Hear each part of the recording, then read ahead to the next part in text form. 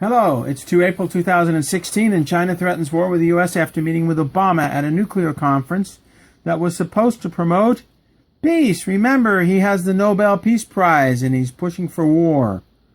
The world's financial system is now in place. The dollar is no longer needed for world trade. Article 9 of the Joint Russian-Chinese Pact has now been invoked. That is a pact that was signed 2 weeks after the numbskulls handcuffed me at a Bank of America for stopping the U.S.-Iranian nuclear war. Obama, 9 years later, is promoting the war. Russia and China are ready for it. China and Russia prepare for war against the United States corporation and their allies. On the 19th of April, the AIIP, the new Chinese SWIFT bank, goes online, and this completely bypasses the dollar for all international trade. The dollar will no longer be the world currency. It's over. The dollar will be hollow the 1st of April. The dollar will begin to falter the 1st of June. That's what God said a year ago. Obama responds by sending a fleet to Yangsha Island to seize the mountain of gold there to preserve the U.S. corporate empire. This is the Philippines. This is China. This is Taiwan. Here's where all the elected officials of Taiwan went after the U.S. Russian-sponsored Mao Zedong took all of U.S. Russian-sponsored Mao Zedong. U.S. Russian-sponsored Mao took all of China. This is the South Chinese Sea. These are the disputed islands. Scarborough Shoal, Yangsha Island, has been jointly managed by the Philippines and the Chinese peacefully since 1945. However, they discovered an island of gold 3 years ago, and the U.S. has been trying to seize that mountain of gold ever since. And now with the dollar having to support itself with gold, and it doesn't have enough gold, they demand to take Yangsha Island and the mountain of gold on Yangsha Island. That has been painted out by Google. What else is new? Nothing we see in the United States is real. This is a big island with a mountain of gold. It's all been painted out. I found it on a Chinese travel brochure. Incredible, isn't it? A Chinese travel brochure telling the truth. Everyone is sick and tired of fighting to preserve the U.S. drug corporate empire, even the members of the Pentagon. They know they'll be killed first, and they know they're being sent in as a suicide mission. And when they die, the demon-possessed spirits are going way, way, way down below and on lower harmonics. They know this. The first 3 targets of the war will be D.C., the Pentagon with 3 bunker buster bombs. Russia's already set that up. They're already local. They just take a plane off and bam, bam, bam.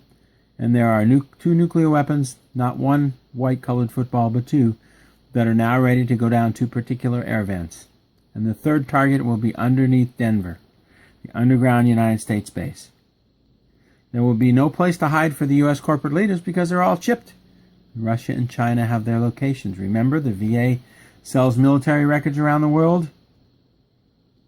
That means our information security was compromised. You morons in the CIA. That means they have the location of every leader. You've got to plug the hole. You've got to stop the boat from sinking. You have to stop the VA from selling military records around the world. But you're not smart enough to do that, President Obama, Presidents Bushes, and Clinton, are you? Even your underground hideouts under New Zealand and Brazil have been located and targeted. The main congressional underground base has been restocked with new cyanide gas to welcome the new congressmen and senators as the nuclear war starts. In addition, all of Agartha will be destroyed in this exchange. So he has said it, so it shall be. Be ready, folks, and pray for your families. You're wondering where we got the information. First of all, let's look at this a little bit. Absinthos, the goddess of lies, Lucifer. We all heard about the stars called wormwood. It's not wormwood, it's Absinthos, the goddess of lies, Lucifer. Lucifer has come in the name of Obama. This is in Revelation 8, 10, and 11. It's not Absinthos. We'll show you. We may be able to show you. We may not be able to. It may focus. It may not. That word, wormwood. That's Ephesians. Sorry. The word wormwood is abthintos. We've been lied to. It's not a meteorite. It's Lucifer. It also talks about the black horse represents both absinthos and Apollyon. And there's also the goddess Epithea in Ephesians 5. We see God on the sons of disobedience. It's not disobedience. It's apatheus. Now the reason these are important is because the different gods that are going to do different things in the last days are mentioned in the Bible, which means that the goddess of lies is here. It's not wormwood. It's the goddess of lies, Lucifer, absinthos. Obama is Lucifer's false messenger.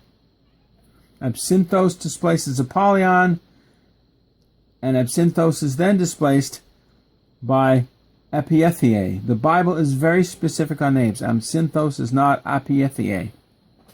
Obama is absinthos. He has displaced Apollyon, the Rothschilds, and now they will be displaced by the dragon from the east. And a third of the oceans are dead. That's how we know what time it is. This is the nuclear industry summit that Obama went to. Wonderful. The summit of March 30th and 31st, he was supposed to create peace. But he is the father of lies. He is the false messenger. He brought the world leaders here, and they're so afraid they had to have police with machine guns. Now, Erdogan was there from Egypt, and I don't know if you say Aragon or Erdogan. I call it Erdogan. That's how it's spelled. He hosted the dignitaries from 56 nations in a security summit. It was not what they claimed it was. It was a security summit, including Prime Minister David Cameron from Britain, Canadian Prime Minister Justin Trudeau, French President Francois Hollande, etc., etc. It was a security conference on nuclear weapons, and Obama shot off his mouth so much that Tsai warned against threatening China's sovereignty and national interests. China has warned the U.S. that it will protect its sovereignty in the disputed waters of the South Chinese Sea, the Yangsha Island, and rejects attempts to use international law and freedom on navigation as a pretext to undermine its national security interests. China and the Philippines have jointly managed those islands for 70 years, and the U.S. is sticking its nose in it because the U.S. dollar is going down the tubes. China will firmly safeguard the sovereignty and related rights of the South Chinese Sea. U.S. Navy deploys a small armada headed to the U.S. Stennis to the South China Sea to try to create war. Freedom of navigation drills. We're going to call the nuclear war a nuclear war for freedom. Obama is insane. His White House has gone insane. There is a Chinese post that is concluded that Yangshan gold deposits underwent a complex mineralization project. The mineralization model of Yangshan gold deposits, therefore established on this basis. It talks about Yangshan gold deposits. Most of the references to the gold in Yangshan Island or Yangsha Island have been eliminated. But here in an obscure reference, this is not Yangshan Port in Shanghai. This is Yangshan Island. There's two different items here. It's confusing. China invokes feared Russian Defense Pact. We talked about that. That concluded the immediate stationing off the western Pacific coast region of the United States a flotilla of attack submarines. People's Republic of China invoked Article 9 of the Sino-Russian Treaty, notifying the Federation that it has begun offensive military movements to protect its vital national interests. Stationing. We talked about the Chinese submarines off the west coast of the United States. Here is the proof.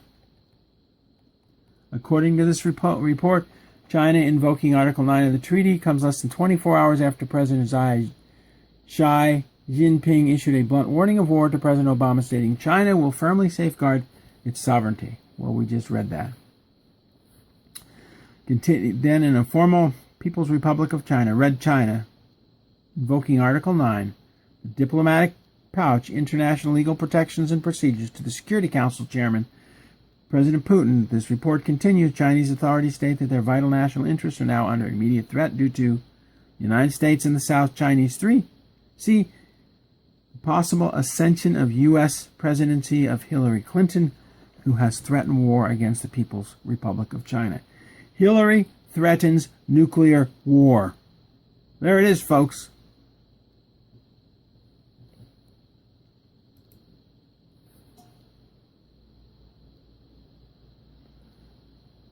Hillary has threatened nuclear war against China. If she is elected, there will be nuclear war. Donald Trump can be contained and worked with. A direct threat of nuclear war was made against China by South Korea and the United States. Now, it says later in the article, and I'll let you read it, Donald Trump has threatened to impose a tax against China, but China threatened to impose the same tax on the United States. Donald Trump can be worked with. Ted Cruz is a sellout. His wife's on the Council on Foreign Relations, and she's part of Goldman Sachs and intends to strip AIIP empty of any money.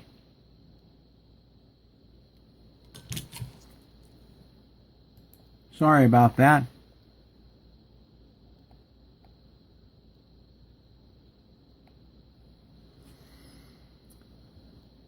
Ministry of Foreign Affairs to immediately begin all needed steps to alleviate this conflict, assess the potential to harm the national interests of the Federation, take all necessary means needed to protect the citizens of Russia both at home and in potential war zones. What that means is Russia's deployed their entire fleet. They have something that's much bigger than what the U.S. can respond to now. The Obama administration would not recognize any air defense identification zone that China might proclaim in the South Chinese Sea. The U.S. is forcing a war with China. This could be the guns of August, the starting of a major nuclear war.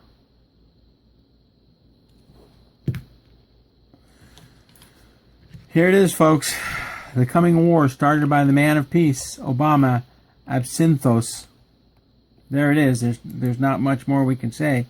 Pray for your families. We talk about buying food and water. We actually promoted 2 companies. I don't care where you get it. Just prepare your family. Food, water, toilet paper, ammunition, heat, and communications. There are probably more than a dozen missiles flying over our head in round circle orbits that will knock out our grid. And the man of peace, Obama, who starts this nuclear war, does not plan to knock out Chinese or Russian grids. He intends to destroy the United States. You and I both know that. Here is In God We Trust, God, Absinthos, the goddess of lies, the Roman axis, the Roman laurels.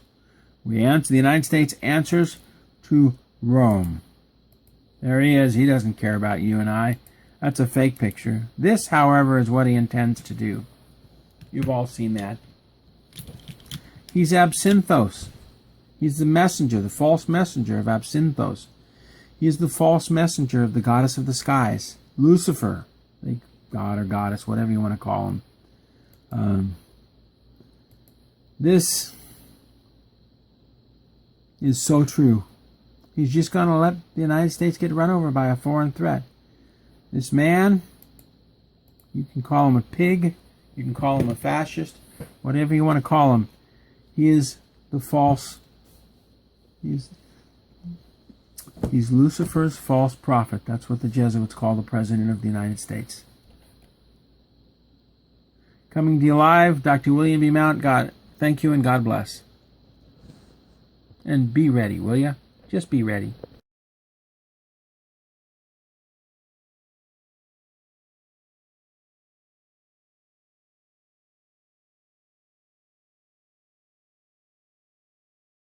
viðtal við Sigmund Davíð í ráðherrabústaðnum í Reykjavík.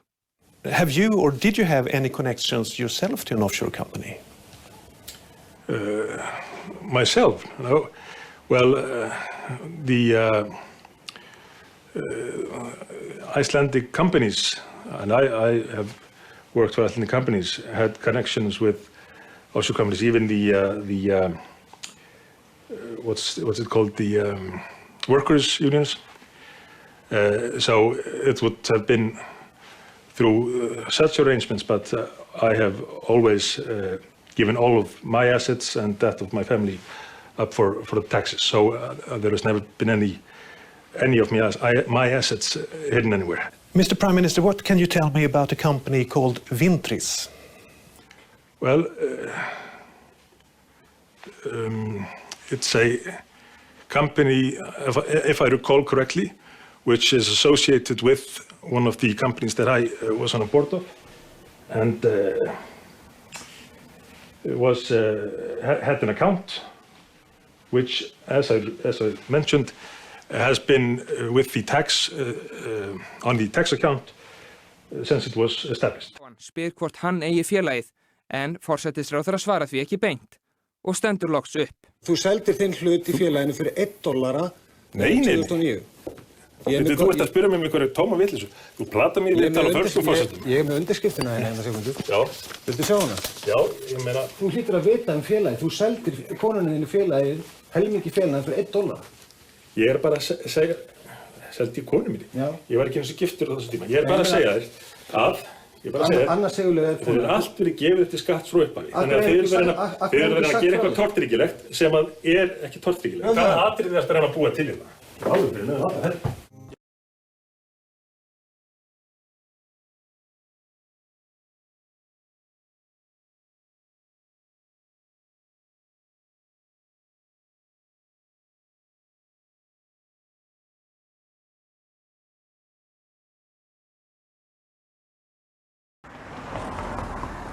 It is a unique glimpse of how offshore keeps secrets. For 40 years, Mossack Fonseca have helped the rich and powerful hide their wealth. The documents were leaked to the German newspaper Süddeutsche Zeitung and shared with the international consortium of investigative journalists. In the UK, Panorama and the Guardian newspaper have been analysing the documents. They show how far Mossack Fonseca was prepared to go to help some of its clients. I wanted to earn enough money so I can create the life I really wanted to, and I did. Mariana Olszewski is a business guru on American television. It's all about living the life of your dreams and taking control of your money. That's exactly what she wanted to do, to bring back $1.8 million secretly hidden offshore. But she did not want to reveal her identity. The files show Mossack Fonseca came up with a solution. In an email they offered, "We may use a natural person who will act as the beneficial owner." Faking the ownership of a company is a blatant breach of anti-money laundering rules.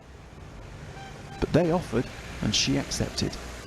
It's highly problematic and undermines the credibility of our anti-money laundering system that's designed to deter tax evasion, corruption and money laundering.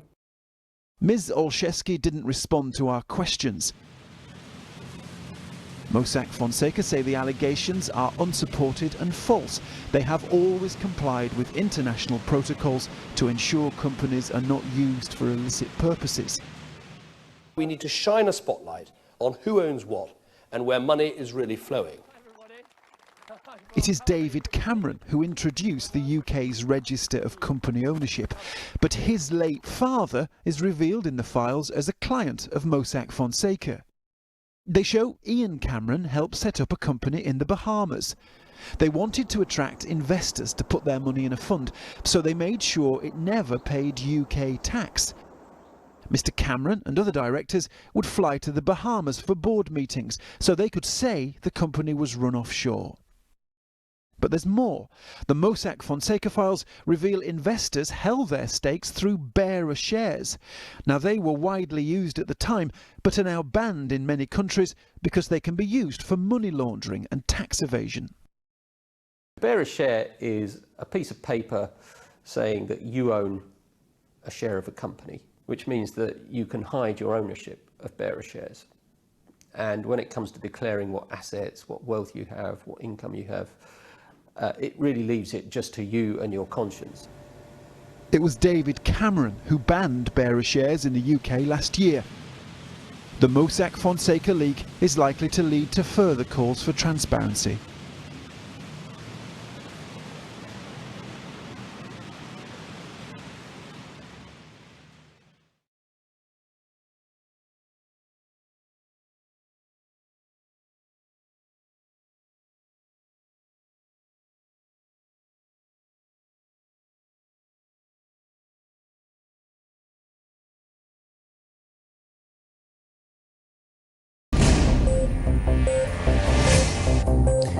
DNA में आज सबसे पहले दुनिया के सबसे बड़े खुलासे का डीएनए टेस्ट करेंगे। यह ऐसा खुलासा है जिसने दुनिया के बड़े बड़े रसूखदार और अमीर लोगों की नींद उड़ा दी है। पनामा की एक लॉ फर्म के 1 करोड़ 10 लाख दस्तावेजों के लीक होने की वजह से यह खुलासा हुआ है। जी हां, दस्तावेजों की संख्या भी आप देख लीजिए, 1 करोड़ 10 लाख दस्तावेज लीक हो गए हैं और पूरी दुनिया के इन्वेस्टिगेटिव जर्नलिस्ट इन दस्तावेजों को अब स्टडी कर रहे हैं। जी न्यूज की टीम भी इन दस्तावेजों को अब स्टडी कर रही है ताकि हम उलझी हुई बातों को सरल तरीके से आपके सामने रख सकें। आपने आज इस खुलासे के बारे में सुना तो जरूर होगा, लेकिन आप अब तक ये नहीं समझ पाए होंगे कि आखिर ये पूरा मामला है क्या। इसलिए आज हम बहुत ही सरल भाषा में इस मामले को आपके लिए डिकोड करेंगे। इस खुलासे को पनामा लीक्स कहा जा रहा है और इससे पता चलता है कि दुनिया के अमीर और शक्तिशाली लोग किस तरह अपनी दौलत को छिपाते हैं और किस तरह अपने पैसे को दुनिया की कुछ सुरक्षित माने जाने वाली खास जगहों पर ठिकाने लगाते हैं। एक आम आदमी टैक्स की कैंची से कभी बच नहीं पाता। आप सब लोग टैक्स बचाने के लिए कितना संघर्ष करते होंगे, कभी अपने सीए के पास जाते होंगे, कभी किसी दूसरे टैक्स कंसल्टेंट के पास जाते होंगे। लेकिन ताकतवर और रसूखदार लोग चोर रास्तों के जरिए अपने पैसे को बचा भी लेते हैं और उसे मनचाहे तरीके से खर्च भी कर लेते हैं और किसी को कानो कान खबर भी नहीं होती। यही इस खबर का सार है। अब हम ये खबर एक एक करके आपको समझाते हैं। सबसे पहले इस खुलासे की गंभीरता को समझिए। पनामा लीक्स में दुनिया के 12 मौजूदा या पूर्व राष्ट्राध्यक्षों के नाम शामिल हैं। इनमें रूस के राष्ट्रपति व्लादिमीर पुतिन, पाकिस्तान के प्रधानमंत्री नवाज शरीफ, चीन के राष्ट्रपति शी जिनपिंग जैसे नेता शामिल हैं। इसमें पाकिस्तान की पूर्व प्रधानमंत्री बेनजीर भुट्टो का नाम भी शामिल है। यही नहीं, दुनिया के सबसे बड़े फुटबॉल खिलाड़ियों में से एक लियोनेल मेसी का नाम भी इस लिस्ट में है। इस लिस्ट में भारत से जुड़े भी कई नाम सामने आए हैं। पनामा लीक्स के दस्तावेजों में महानायक अमिताभ बच्चन और उनकी बहू ऐश्वर्या राय का भी नाम है। अमिताभ बच्चन देश के महानायक कहे जाते हैं और उनके फैंस उनसे जुड़ी इस खबर को लेकर काफी चिंतित हैं। इसके अलावा डीएलएफ के प्रमोटर केपी सिंह और इंडिया बुल्स के ओनर समीर गहलोत जैसे बड़े नाम भी पनामा लीक्स में सामने आए हैं। हालांकि यहां पर हम ये बिल्कुल साफ कर देना चाहते हैं कि अभी इन नामों को दोषी नहीं ठहराया जा सकता, क्योंकि अभी इस बात की जांच चल रही है कि इस मामले में टैक्स के कानूनों का उल्लंघन हुआ है या नहीं। अब आपके लिए समझना जरूरी है कि दुनिया भर में हलचल मचाने वाला यह खुलासा हुआ कैसे। पनामा की जिस कंपनी के 1 करोड़ 10 लाख गोपनीय दस्तावेज लीक हुए हैं, उस कंपनी का नाम है मोसैक फोंसेका। लीक हुए दस्तावेज बताते हैं कि कैसे दुनिया भर के 140 नेताओं और सैकड़ों सेलिब्रिटीज ने टैक्स हेवन कहे जाने वाले देशों में अपना पैसा इन्वेस्ट किया। इन लोगों ने शैडो कंपनियां, ट्रस्ट और कॉरपोरेशंस बनाए। यहां आपको बता दें कि शैडो कंपनियों का मतलब है ऐसी कंपनियां जिन्हें सिर्फ दिखावे के लिए बनाया जाता है और उनके पीछे का मकसद होता है, यानी असली मकसद होता है किसी कानूनी प्रक्रिया से बचना और पैसे को ठिकाने लगाना या फिर काले धन को सफेद करना। लीक हुए दस्तावेजों से यह पता चला है कि पनामा, ब्रिटिश वर्जिन आइलैंड्स और बहामास में बड़े पैमाने पर निवेश किया गया। आरोप लगाए जा रहे हैं कि तमाम ताकतवर और रसूखदार लोगों ने इन देशों में निवेश इसलिए किया क्योंकि यहां पर टैक्स के नियम काफी आसान हैं और उनकी पहचान की गोपनीयता बनी रहेगी। इस लिस्ट में 500 से भी ज्यादा भारतीयों के नाम हैं और इन नामों में कई नाम बहुत खास हैं।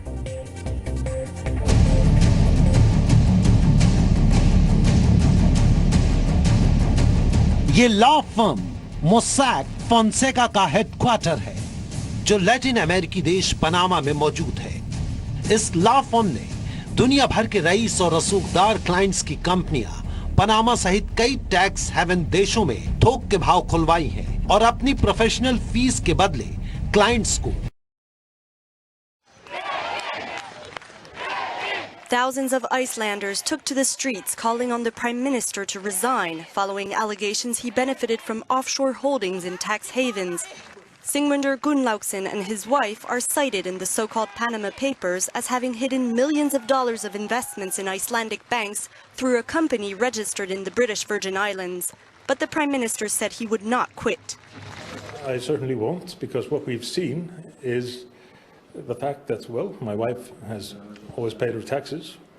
We've also seen that she has avoided any conflict of interest by investing in Icelandic companies. The couple's offshore holdings allegedly included bonds in Iceland's three biggest banks, whose collapse in 2008 crippled the country. The Prime Minister did not disclose the holdings when he was sworn in and was involved in reaching a deal for the bank's creditors, so he's now being accused of a conflict of interest. Opposition lawmakers have put forward a motion of no confidence and called on him to resign.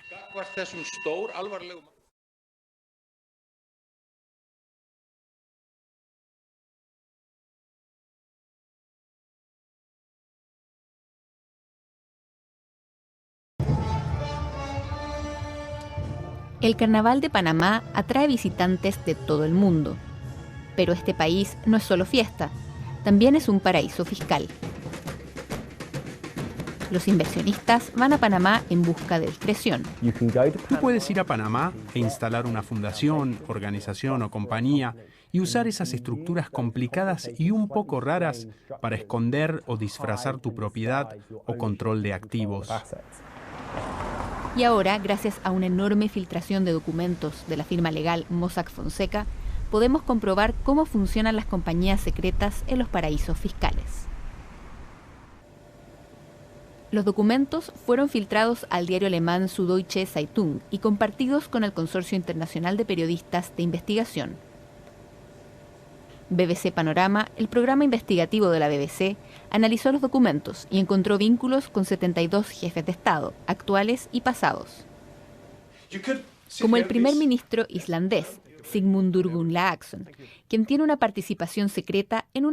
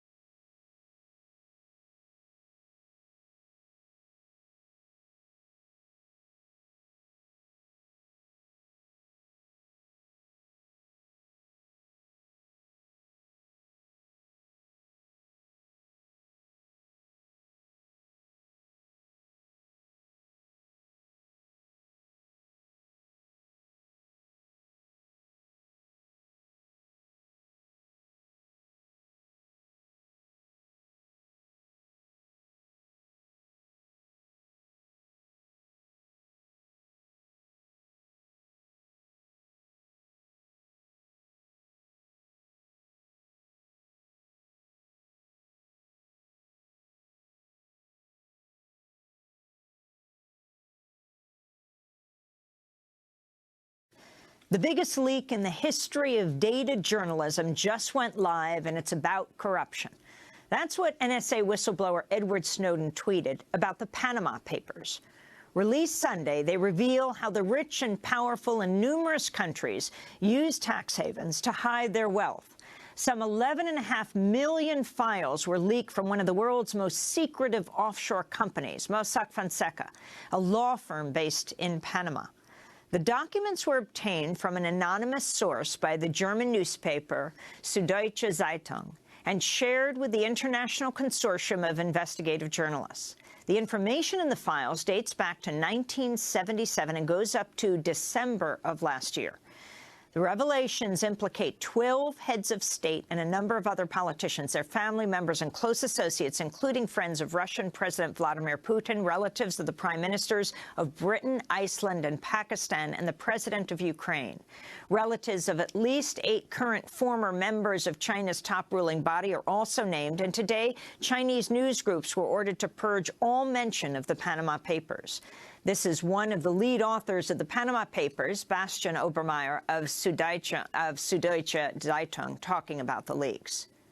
A small Panamanian law firm that almost no one has heard of is at the center of our research, Mossack Fonseca. Mossack Fonseca guarded the data of the world's most powerful and dangerous people, until our source passed that on to us. That was about a year ago. I've never seen the source in person. We've been talking to each other via an encrypted chat. I've very openly asked him why he's doing this. He says he thinks they have to stop what they're doing, and he thinks they're doing rotten business. He wants to stop it. In a written statement immediately following the revelations, Mossack Fonseca said allegations have provided a structure designed to hide the source of money were, quote, completely unsupported and false, and that, quote, we do not provide beneficiary services to deceive banks. It's difficult, not to say impossible, not to provide banks with the identity of final beneficiaries and the origin of funds, they said. So far, fallout from the leaks has prompted investigations and calls for resignation.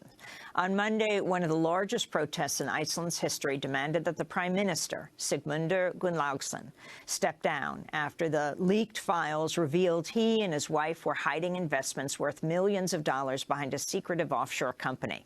More than 10,000 demonstrators gathered outside the Parliament building in Reykjavik.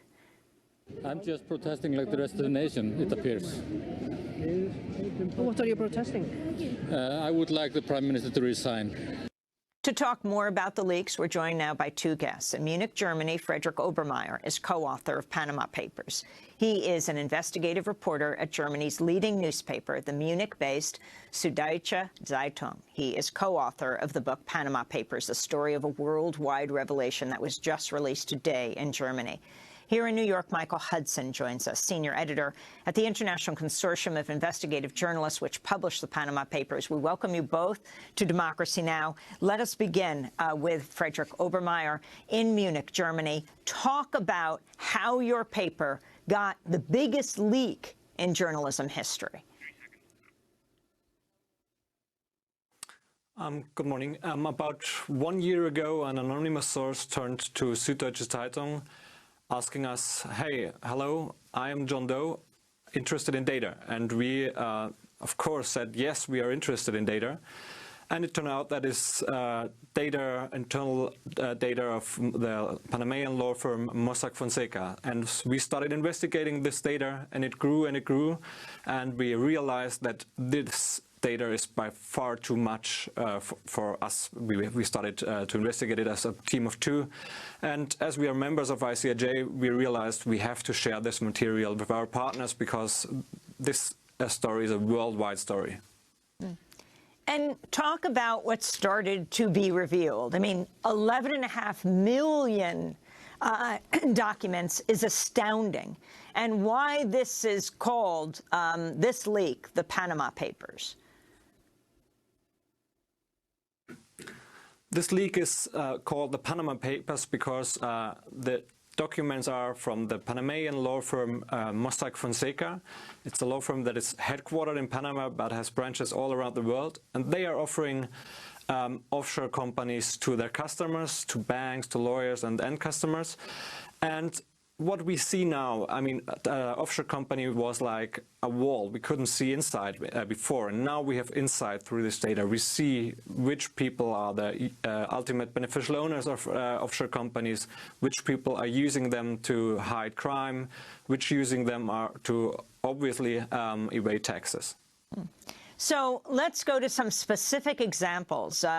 We just said in our lead that there are increasing calls for the Prime Minister of Iceland to resign. 10,000 people gathered in downtown Reykjavik yesterday. Why is he being targeted? What did you learn through this document release?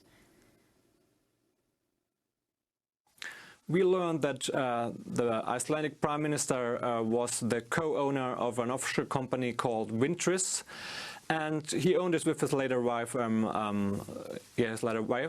but he didn't declare it to public. And this offshore company, Wintris, was in the possession of bonds of the major 3 Icelandic banks. That was the bank that corrupted during the financial crisis. And I mean, this would have been something what he should have declared to the public, that, hey, as a politician, I have to deal with what has happened during the financial crisis, but I do have bonds, and I had bonds in these banks via my offshore company. But he didn't declare it to public. So we saw yesterday what the Icelandic population thinks about it, or a majority or parts of it, because there have been thousands gathering in Reykjavik asking him to resign. Michael Hudson, you're with the International Consortium of Investigative Journalists. Before we go into how you got involved with this German newspaper and the extent of this massive government document leak, talk further about Iceland and about this Prime Minister and how that is an example of what you've discovered. Right. You know, when the Prime Minister, when he entered Parliament in 2009 as a member of Parliament, he owned this company. He didn't declare it. By the end of the year in 2009, he had sold it to his wife for $1.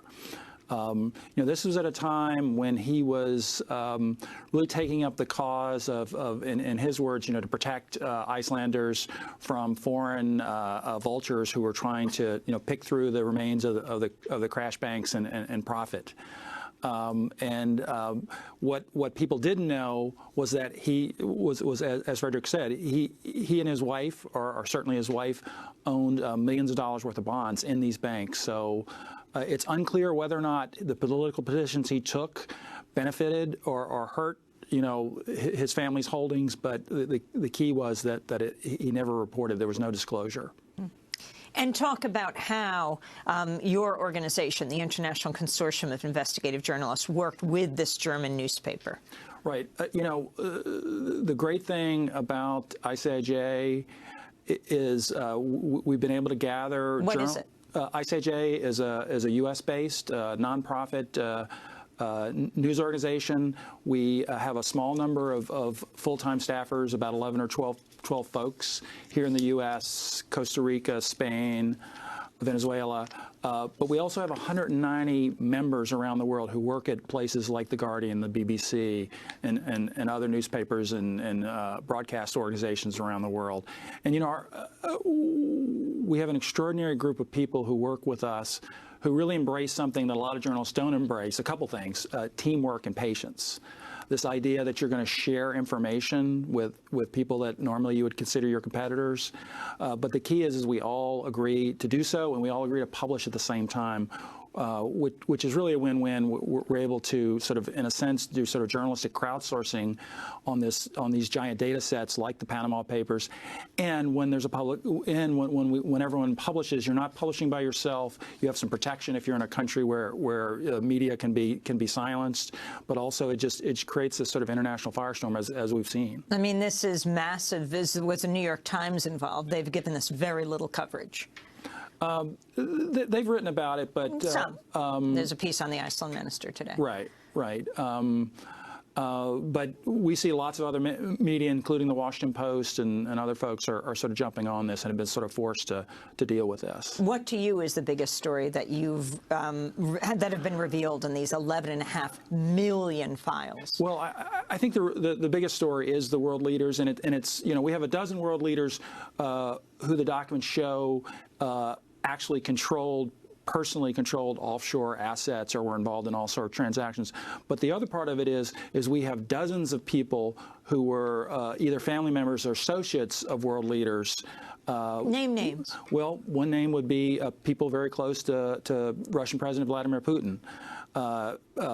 Longtime friends going back to his boyhood, business associates, even the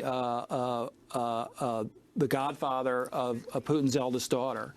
And they essentially have formed a network where they're trading among themselves. They have various degrees of control over offshore companies and over secretly have influence over large Russian corporations. And we've seen the records themselves show as much as $2 billion being shuffled back and forth. The cellist Sergei Roldugin. Exactly. This is a man who says he has no finance background. He has no fortune, but yet the records tell a different story. They show that he has connections to, and in some cases control of assets worth millions, tens of millions, hundreds of millions of dollars. The center of a scheme in which money from the Russian state banks is hidden offshore, some of it ending up in a ski resort where in 2013, Putin's daughter, Katerina, got married. Right. Talk about Bashar al-Assad in Syria. Bashar al-Assad, the leader in Syria. Right. His two cousins, Rami and Hafez Makhlouf, who've been the target of international sanctions, suspected of controlling key gateways to Syria's oil and telecom business. Yes, there are people connected to him. Also, what we've seen is that companies that have been busting the international embargo against Syria and supplying fuel that was used to keep Syria's Air Force helicopters and airplanes in the air. These are craft that were used to bomb his own citizens. And Mossack Fonseca was representing, working with the companies that were busting these sanctions. And explain exactly what this company is in Panama. Mossack Fonseca. It's a law firm. But it's really its main business is really as an incorporator of offshore companies. It's headquartered in Panama City, but it has offices in Miami, Zurich, Hong Kong, more than 35 places around the world. I think they have 8 offices total in China. This is an international organization that specializes in selling secrecy. And secrecy is something that's bought and sold. And the more secrecy, the deeper secrecy, the more levels of protection, of insulation you want, the more you'll pay. Argentine President Frederick Obermeyer, Argentine President Mauricio Macri, the man that President Obama just went to visit in Argentina. While Mayor of Buenos Aires is revealed in these files, Macri did not disclose his position as director of a company which was incorporated in the Bahamas in 1998. Right. Yes, that was a very interesting case for us because he was another world leader, a current world leader of a big country worldwide. And for us, I mean, we found him really at a late stage of this investigation. But for us, it was very interesting because that was the time when he became the new president of Argentina. So for us, it was very important to have a deeper look into this case. Also listed in this grouping of individuals involved is the British Prime Minister, David Cameron. Frederick Obermeyer, talk more about what you found. I mean, David Cameron is not in the data himself, but there's actually his father in this data, and he's involved in a structure that involved bearer shares, and that's, for me, that was very interesting because it's actually David Cameron now who is asking for and who pushes for getting rid of structures that involve bearer shares, and it was actually his father using such structures. So today, there was a huge debate in London, and we heard from our correspondent in London that that's actually the topic #1 in Great Britain. Well, this issue of the British government facing criticism of Cameron after his late father's name appeared in the Panama Papers leak. Labour leader Jeremy Corbyn said today he'll publish his tax returns and urged other ministers to do the same. This is what he said. High time that we got tough on tax havens. Britain has a huge responsibility because many of those tax havens are in British overseas territories or Crown dependencies. The leaked documents show tax havens have become honeypots of international corruption, tax avoidance and tax evasion. They are sucking revenues out of our own country and many others, fueling inequality, shortchanging our services and our people. The government needs to go beyond warm words on tax dodging. There cannot be one set of tax rules for the wealthy elite and another for the rest of us. The unfairness and abuse must stop.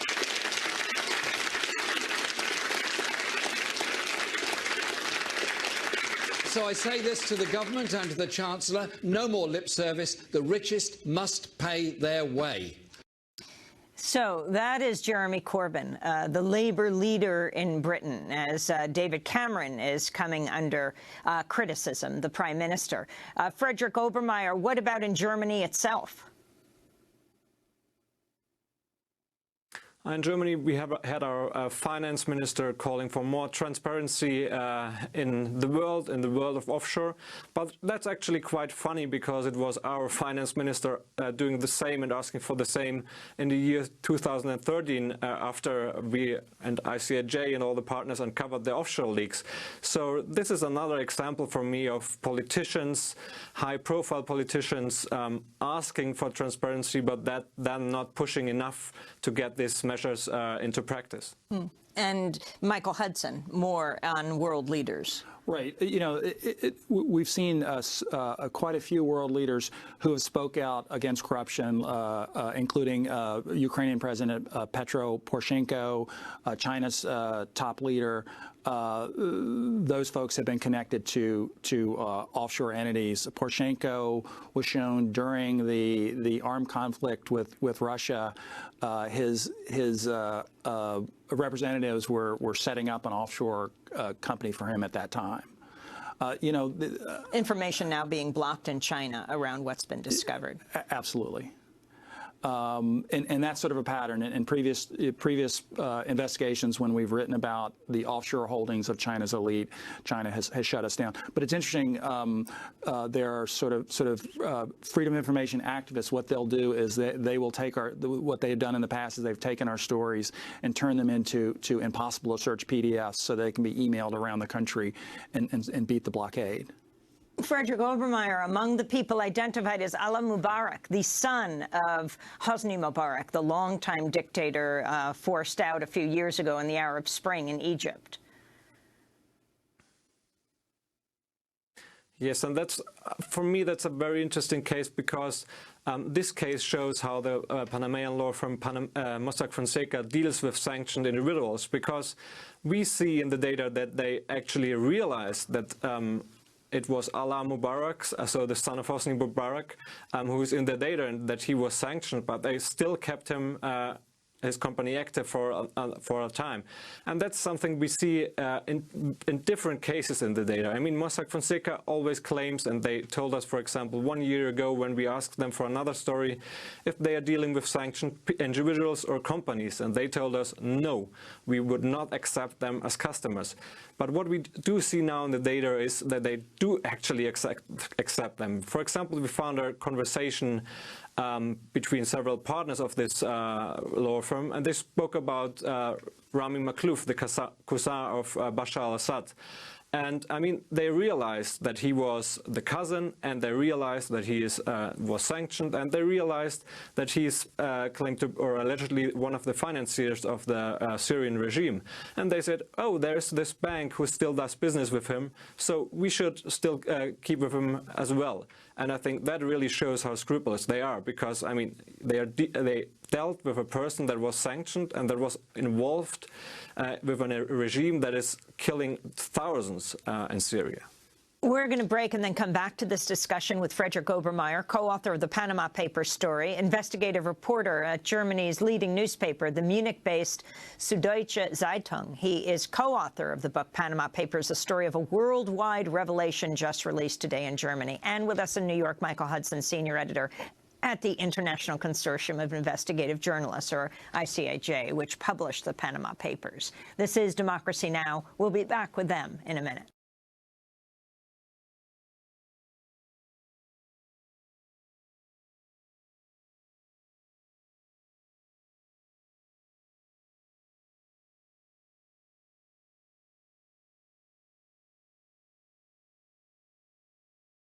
On Democracy Now!, democracynow.org, The War and Peace Report. I'm Amy Goodman. We're talking about the biggest leak in the history of data journalism. Just went live, and it's about corruption. That's what NSA whistleblower Edward Snowden tweeted about the Panama Papers. Released Sunday, the papers reveal how the rich and powerful in numerous countries use tax havens to hide their wealth. Some 11.5 million files were leaked from one of the world's most secretive offshore companies, Mossack Fonseca, a law firm based in Panama. The documents were obtained from an anonymous source by the German newspaper Süddeutsche Zeitung and shared with the International Consortium of Investigative Journalists. Snowden also tweeted about the Panama Papers, saying, "The story behind the Panama Papers, courage is contagious." We're joined by Frederick Obermeyer, Süddeutsche Zeitung's reporter and one of the lead reporters on this story, and Michael Hudson of the International Consortium of Investigative Journalists. I wanted to turn to Bernie Sanders. This isn't during this year, but this is Bernie Sanders speaking in October of 2011 during a debate on the Senate floor over the Panama-United States Trade Promotion Agreement. The pact became law the next year, but in 2011, Senator Sanders laid out his opposition in a speech some say are predicting the new Panama Papers project. Panama's entire annual economic output is only $26.7 billion a year, or about 0.2% of the U.S. economy. No one can legitimately make the claim that approving this free trade agreement will significantly increase American jobs. Then why would we be considering a standalone free trade agreement with Panama, tiny little country? Well, it turns out that Panama is a world leader when it comes to allowing wealthy Americans and large corporations to evade U.S. taxes by stashing their cash in offshore tax haven. And the Panama Free Trade Agreement will make this bad situation much worse. Each and every year, the wealthiest people in our country and the largest corporations evade about $100 billion in U.S. taxes through abusive and illegal offshore tax havens in Panama and in other countries. According to Citizens for Tax Justice, and I quote, "A tax haven has one of three characteristics. It has no income tax or a very low rate income tax. It has bank secrecy laws, and it has a history of non-cooperation with other countries on exchanging information about tax matters. Panama has all three of those. They are probably the worst." That was Bernie Sanders, not now, but in 2011. Michael Hudson, was he predicting what we're seeing today? And what is the role of the U.S. in all of this? Well, I don't know if he was predicting what we were seeing today. He was sort of describing the situation. Panama is one of the world's biggest secrecy havens. It has laws that make it difficult if you're an investigator, an attorney, or even an ex-spouse trying to find out about someone's assets. It's very difficult to go to Panama, just as it's very difficult to go to places like the British Virgin Islands or the Caymans and get that information. And that's what makes it so valuable as a haven for people. And that includes Americans like Ponzi schemers and fraudsters and just folks who are trying to reduce their taxes. That's why they go to companies like Mossack Fonseca. That's why they go to places like Panama. So talk about the role of the United States. Talk about, well, where we are right now. Well, you know, it's very interesting. You know, there are lots of Americans who are going overseas trying to hide their money or move their money to avoid taxes or avoid criminal investigations. But on the other hand, you know, you can argue that the world's biggest tax havens are islands, but they're the Great Britain and Manhattan. Both London and New York are places where lots of money, you know, is hidden, both in real estate and in banks. You know, if you're trying to, you know, if you're the brother-in-law of a dictator in a developing nation, you know, you will have you'll have a company based in the British Virgin Islands or Panama or somewhere like that, but your money's not going to be there. The company that you own is going to be the front for you that will allow you to have your money in a bank so that you and your family can do shopping trips, you know, in Manhattan.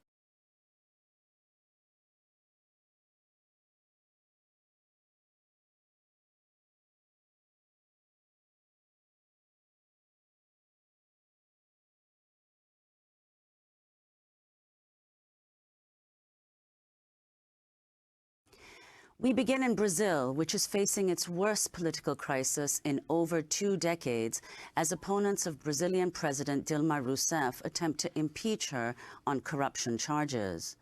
But Rousseff is refusing calls to resign, saying the impeachment proceedings against her amount to undemocratic attempts by the right-wing opposition to oust her from power. On Wednesday, former Brazilian President Luiz Inácio Lula da Silva called the impeachment proceedings against Rousseff an attempted coup d'etat. Lula, who was indicted last month on corruption charges, spoke Tuesday at a trade union event in Sao Paulo. The current attempts against Dilma is a coup. There's no other word for it. It is a coup, and this country cannot accept a coup against Dilma. If there was one last thing I could do in my life, it would be to help Dilma turn this country around with the decency that the Brazilian public deserves. Last week, a judge suspended President Rousseff's appointment of Lula da Silva to a cabinet post. Rousseff says Lula will help strengthen her government, but critics see his appointment as a bid to protect him from what Lula says are politically motivated charges of money laundering. The judge who blocked Lula's appointment had recently posted photos of himself on social media marching in an anti-government protest. Lula and President Rousseff are both members of the left-leaning Workers' Party. On Tuesday, Brazil's President Rousseff said she would not resign under any circumstances. Que pedem a minha renúncia.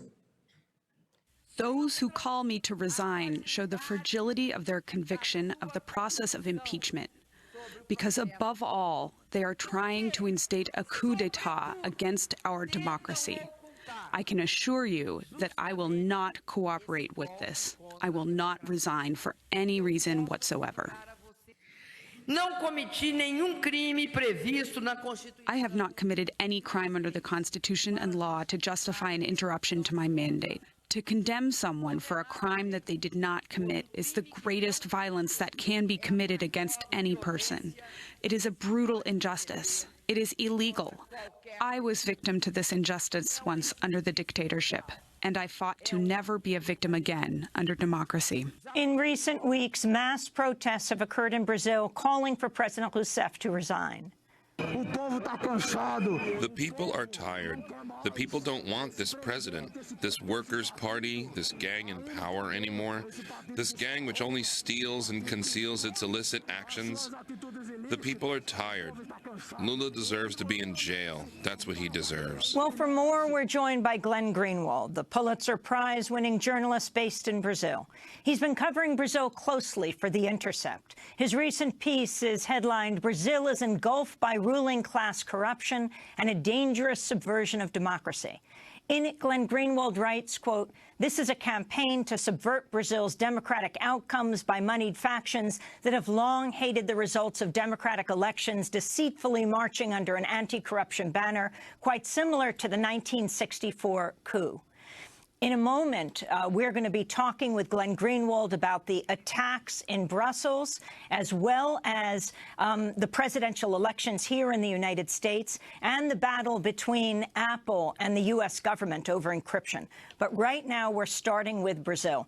Glenn, there is very little attention in the United States in the mainstream media about what's taking place in Brazil. President Obama's right next door in Argentina. But can you talk about what is happening in the country you live in Brazil?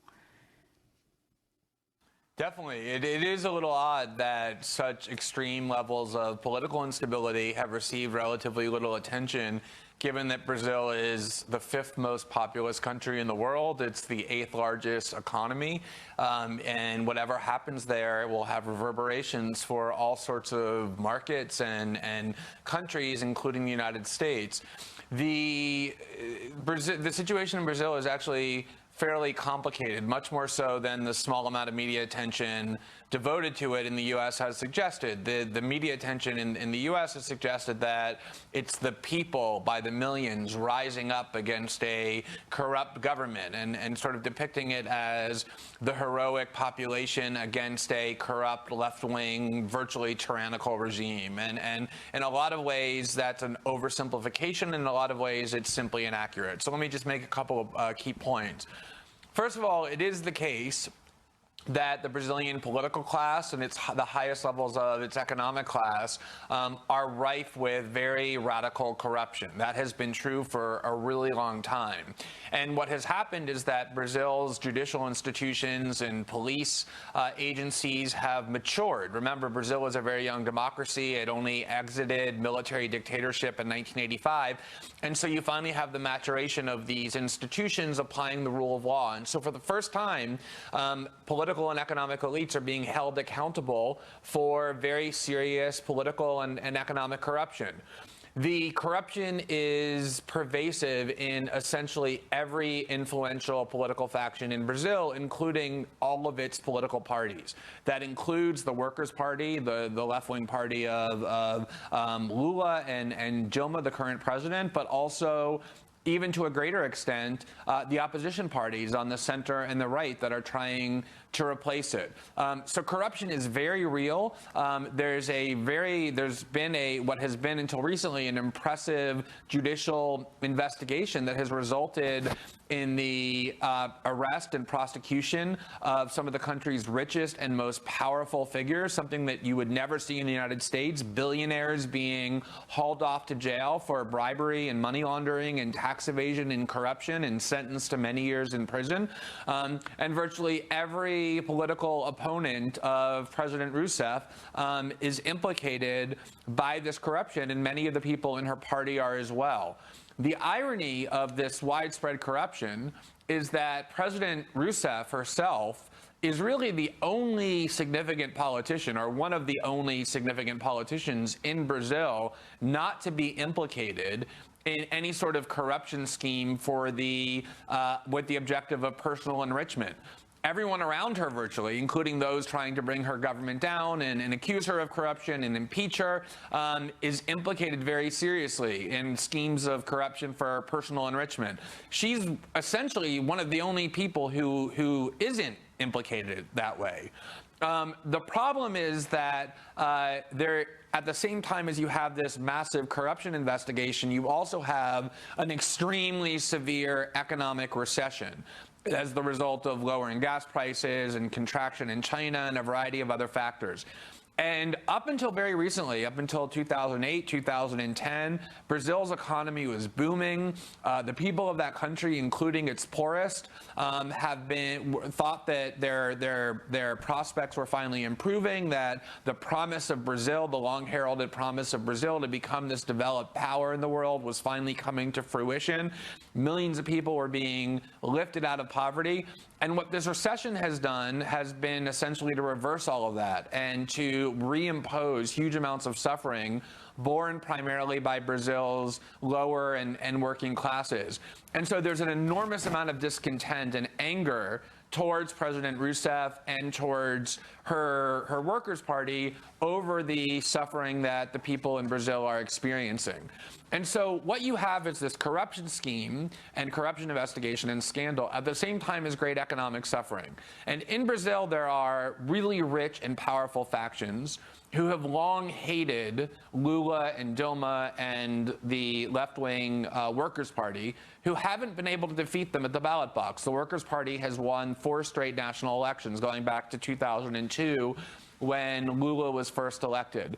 And so what they are doing, and they're using their extremely powerful media institutions, beginning with Globo, which is by far and away the dominant, most powerful media institution in Brazil, run by, like all Brazil's significant media outlets, extremely concentrated, wealthy families, are using this corruption scandal or using the anger towards the government to try and rile up people and essentially remove the Workers' Party and President Dilma Rousseff from power, really because they can't beat her at the ballot box, but they're trying to latch on this corruption scandal to the discontent that people feel because of the economic suffering. And so there is a validity to the corruption scandal and to the investigation, even aimed at the Workers' Party. But at the same time, what you're now seeing is, unfortunately, the judiciary, which has been pretty scrupulous until now about being apolitical, working with the plutocrats of Brazil to try and achieve a result that really is a subversion of democracy, which is exploiting the scandal to remove President Rousseff from power through impeachment, even though there really are no grounds of impeachment that would be legal or valid as a means of removing her from office.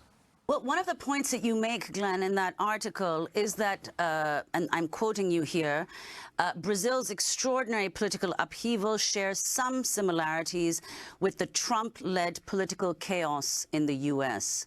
Could you explain what you mean by that? Well, what I essentially mean by that is that in the U.S., there is political upheaval in the sense that the political order has been largely overturned. The people who have been in control of and running the Republican Party, which are largely moneyed interests, have completely lost control of their political apparatus. They poured huge amounts of money first into Jeb Bush and then into Marco Rubio. And typically, those factions get their way. And in this particular instance, they haven't. And you have this kind of political outsider who has been rejecting all kinds of political orthodoxies, breaking every political rule, who is looking closer and closer to becoming the nominee of the Republican Party and potentially after that, the President of the United States, and has done so in a way that has unleashed all kinds of instability and very dangerous and dark sentiments in the United States. In Brazil, the instability is far greater. I was just writing for an American audience, trying to get them to understand the level of instability by saying that actually what's happening in Brazil is much greater in terms of the disruption than what's happening as a result of Donald Trump's successful candidacy, because it pervades almost every economic and political institution. And what you really see is this young democracy in Brazil that is now being threatened as a result of this really opportunistic and exploitative attack on the part of the country's richest media outlets and richest factions to essentially undo the results of 4 consecutive democratic elections by trying to remove a democratically elected president. She was just reelected in 2014 on totally fictitious grounds of pretext. And it's really quite dangerous once you start, sort of undermining the fundamentals of democracy in the way that's currently taking place in Brazil. This is interesting that today President Obama is in Argentina. And it was Adolfo Pérez Esquivel who won the Nobel Prize, Peace Prize, who said he welcomed Obama, but thought that the American president should not be going to Argentina on March 24th because that day in 1976, 40 years ago, the military staged a coup. Human rights groups estimate something like 30,000 people were killed or disappeared in that coup that followed for the next 7 or so years. Esquivel said, "I'm a survivor of that era, of the flights, of death, of the torture, of the prisons, of the exiles." And he said, when you analyze the situation in depth, the United States was responsible for the coups in Latin America. What parallels, if any, do you see? And also talk about Petrobras and the role that it's playing in all of this, the state oil company in Brazil. You can't really understand Latin American politics in general and the ongoing instabilities and difficulties that almost every country in South America is still plagued by without talking about the central role that the United States has continuously played for decades in trying to control that part of the hemisphere. In Brazil, like in so many countries, they had a democratically elected government in the early 1960s, which the United States disliked because it was a left-wing government, not a communist government, but a left-wing government that was devoted to the distribution of wealth for the social welfare, for opposing United States capitalistic interests and attempts to interfere in Brazil. And the Brazilian military in 1964 staged a coup that overthrew that democratically elected government and proceeded to impose on Brazil a really brutal military dictatorship that served the interests of the United States, was allied to the United States for the next 21 years. Of course, at the time, the United States government, U.S. officials before Congress and in the public eye, vehemently denied that they played any role in that coup, and has happened so many times in the past. Documents ultimately emerged years later that showed that not only was the U.S. supportive of that coup, but played a direct role in helping to plot it and plan it and stage it and then prop up that dictatorship for 21 years. That dictatorship used very extreme torture techniques on the nation's dissidents, on the Brazilian citizens who were working to undermine that right-wing military dictatorship, among whom was the current president, Dilma Rousseff, who in the 1970s was a guerrilla, essentially, working against the U.S.-supported military dictatorship. She was detained and imprisoned without trial and then tortured rather severely. And the documents have revealed that it was the U.S. and the U.K. That actually taught the military leaders the best types of torture techniques to use. And so what you have now is not really a repeat of the 1964 coup. It's not really responsible to say it's identical to what's taking place, because the impeachment against Dilma is proceeding under the Constitution, which actually does provide for impeachment. There's an independent judiciary that's involved in the proceedings. But at the same time, if you go back and look at what happened in 1964 with that coup, the leading media outlets in Brazil that also hated the left-wing government because it was against their oligarchical interests justified and supported that coup. They depicted it as necessary to uproot corruption in this left-wing government. You had the same media factions, Globo and the families who own it, and other media outlets that still persist to today, agitating in favor of the coup and then ultimately supporting the military dictatorship. And so you have similarities in terms of the anti-democratic processes at work that prevailed in 1964 and throughout Latin America and so many other years where the United States was at the center of. As far as Petrobras is concerned, Petrobras is the Brazilian-owned oil company, and it has become crucial to Brazil's economic growth because as oil prices increased and as Brazil found huge amounts of oil reserves, it was anticipated that Petrobras would essentially be the engine of Brazil's future economic growth. And it started being drowned essentially in profits. And the scandal, the corruption scandal, has Petrobras at the center because it largely involves Petrobras paying bribes to various construction companies, that they would essentially hire private construction companies to build various platforms and other infrastructure for Petrobras for oil exploration, and they would essentially pay far more than what the contract really called for, and there would then be kickbacks to the head of the construction company, but also to Petrobras and to the politicians who controlled Petrobras. And that really is what this corruption scandal was triggered by, was the discovery of huge numbers, huge amounts. You're talking about millions and millions of dollars in kickbacks and bribes to the politicians in virtually every significant party in Brazil that controlled Petrobras.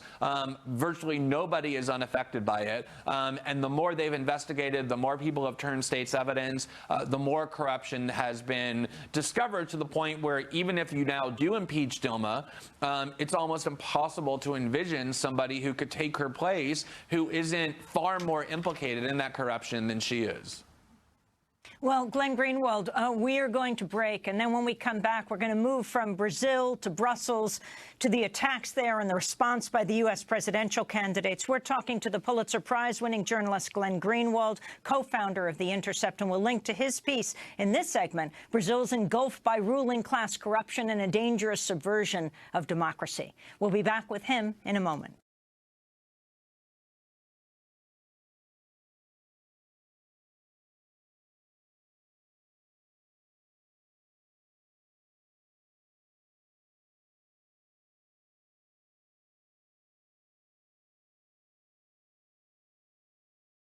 I'd like to turn to an ad produced by the Emergency Committee for Israel, which alleges that Trump supports dictators. The ad started airing last month. The world would be better off with Saddam Hussein 100%. and Gaddafi in power. 100%. Looking at Assad and saying maybe he's better than the kind of people that we're supposed to be backing. And I think Russia can be a positive force and an ally. But you know, whether you like Saddam Hussein or not, he used to kill terrorists. Glenn Greenwald, in one of your recent articles, you suggest that Hillary Clinton has demonstrated comparable support for what you call, quote, the world's worst despots. Well, two things. You know, that article that I wrote about Hillary Clinton grew out of the debate where she attacked Bernie Sanders for comments he made in the 1980s. In which he said positive things both about Fidel Castro and also the Sandinista government in Nicaragua. And she very self-righteously said, how could you possibly praise a government that is oppressive and tyrannical? And yet, if you look at Hillary Clinton's record, not in the 1980s, but far more recently, in the last 5 to 6 years, she has embraced and expressed extreme levels of support for some of the world's most brutal and horrific dictators. She called President Mubarak of Egypt a close personal friend of her family and expressed all kinds of support for him at the time that the government of which she was a part was arming and funding him. She did the same with the Saudis. The Clinton Foundation has raised money from some of the worst and most oppressive dictatorships in the Persian Gulf, including the Saudis and the Qataris and the Emirates and the Bahrainis. Hillary Clinton, essentially, her record has been one of embracing and supporting in all kinds of ways the world's worst tyrants. The other aspect that I would add is that, you know, not just those Persian Gulf regimes, but one of the things that Hillary Clinton has done with one of embracing and supporting in all kinds of ways the world's worst tyrants. The other aspect that I would add is one of embracing and supporting in all kinds of ways the world's worst tyrants. The other aspect that I would add is that, you know, not just those Persian Gulf regimes, but one of the things that Hillary Clinton has done with very little notice has been to make a central part of her campaign embracing not just the right-wing Israeli government, but Prime Minister Benjamin Netanyahu himself. She's written op-eds in Jewish journals and in the Forward talking about the need to get even closer to Israel, if you can imagine that. And then the speech she just gave to AIPAC was about the most disgustingly militaristic, hawkish, pro-Israel speech I think that you could ever possibly hear without the slightest even pretense of concern for people in Palestine or in Libya, where she supported a war that has caused great instability, or in Iraq, where she supported a war that has imposed huge amounts of suffering. And so it's very easy to talk about Donald Trump being close to dictators or being dangerous, but there has been a huge amount of Hillary Clinton's record that has spawned immense amounts of tyranny and violence in the world that Democrats and progressives are steadfastly ignoring. Let's go to a clip of Hillary Clinton addressing AIPAC, the American-Israel Public Affairs Committee. People here today are on the front lines of the battle to oppose the alarming boycott, divestment, and sanctions movement known as BDS. We must repudiate all efforts to malign, isolate, and undermine Israel and the Jewish people. That was Hillary Clinton addressing AIPAC. Glenn Greenwald.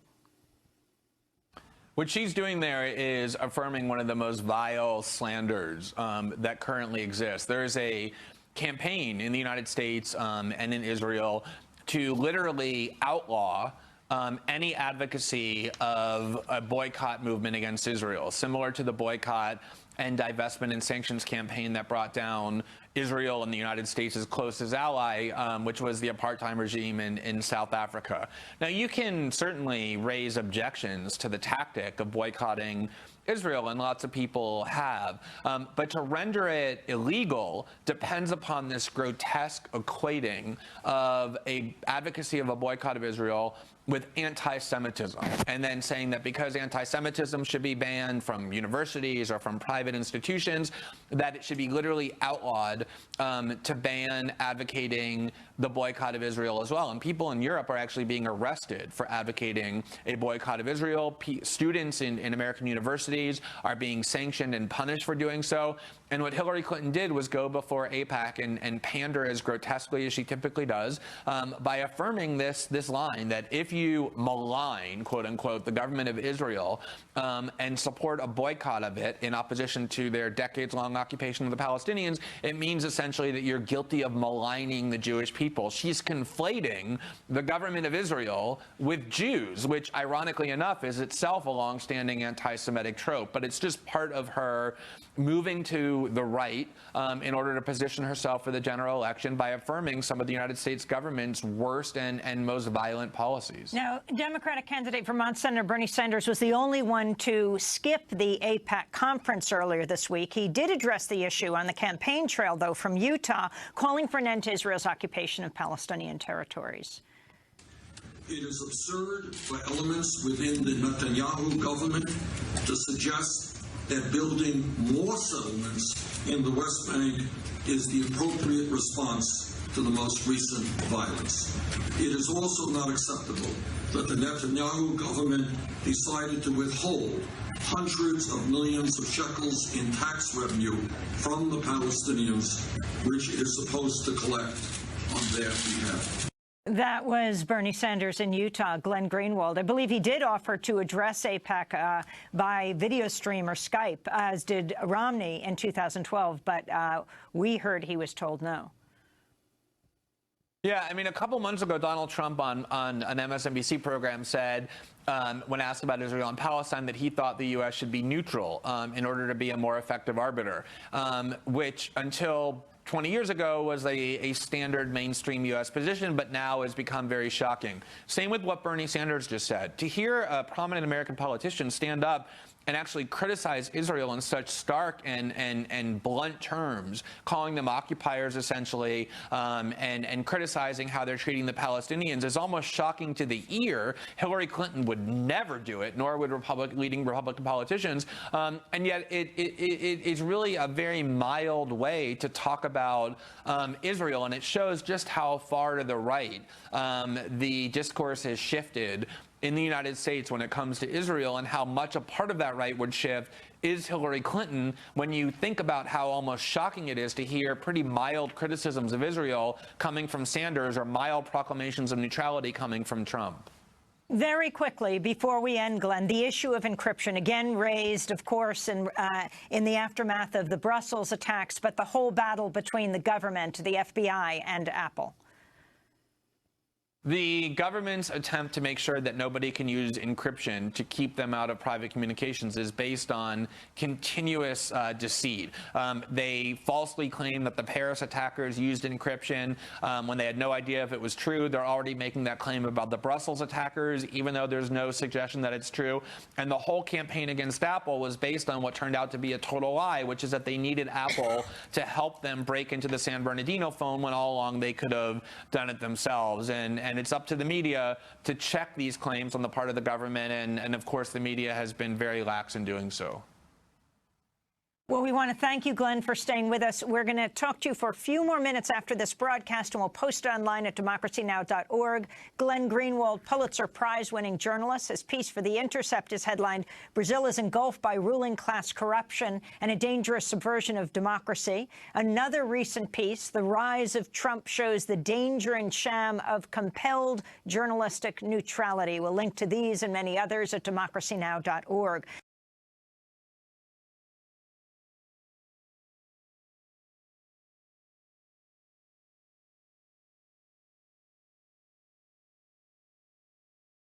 Here on Democracy Now!, democracynow.org, The War and Peace Report. I'm Amy Goodman with Nermeen Sheikh. Belgium has entered its second day of mourning following Tuesday's bombing attack targeting the Brussels airport and a crowded subway station near the headquarters of the European Union. The attacks killed at least 31 people and injured over 230. The bombings took place just days after authorities arrested Salah Abdeslam, a suspect in the November Paris attacks that killed 130 people. On Wednesday, Hillary Clinton asked for Silicon Valley's help in a speech at Stanford University, calling for, quote, an intelligence surge to help track online activity. Our enemies are constantly adapting, so we have to do the same. For example, Brussels demonstrated clearly we need to take a harder look at security protocols at airports and other sensitive so-called soft sites, especially areas outside guarded perimeters. To do all this, we need an intelligence surge, and so do our allies.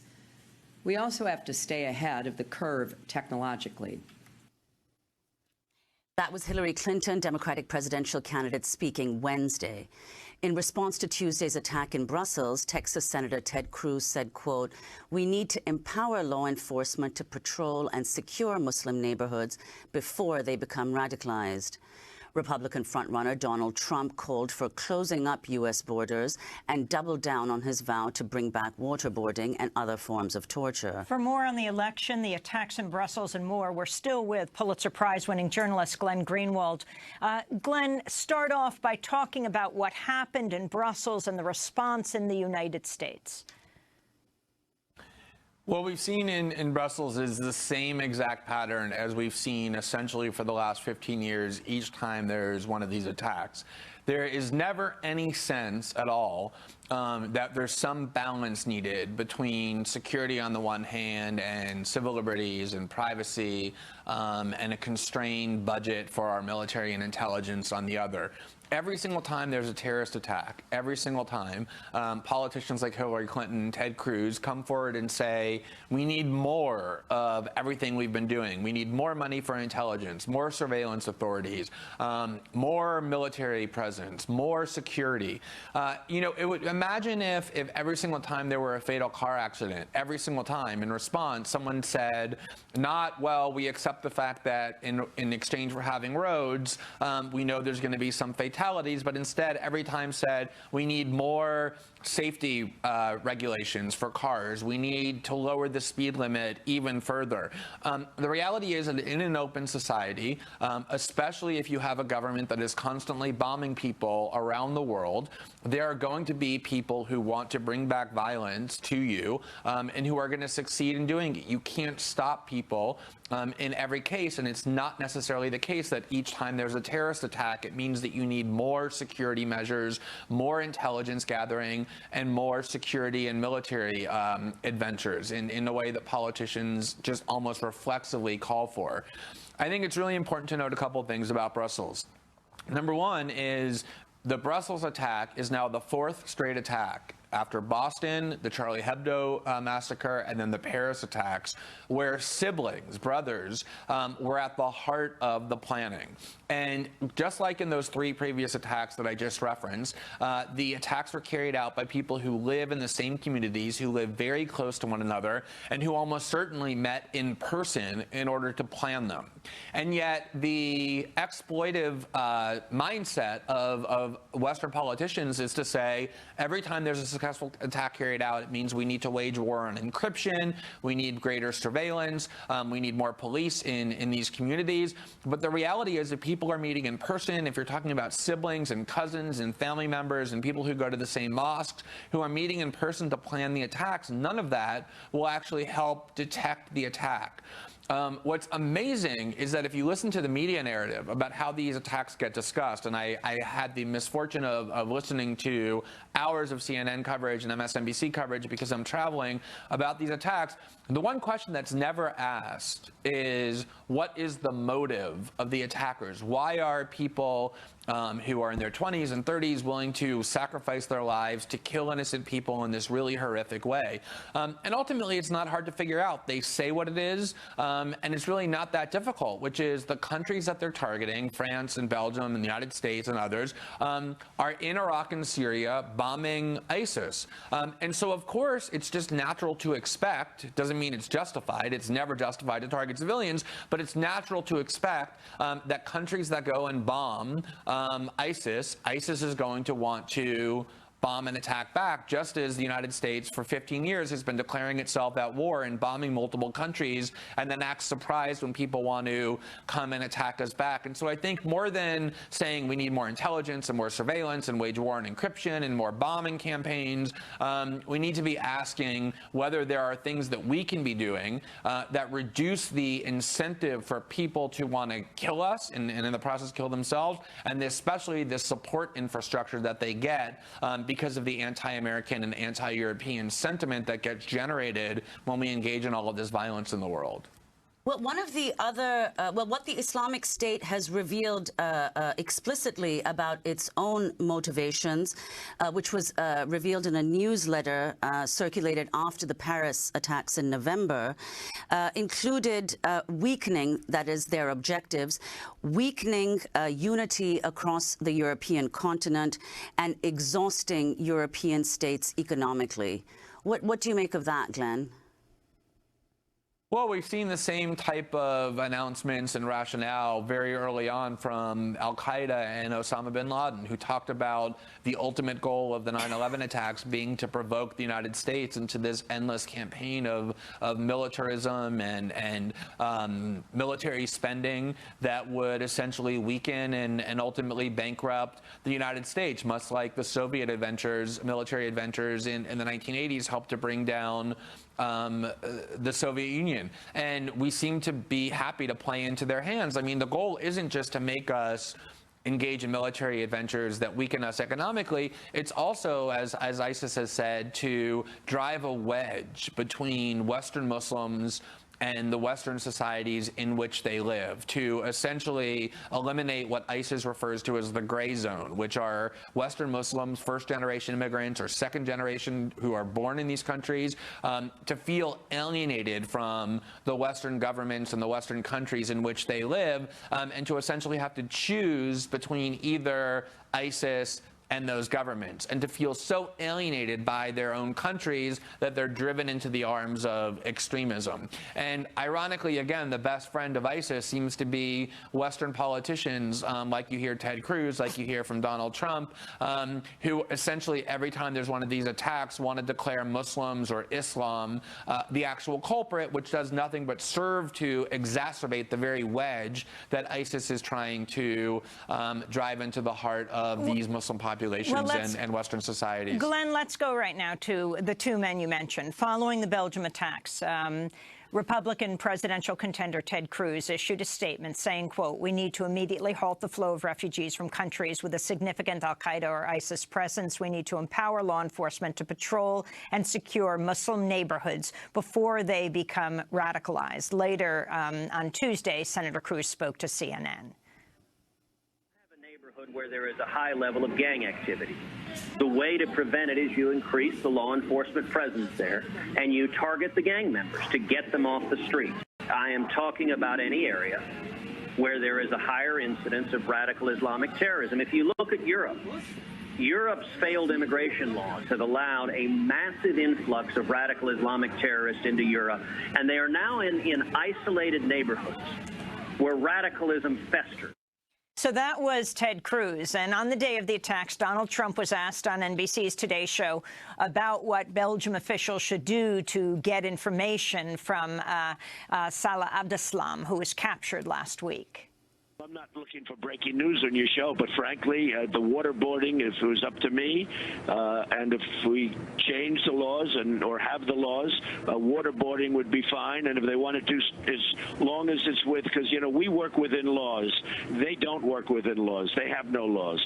We work within laws. The waterboarding would be fine. And if they could expand the laws, I would do a lot more than waterboarding. You have to get the information from these people. And we have to be smart and we have to be tough. And we can't be soft and weak, which is what we are right now. And in fact, he said that we have to torture them. Donald Trump said that this week. At least he called it what it was. But talk about the significance of what Donald Trump is calling for, the man who could be President Trump, and Cruz before him. Yeah, first of all, I do get a little bit disturbed by this widespread notion on the part of a lot of well-intentioned people that Donald Trump is somehow so far outside of what we regard as what had been previously acceptable within American political discourse. I mean, if you look at what Ted Cruz has actually been saying and what he's been doing, you could certainly make the case, and I would be someone who agrees with this, that Ted Cruz is in many respects, maybe most respects, more dangerous than Trump. I mean, Ted Cruz is this true evangelical believer who seems to be really eager to promote this extremist religious agenda. You have him constantly expressing animosity toward Islam and toward Muslims in a way that's sort of redolent of almost a religious type war. He holds himself out as this constitutional scholar and small government conservative, and yet advocates some of the most extremely unconstitutional measures you could possibly imagine, like targeting American communities filled with Muslims with additional police patrolling and monitoring and surveillance and scrutinizing. And as far as Donald Trump is concerned, you know, when he comes out and says, I want to do waterboarding and worse, and we all act so shocked. I mean, as you just said, you know, he almost deserves credit for what he's saying in the sense that he's being more honest. The United States for 10 years did engage in torture. We did use not only waterboarding, but techniques far worse. And the reason why that's still part of the debate is because the current administration under President Obama made the choice not to prosecute any of the people who implemented those techniques and who used them, despite the fact that we're parties to treaties requiring their criminal prosecution. And when he did that, he turned torture into nothing more than just a standard partisan political debate. And that's why people like Donald Trump are able to stand up without much repercussion and advocate that we use those techniques. But we shouldn't act all that shocked. The U.S. government did exactly what Donald Trump is advocating as recently as 7 or 8 years ago. Well, didn't President Obama say we tortured some folks? Right. And so, you know, I think if you look at the reaction to Donald Trump, and this kind of horror that even Republican elites and conservatives are expressing when reacting toward him, to call it hypocritical is really to be generous. It is true that he doesn't use the language of political diplomacy. He doesn't really use euphemisms. He speaks like ordinary people speak when talking about politics at their dining room table, which is one of the reasons for his appeal.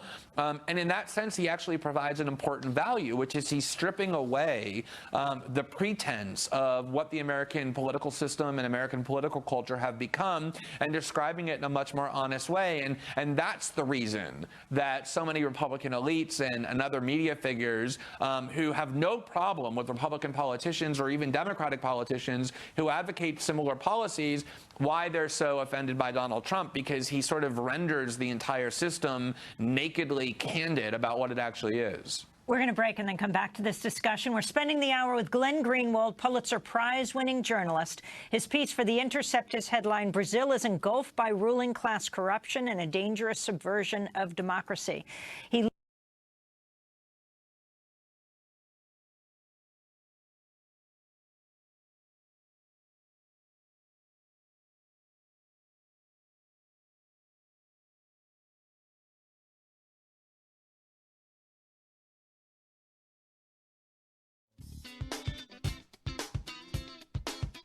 This is Democracy Now!, democracynow.org, The War and Peace Report. I'm Amy Goodman with Nermeen Sheikh as we continue with part 2 of our interview with the Pulitzer Prize-winning journalist Glenn Greenwald. Usually based in Brazil, he's speaking to us from Tucson, Arizona. Well, earlier this week, the Justice Department said it may not need Apple's help to unlock the iPhone used by a suspect in the San Bernardino, California shooting rampage, saying it has been approached by an outside party with a possible means of unlocking the iPhone. Apple has publicly refused to unlock the phone, saying it would create a back door the government could then use against other phones. In a separate case in New York, a federal magistrate judge supported Apple's objection to helping the FBI extract data from a locked iPhone in a drug case. The FBI has invoked the 1789 All Writs Act, the same law it used in the San Bernardino case. However, U.S. Magistrate Judge James Orenstein wrote in his decision, quote, "The same argument could be used to condemn with equal force any citizen's chosen form of dissent. All American citizens and companies derive significant legal, infrastructural, and political benefits from their status as such, but that cannot mean that they are not burdened in a legally cognizable way when forced unwillingly to comply with what they sincerely believe to be an unlawful government intrusion." And then on Wednesday, in the wake of the Brussels bombing, Hillary Clinton asked for Silicon Valley's help in a major address she gave at Stanford University Wednesday, calling for, quote, "an intelligence surge to help track online activity." Impenetrable encryption provides significant cybersecurity advantages, but may also make it harder for law enforcement and counterterrorism professionals to investigate plots and prevent future attacks. ISIS knows this too.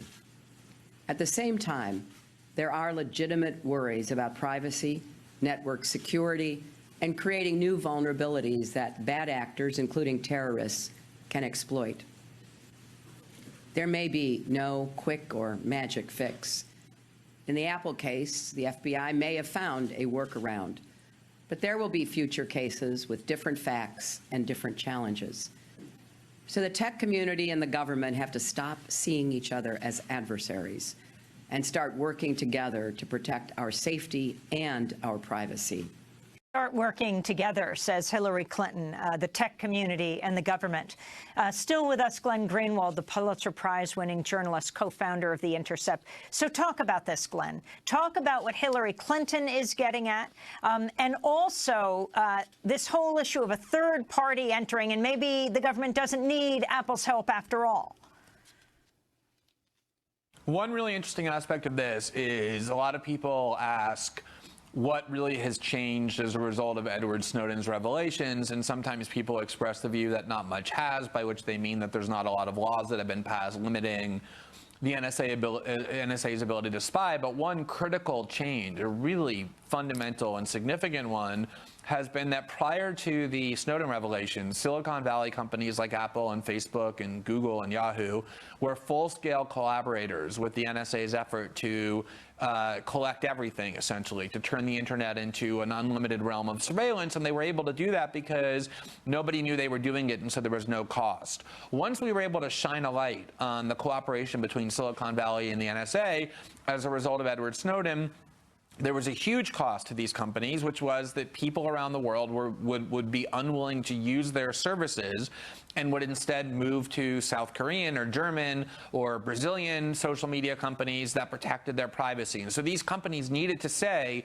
we are willing now to protect your privacy by putting encryption products into our products that will not let the government invade your communications and see what you're doing. And there is now a serious wedge between the U.S. government on the one hand and Silicon Valley on the other, not because these companies suddenly care about privacy. They don't care about privacy at all. It's because they perceive it as being within their self-interest to demonstrate a commitment to privacy. And that has created a real difficulty for the NSA and for its allied agencies around the world to be able to intrude into people's private communications.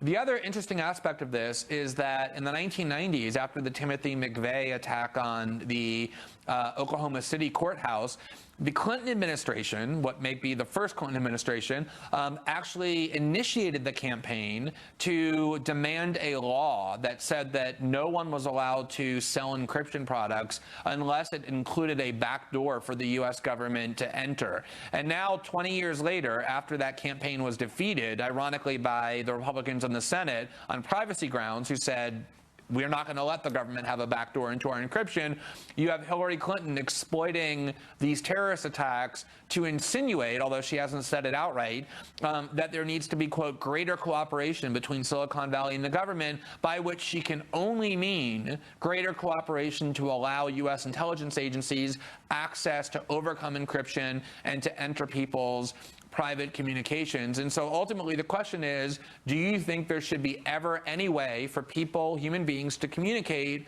without the U.S. government being able to access that? That really is the critical question we face. And politicians like Hillary Clinton are trying to exploit the fear of terrorism to get people to say there should never be any communications out of the reach of the U.S. government. And what do you see as the difference between Bernie Sanders and Hillary Clinton, and also the effect that Bernie Sanders is having on Hillary Clinton's positions? It's interesting because if you look at Bernie Sanders' political career, questioning and challenging and opposing U.S. militarism and imperialism was at one point a central plank of his political identity. That was why he went to Nicaragua and Cuba and talked about U.S. interference in those regions. For whatever reason, and there may be valid reasons, he has shifted his focus away from foreign policy to income inequality and the control of the political process by Wall Street and by banks. And to the extent he talks about foreign policy and civil liberties, it's often in this very kind of tepid way, very minor differences with the standard Democratic platform. He's recently become, again, clearer and sort of more aggressive about critiquing U.S. foreign policy, as we heard in the clip that you played earlier of his criticisms of Israel. He's become more, I think, categorical and vehement about condemning Clinton's hawkish positions. But the difference hasn't been all that great because his foreign policy message has been muddled. And to the extent that he has changed Hillary Clinton's posture politically as a result of his primary challenge to her, there's this common perception that he's dragged her to the left and made her become more liberal. You know, I think it's really critical to understand that politicians, and this is the lesson we ought to have learned from Barack Obama, what they say in political campaigns doesn't necessarily correspond to what they actually do in once they obtain power. And so I think the effect on Sanders has been to make Clinton's rhetoric in the Democratic primary be a little bit more left-wing, be a little bit more attentive to liberal constituencies. But I think you see her already, now that she's confident she's going to beat Sanders, already moving her rhetoric more to the center. And by the time she's a general election candidate, will almost certainly revert to the kind of right-wing posture on foreign policies and civil liberties that she's long had, and the centrist approach to economics and domestic policies other than social issues, where she tends to be a reliable liberal. Well, I want to ask about the controversy around Trump's statements endorsing torture tactics. Last month, speaking to HBO's Bill Maher, former NSA and CIA Director General Michael Hayden said the military would refuse to follow Trump's orders on torture and extrajudicial killings. Let me give you a punchline. All right, if he were to order that once in government, the American Armed Forces would refuse to act. What? Oh, well, that's quite a statement, sir. I thought the whole thing was you have to follow orders. You cannot. You're not committed. You're not required. In fact, you're required not to follow an unlawful order. That would be in violation of all the international laws of armed conflict. Then, during the Republican presidential debate earlier this month, Trump said the military could not refuse his orders. He was questioned by Fox moderator Brett Baier. What would you do as commander-in-chief if the U.S. military refused to carry out those orders? They won't refuse. They're not going to refuse me, believe me. But they're illegal. Let me just tell you, you look at the Middle East, they're chopping off heads. They're chopping off the heads of Christians and anybody else that happens to be in the way. They're drowning people in steel cages. And now we're talking about waterboarding. But targeting terrorist families? And I'm a leader. I'm a leader. I've always been a leader. I've never had any problem leading people. If I say do it, they're going to do it. That's what leadership is all about. So Glenn Greenwald, your response first to what former CIA Director Michael Hayden said, and then to Trump's endorsement of torture. That was one of the most bizarre exchanges I think I've witnessed in a while. I mean, Donald Trump was absolutely right, and Michael Hayden, what he said is completely absurd. The idea that the U.S. military en masse refuses to follow orders if they constitute illegal conduct or war crimes is negated by the entire history of this country, including very recently. You do have isolated members of the armed forces who periodically refuse on grounds of conscience or legal and moral duty. They denounce certain tactics, they resign from the military, they refuse to follow orders, but overwhelmingly, the U.S. military has been continuously willing, and not just the U.S. military, but also the CIA, to engage in all sorts of war crimes and illegal behavior. Who is it who instituted the worldwide regime of torture because they were told to by the Bush administration? Or who was it that instituted a policy of kidnapping people without trial from around the world and putting them into dark black sites outside of the reach of the Red Cross and other human rights organizations? Or who is it who carpet bombed Cambodia and Laos and Vietnam? It's this really self-pleasing fantasy to believe that the U.S. military and intelligence services would nobly refuse to follow the orders of their commander-in-chief if they constituted war crimes and other illegal conduct. But everything in U.S. history, including as recently as the war on terror, tells us that Donald Trump is absolutely right, that in fact they would follow orders. As far as Trump's, specific advocacy of things like torture is concerned, we talked about this earlier, but the reality is that what he's advocating, although he uses words for it that are non-euphemistic and therefore sound really extreme, even radical, is actually mainstream American political and military thought. The CIA, under the same General Hayden, who said, oh, these are war crimes and the U.S. military would never do it, instituted and applied a policy of waterboarding while Michael Hayden ran the CIA. A lot of those techniques were terminated by the time he took over the CIA in 2005, but many of them persisted after that. And so, again, you have Donald Trump using language a little bit more honest and non-euphemistic, but he's advocating policies that are very much within the mainstream of the United States, and polls show that Americans largely want torture to be used when it comes to people the U.S. government regards as terrorists. Glenn Greenwald, Pulitzer Prize-winning journalist. We'll link to your pieces on Brazil, on the Brussels attacks on the U.S. elections at democracynow.org, as well as our conversation with you on Democracy Now! Today on Thursday. I'm Amy Goodman with Nermeen Sheikh. Thanks so much for joining us.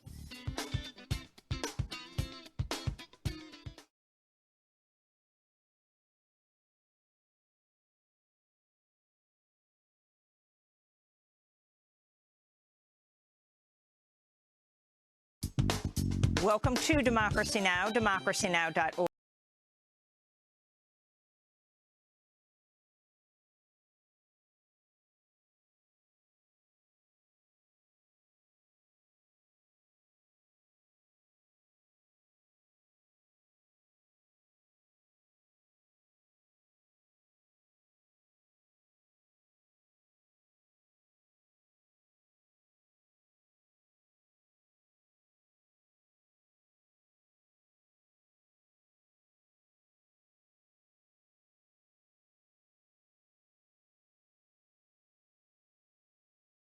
Every morning with their lovely songs. We live there. That's what we're there for. That's why we chose to move there. I would just like to also say that we have over 189,000 signatures at this point, and I think by the end of the day we'll have over 200,000. This place not only saves animals, it saves people. Really, it does. What Linda does there is amazing. It doesn't cost this county anything. The work that she's doing to help save the endangered Mexican gray wolf is of utmost importance to this community, to our country. And the fact that we have people all over the world, as far as Albania, Italy, Russia, places we never thought would come to our defense on this, it's amazing. And I ask you to reconsider this special use permit. It is there for a reason. It is a reason why Linda has done this so successfully for so many years, living basically in a community that everybody embraces except for this one gentleman. Please, please consider our plight and let us have our permit. Thank you. Okay, thank you for being here today. Mr. Chairman, I have a question out of our public speakers, but yeah, go ahead. Madam Clerk, do we know, I know this is going through the planning process. We haven't, it's not been published for a board agenda yet. Has it been to the Planning and Zoning Commission yet at this point? Could we ask planning staff? I'm looking at Darren, and he says it hasn't been But it's going through the process is established, and so we would anticipate that we would see it. May 5th. May 5th, wonderful. June 8th for us. I know Supervisor Chukri has been working on it, but the rest of us, haven't been briefed on it yet, only because it hasn't come to the agenda. So we're looking forward to hearing more about it, and thank all of those that have come and shown great interest, and we'll continue to follow Supervisor Chukri on this as it's located in his district to make sure that we're fully aware of what's going on. So thank you. And our lawyer is looking at me. He was talking to me. Okay, so very good. No response to our dear friends that have spent the whole meeting. I think when, if I might, Mr. Chairman, when Mr. Manis talked about telling his wife Jean, not wanting to talk about what he did at work, this might have been it. Sitting through a meeting after meeting after meeting. So we thank you for being here with us today, and recognize that while it may appear mundane, this is important work of the people, and we're glad you could be with us. Very good. Okay. With that, it brings us to item number 59, the supervisor's summary of current events. I think I'll start to my left here, Supervisor Chukri. Yeah, Mr. Chairman, I want to speak about the Southwest Wildlife Conservation Center, if I might, in that as part of my remarks today. If you follow through with what we've done the past 3+ years, we've talked about how do we bring a business mindset to Maricopa County? How do we make us what I like to call the Zappos or the Amazon of government? And with that comes principle, with that comes consistency. And so when you saw some of the planning and zoning issues that have been brought before us, in particular my district, my common theme has been that my private property rights do not trump yours, nor do yours trump mine. So while I was pleased to hear how many signatures. In fact, I think some of these folks should get into the signature gathering business because they're doing an exceptional job.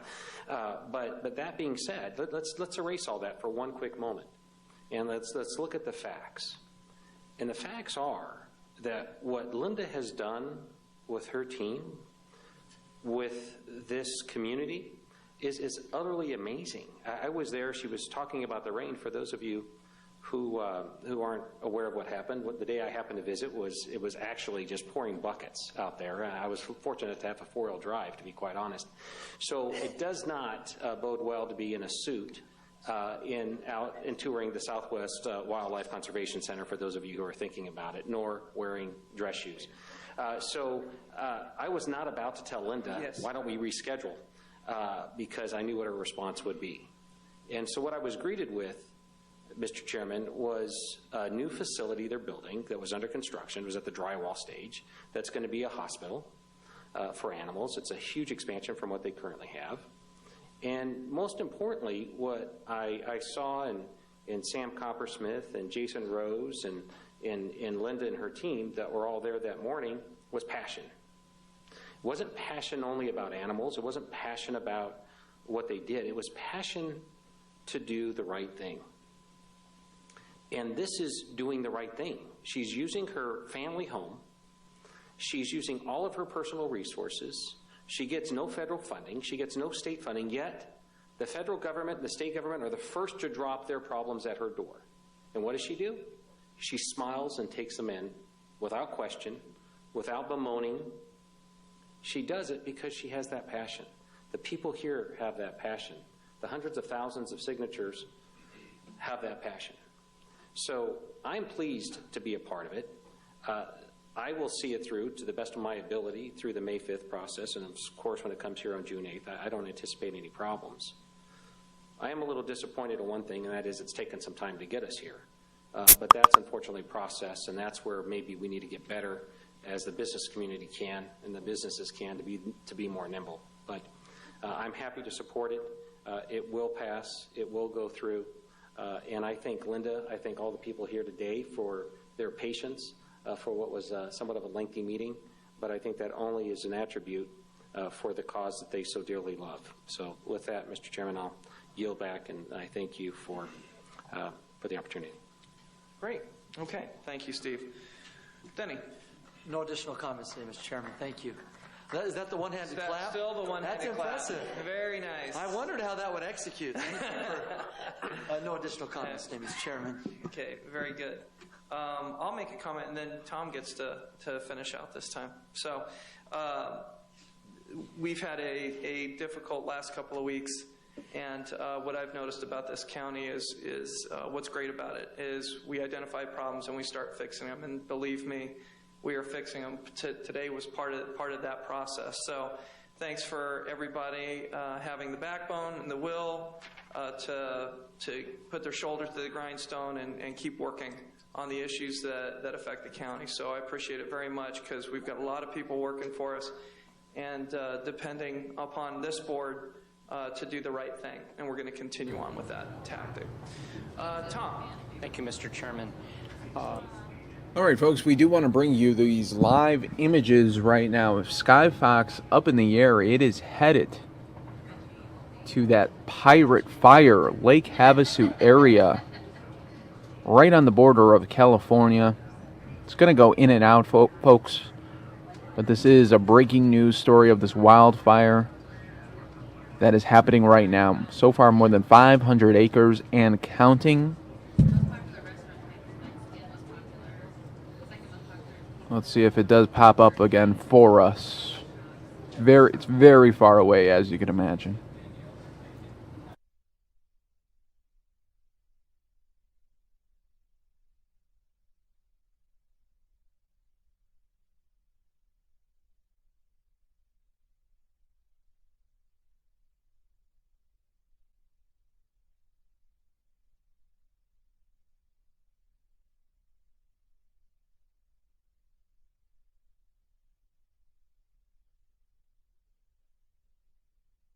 In the meantime, we will play some of the White House briefing. The international tax avoidance schemes that were revealed in the context of this document dump. Many of you will recall, or at least some of you will recall, in 2010, the President signed into law the Foreign Account Tax Compliance Act. FATCA was a piece of legislation that this administration aggressively pushed Congress to pass. This was legislation that was targeted at countering tax evasion by U.S. taxpayers using offshore accounts. The benefits of this legislation were significant in a variety of ways. Let me discuss a couple of them. The first is that the law actually prompted countries around the world to begin reciprocal financial information sharing agreements. That's beneficial because there are now 112 countries that exchange information with the United States about financial transactions that are occurring in their countries that were initiated, or at least that involve,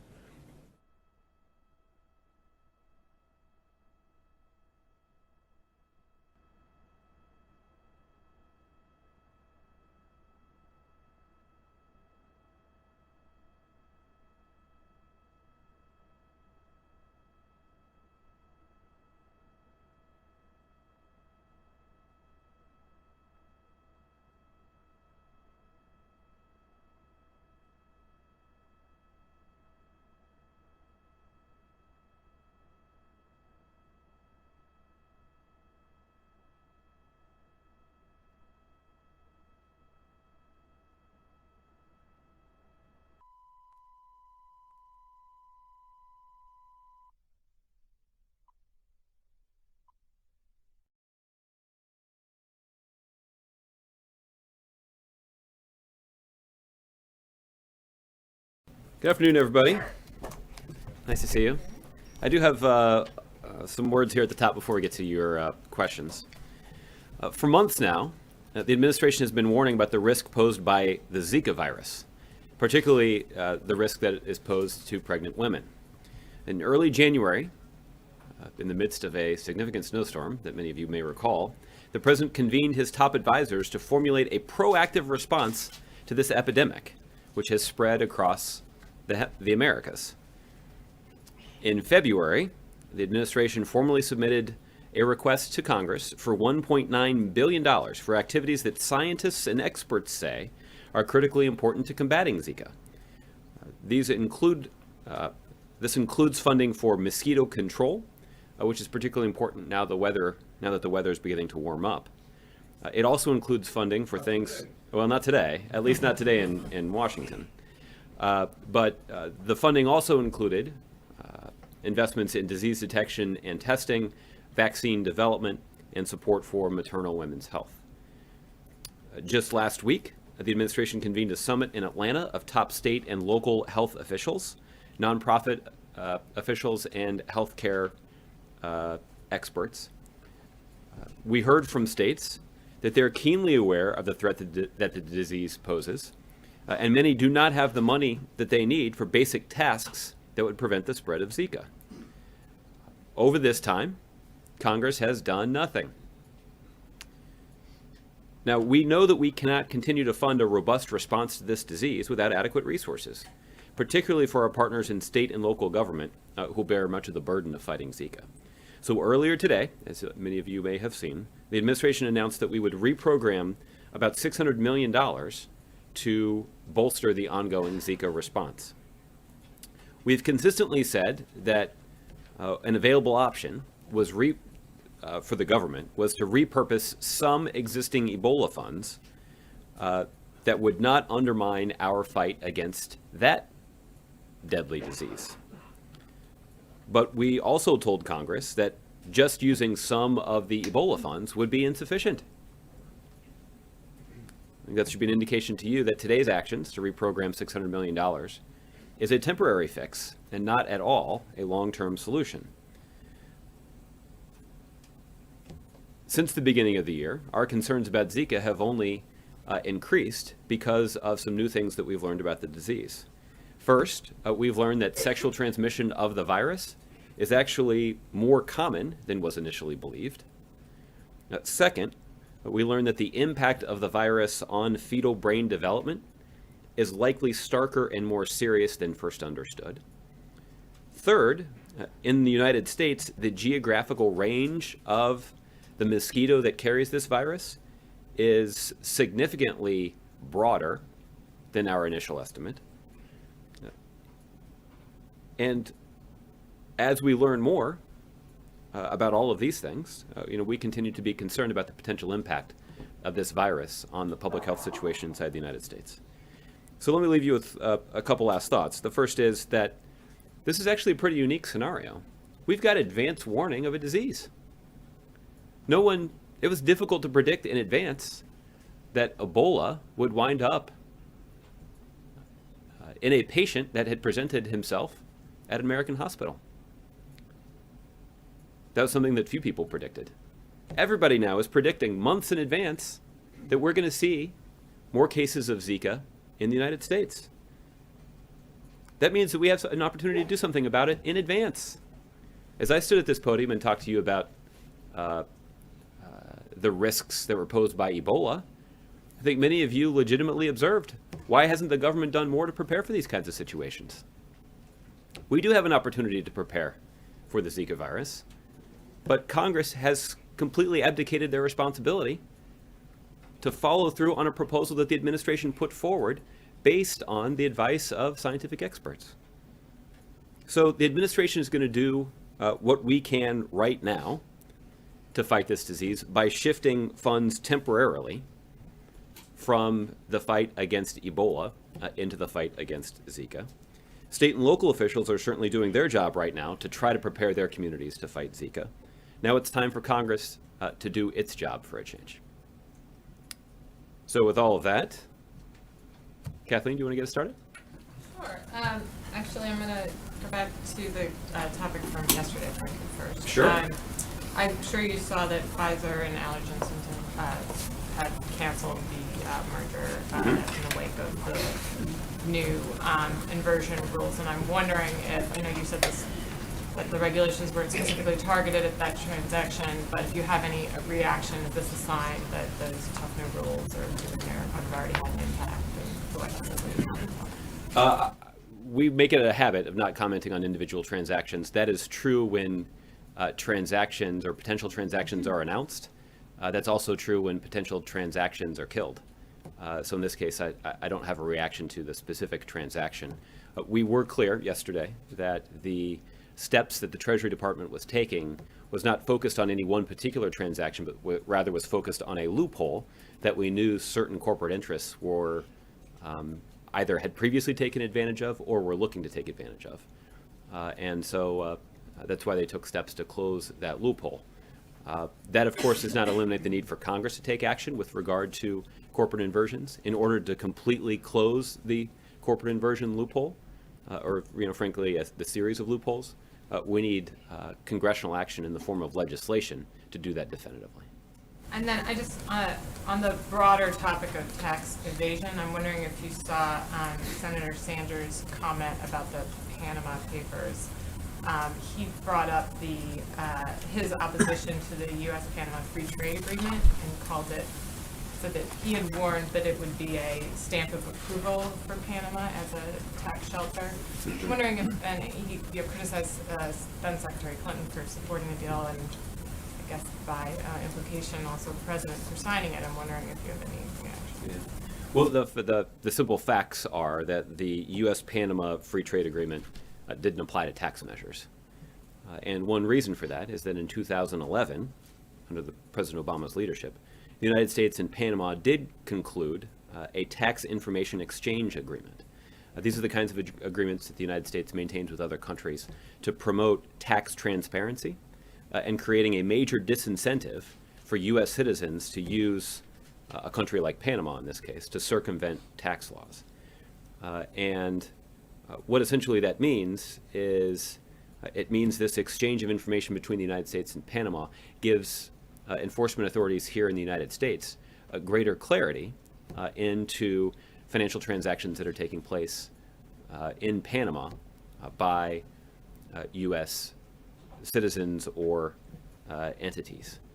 And this is not dissimilar from the kinds of information sharing agreements that we've signed with about 112 other countries around the world as a result of the Foreign Account Tax Compliance Act. This is the FATCA legislation that President Obama signed into law in 2010.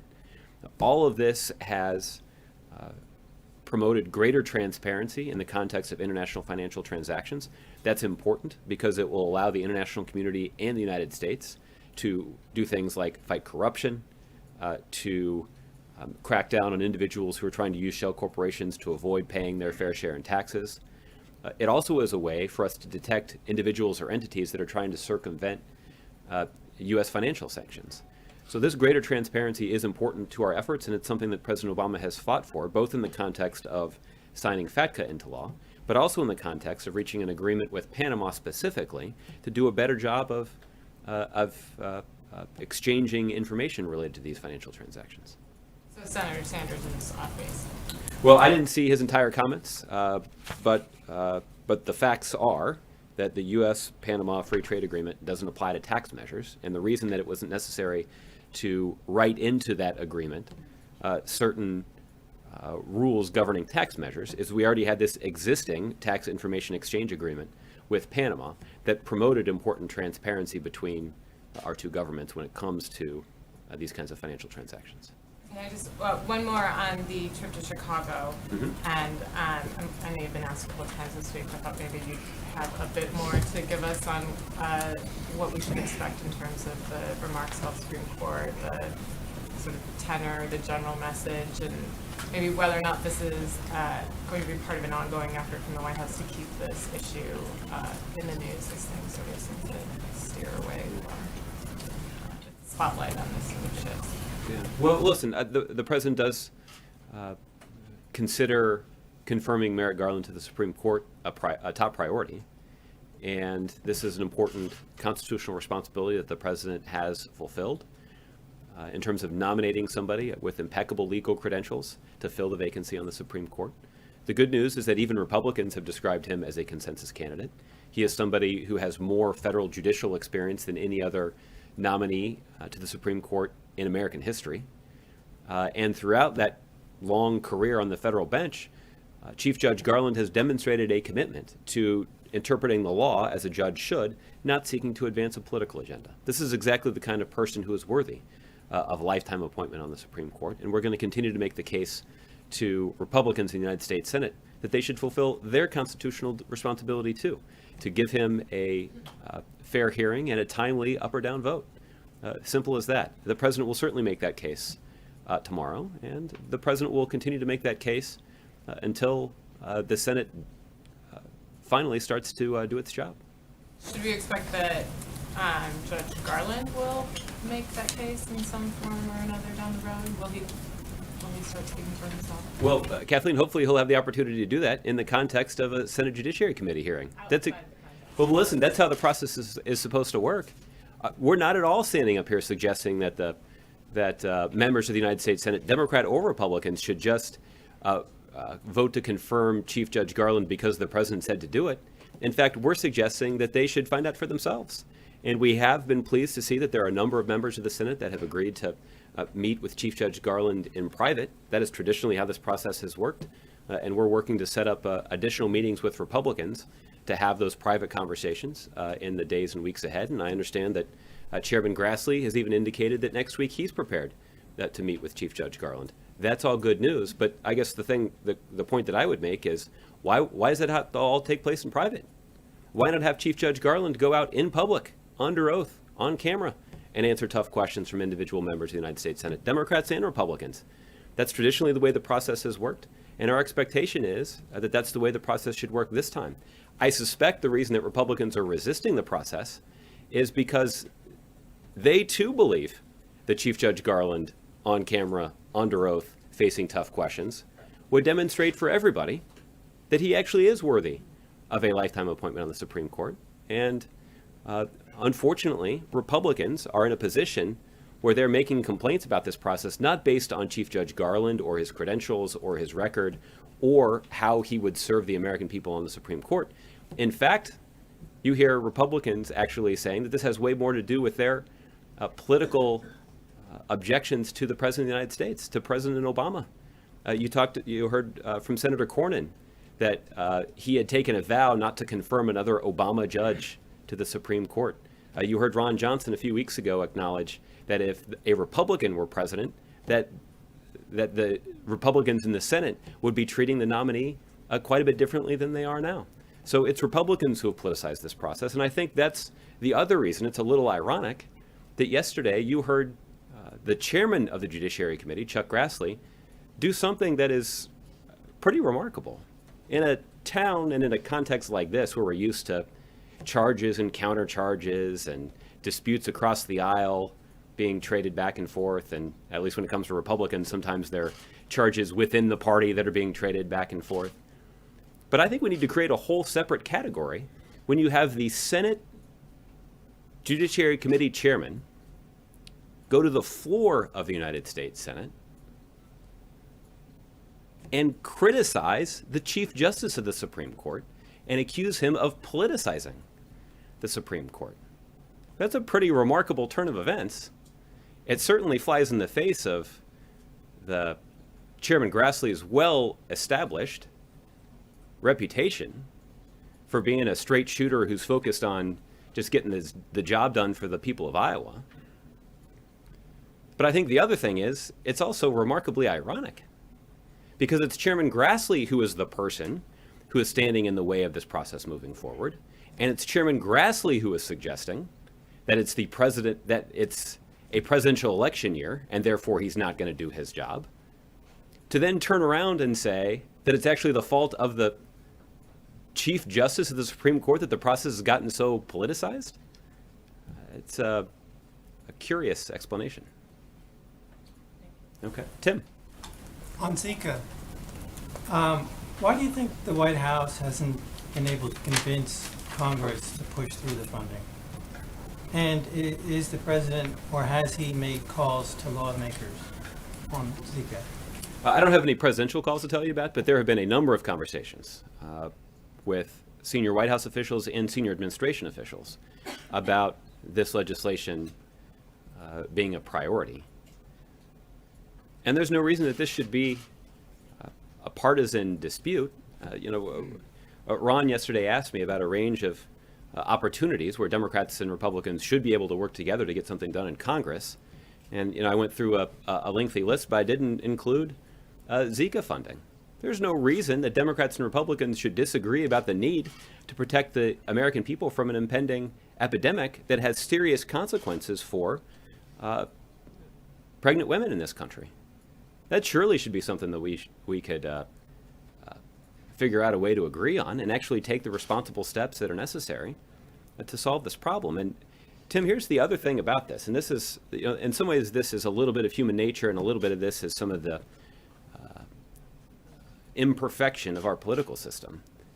But responsible adults should be able to step back and acknowledge that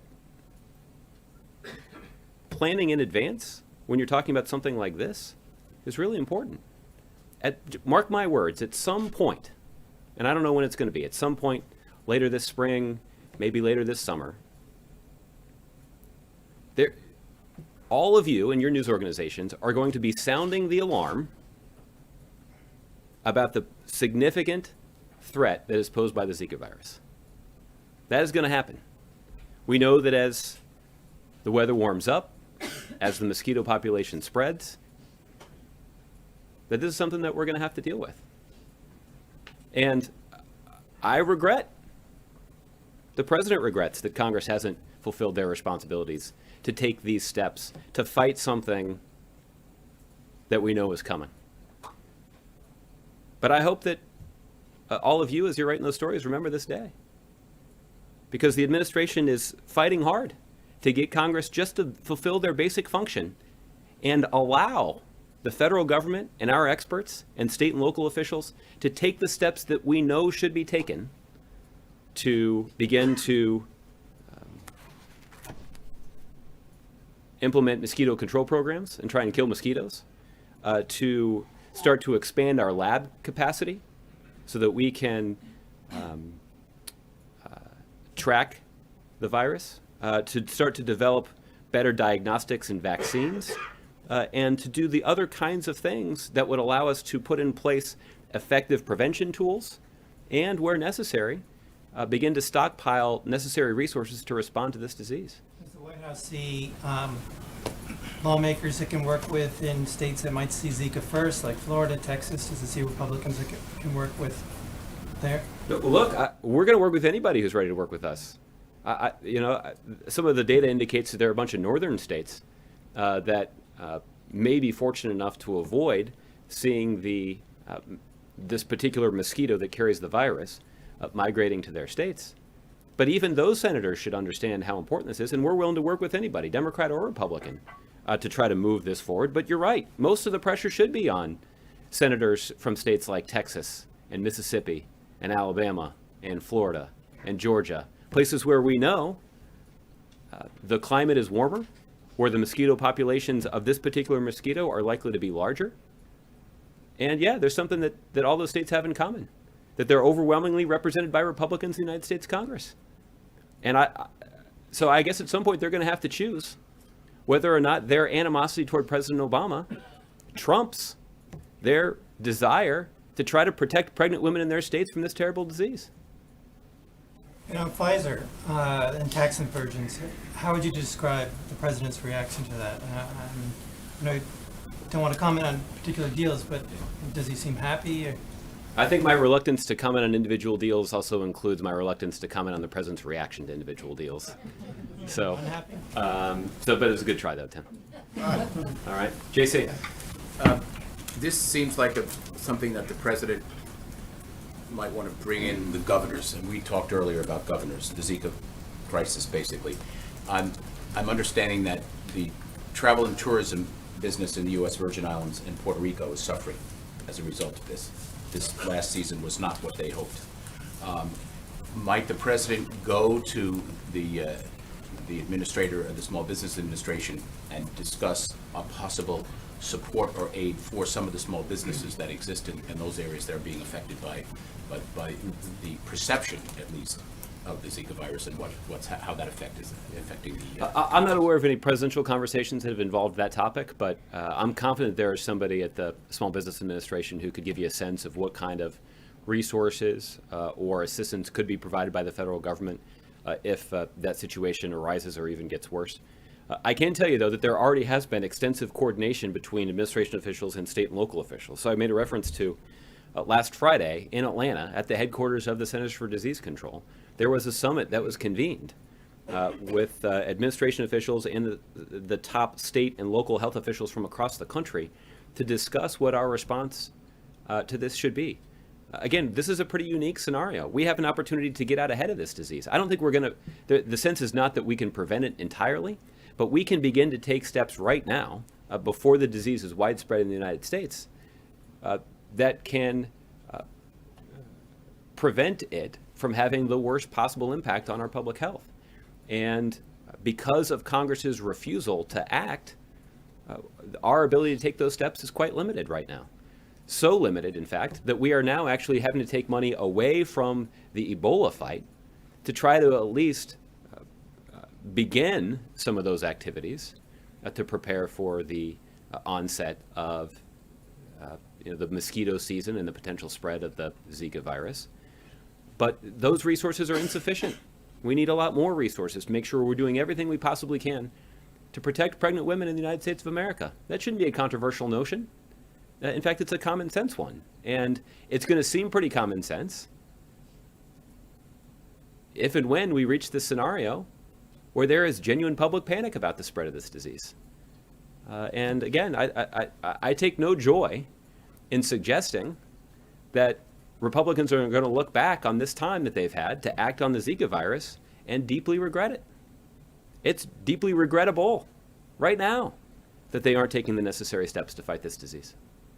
Okay, Michelle. That's what I wanted to ask about. I mean, when you talk about these limited funds, but you do have $600 million to take from Ebola, which isn't as pressing at the moment. In what ways is the lack of funding felt? So what is not being done that could be done with more money? Yes. So let's talk about a couple of those things. The first is, it is typically local jurisdictions that are responsible for fighting mosquitoes. In some states, I know that they've even set up mosquito control districts where they can essentially tax local residents to reduce the mosquito population in those communities. The sense here is, knowing that this is a disease that is carried by mosquitoes, that we should ramp up and expand mosquito control efforts in communities across the country, particularly in those communities in the South where there already is a large mosquito population, and one that is only going to grow as the calendar gets closer to the summertime. So that's the first thing. The second thing is that there's a lot of scientific work that needs to be done to develop diagnostics and vaccines. A lot of that work is done by the private sector, but they do so based on guarantees from the federal government. And in order to get a serious investment on the part of the private sector, the federal government needs to be able to make some commitments about a market existing for these products. So that's why we believe that longer term funding is critically important to make available right now, so that the private sector has the confidence that they can go out and invest in robust production of diagnostic tools and vaccines to fight Zika. There is additional work that can be done primarily by state and local health authorities to try to prepare for the eventuality that Zika arrives in the United States. And many of those preparatory activities are limited until they get sufficient funding. The last thing is just laboratory capacity. If you have a situation where a whole bunch of people are going to start getting tested to see whether or not they have the Zika virus, we need to make sure that we can then process those tests rapidly enough to give people a quick response so that they can begin to take the necessary precautions if they are determined to have the Zika virus. Here's why that's important. 4 out of 5 people that contract Zika won't have any symptoms. And it could potentially put individuals in a situation where they unknowingly pass the disease on to their sexual partners, for example. So that's why providing them information about whether or not they have the Zika virus is critical, and ensuring that diagnostics can be promptly processed through the labs requires additional lab capacity. And that's something that we would use funding from Congress to do. So are you saying that at this point, the federal government can't do all that it wants to do to try to prevent Zika because of the money, or is the money that you're transferring over adequate for X amount of time, and how much time would that be? What I'm suggesting is that right now, the federal government needs additional resources to make sure that the federal government and state and local governments are doing all that is necessary to protect the American people from the Zika virus. It's as simple as that. And that is why we need Congress to step up to the plate and not do something controversial, not do something that guarantees anybody a political victory, but to do something that would make the American people safer from a virus that targets pregnant women and their newborn babies. But I'm asking, you're transferring a large amount of money. Is that allowing the federal government to do everything it wants to do for a particular amount of time? And can you tell me what that time is? Or is the federal government right now not able to do everything it wants to do because the $600 million that you're transferring is not enough? Right. But what I'm suggesting is that the $600 million is not enough, and that there is more support that we would provide, in particular to state and local authorities who are carrying a lot of this burden. It's state and local authorities that are going to be responsible for mosquito control. It's state and local authorities that need to ramp up their public health infrastructure to make sure that if individuals show up sick to the doctor's office, that a Zika diagnosis can be quickly made if necessary. Okay, so it's accurate to say that the federal government would be doing more if it had more money from Congress right now. I just want to... Absolutely. And we believe there is more that the federal, state, and local governments should be doing with sufficient resources to protect the American people from the Zika virus. And right now that's not happening because Congress has not done its job. Okay, great. And on Pfizer, I know you don't want to comment on individual cases, but I mean, you spoke very generally about what these rules want to do. So anytime you have a company that would have completed a merger that would have resulted in a tax inversion that is now prevented, you would call that a success, right? Is that exactly what these rules intend? The intent of the rule is to close a loophole that allows individual corporations to, on paper, move their company's operations overseas so that they can avoid paying taxes. First of all, the president thinks that that's unfair. This is a tax benefit that is not available to middle-class families. It's only available to wealthy corporations and wealthy individuals. And the lost revenue associated with individuals not, or corporations in this case, not paying their fair share does have an impact on our ability to invest in our schools, or in reducing the cost of a college education, or in putting people back to work building our infrastructure. That's the loss. And we're focused on closing that loophole. I'll let individual companies discuss how exactly they're affected by the closing of this loophole. But yes, preventing anybody, any corporation, from using this loophole to avoid paying taxes is exactly the intent of the rule. And what would you say about the results of the primary last night? Kind of Not much, probably. Interesting as well. Look, there's a lot that's been said, and I don't know that I'd have a whole lot to weigh in on it. I mean, look, Wisconsin is going to be an important state in the general election, and at some point, regardless of who the nominees are, there'll be a vigorous campaign in the fall in that state, and so it is. I think those who did well in the results, or who did well in the election yesterday, want to say that Wisconsin had an important role to play in the primary. I think what is clear is that Wisconsin, regardless of who the nominees are, will have an important role to play in the general, so there'll be more to come from Wisconsin voters, I'm sure, before the year is up. What we're hearing from the Clinton campaign is that they're going to be sort of changing their tack from here on out, that it's going to be more of trying to disqualify, is the word that we've heard from some advisors, Bernie Sanders.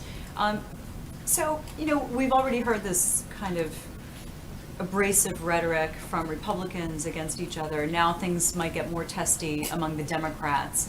What are your thoughts on that? And given the president's words on, we heard him at it was a fundraiser, I think about a month ago, where he talked sort of behind the scene and off camera about trying to unify the party. What do you think if the Democratic race is also going to be getting more contentious, I guess would be the Well, I think it is fair to say that Democrats have a long way to go,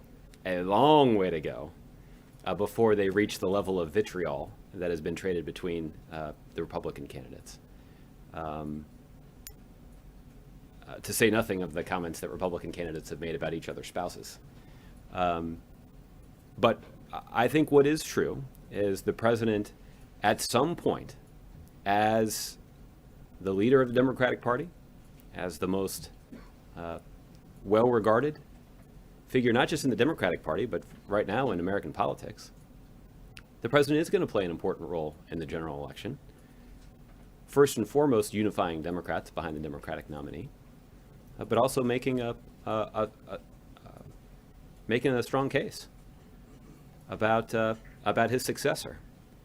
And you've all heard from the president about the kind of argument that he wants to make about ensuring that he's succeeded by somebody who shares his values and is committed to building on the progress that we've made. But look, there'll be plenty of time for that general election to come around, and for the president to spend a lot of time in public making a forceful case in support of his successor. Is more contentiousness now, at this point, though, going to lessen the unity that many see as ultimately necessary?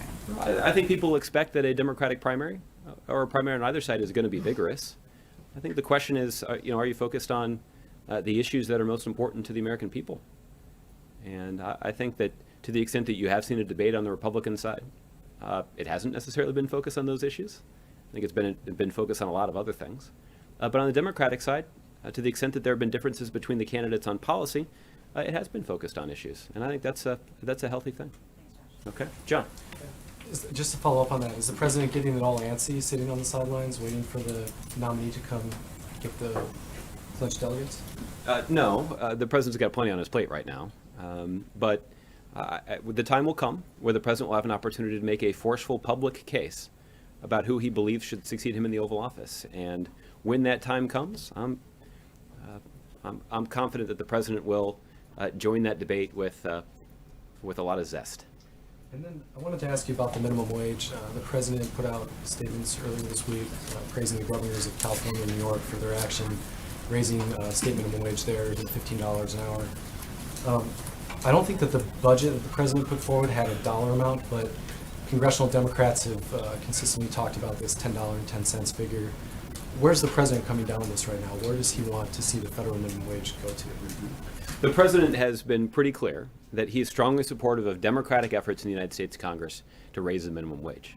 I think there are a couple of different proposals out there, and the president has simply said that it's time to give hardworking Americans a raise. And it's unfortunate that Republicans have thus far blocked that idea and blocked that legislation from moving forward. The president's thinking is actually pretty simple here, that our economy grows best when it grows from the middle out. And if we're looking for ways, and this is what Republicans say, that we should be looking for ways to give people an incentive to go back to work, what better way to give them an incentive to work hard than to give them a raise? Right now, we're not properly incentivizing or rewarding hard work. Right now, if you're raising a family of 4 and you're working full-time, but only getting paid the minimum wage, you're trying to raise your family below the poverty line. The president doesn't think that that's fair. It's not good for our economy.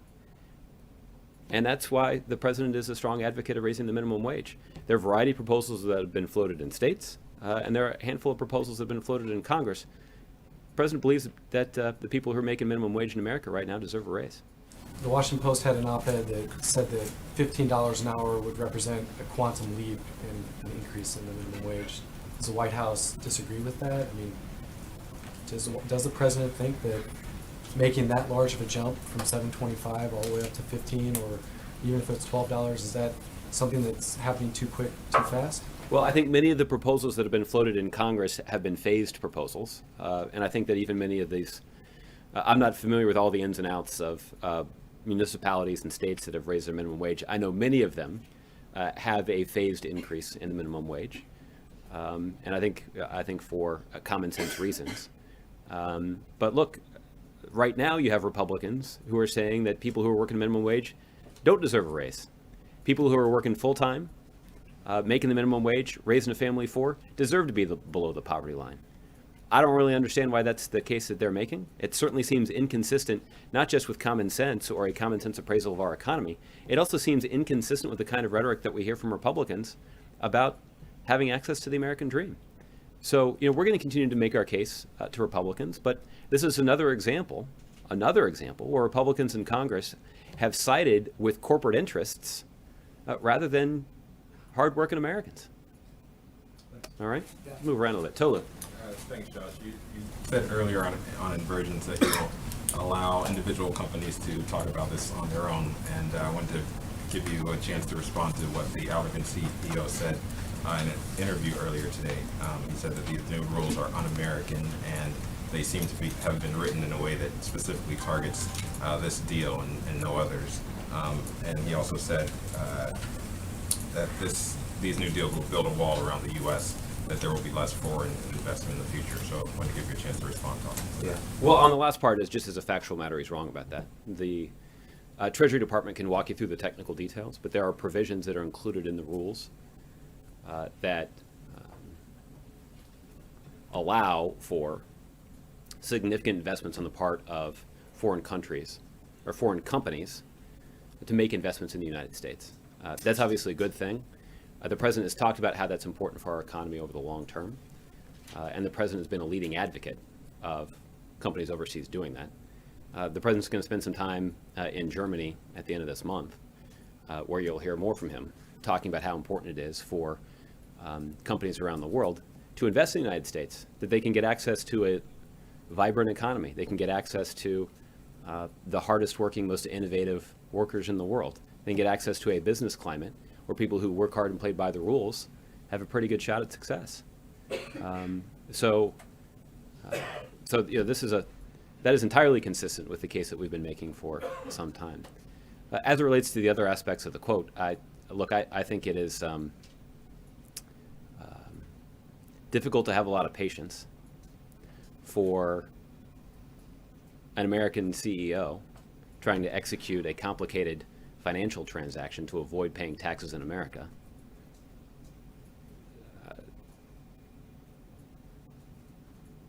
Talking about what it means to be a good citizen of the United States.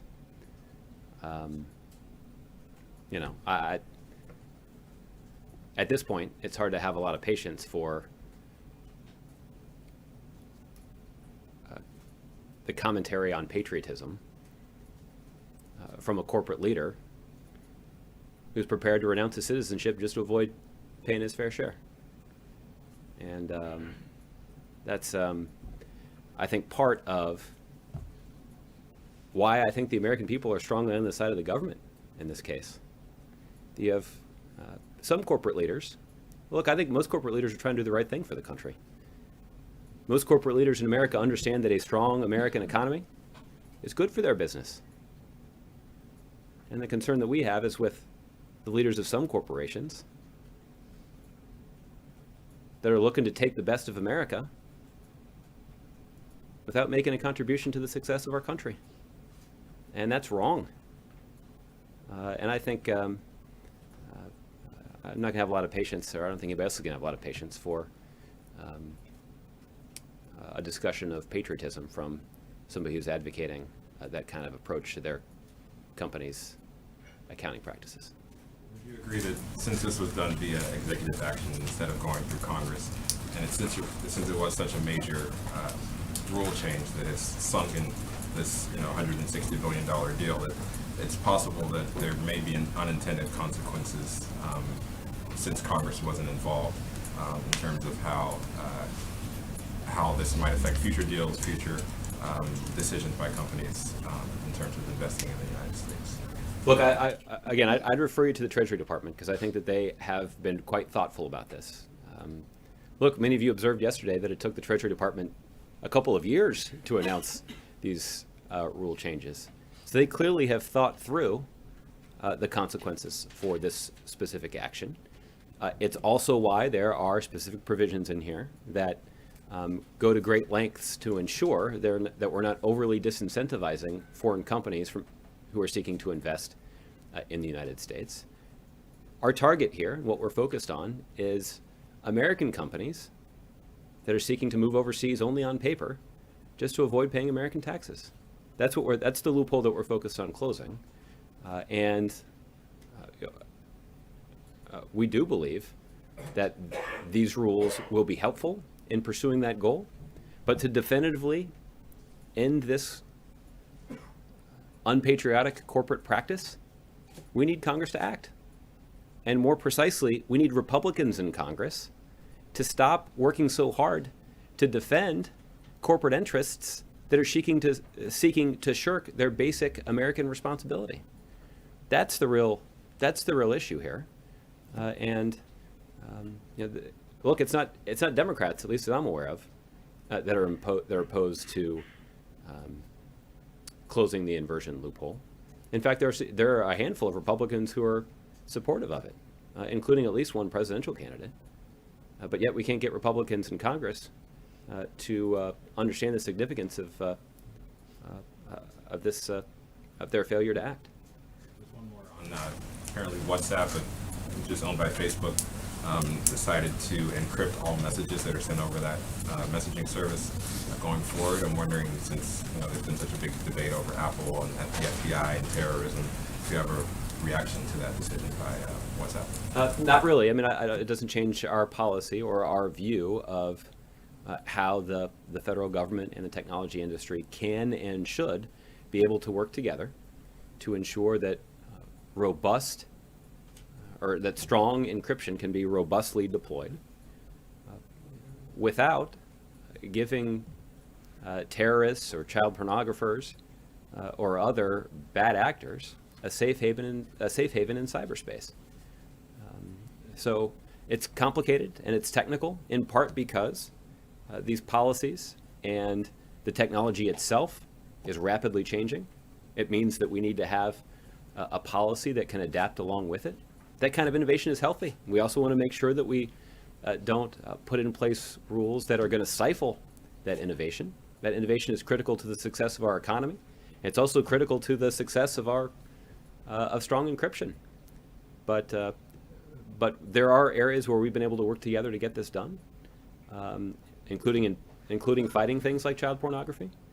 And hopefully, when it comes to keeping the American people safe from terrorism, we should be able to work together to stop that too. Okay. Mike. Just one quick clarification on the Zika thing. My colleagues who have covered this a lot closer than I have over the last couple of months say that when Republicans have repeatedly asked on Capitol Hill of the administration, why don't you just spend some of the Ebola money that you have? The answer from the administration for the last 2 months has been, it's spent, we don't have it, it's allocated, there's no way we can spend any of that money. So I guess the question is, what changed now that changed that answer, and suddenly you have $500 million to spend? That's not been our approach. And since we started talking about this in early February, even when I discussed this shortly after the president talked about this in the Super Bowl interview he did with CBS, we acknowledged that there were some funds that could be made available to this fight from Ebola dedicated accounts that we could take away without completely undermining the fight against Ebola. But you didn't do it for 2 months. So that's right. So was that that was a political decision to keep the pressure on for 2 months, and then now it's bad enough that you want to go ahead and take the money? Now we can't wait any longer for Congress to act. We simply asked for Congress for the money, and they didn't act. And so now we're going to take, we're doing the responsible thing, which is drawing on all available resources to try to meet this urgent need. But the only reason that we're having to do that, to tap in an emergency fashion these funds, is because Congress for 2 months hasn't done a single thing. But you didn't tell them for the last 2 months that this money was not available to spend. No, we did.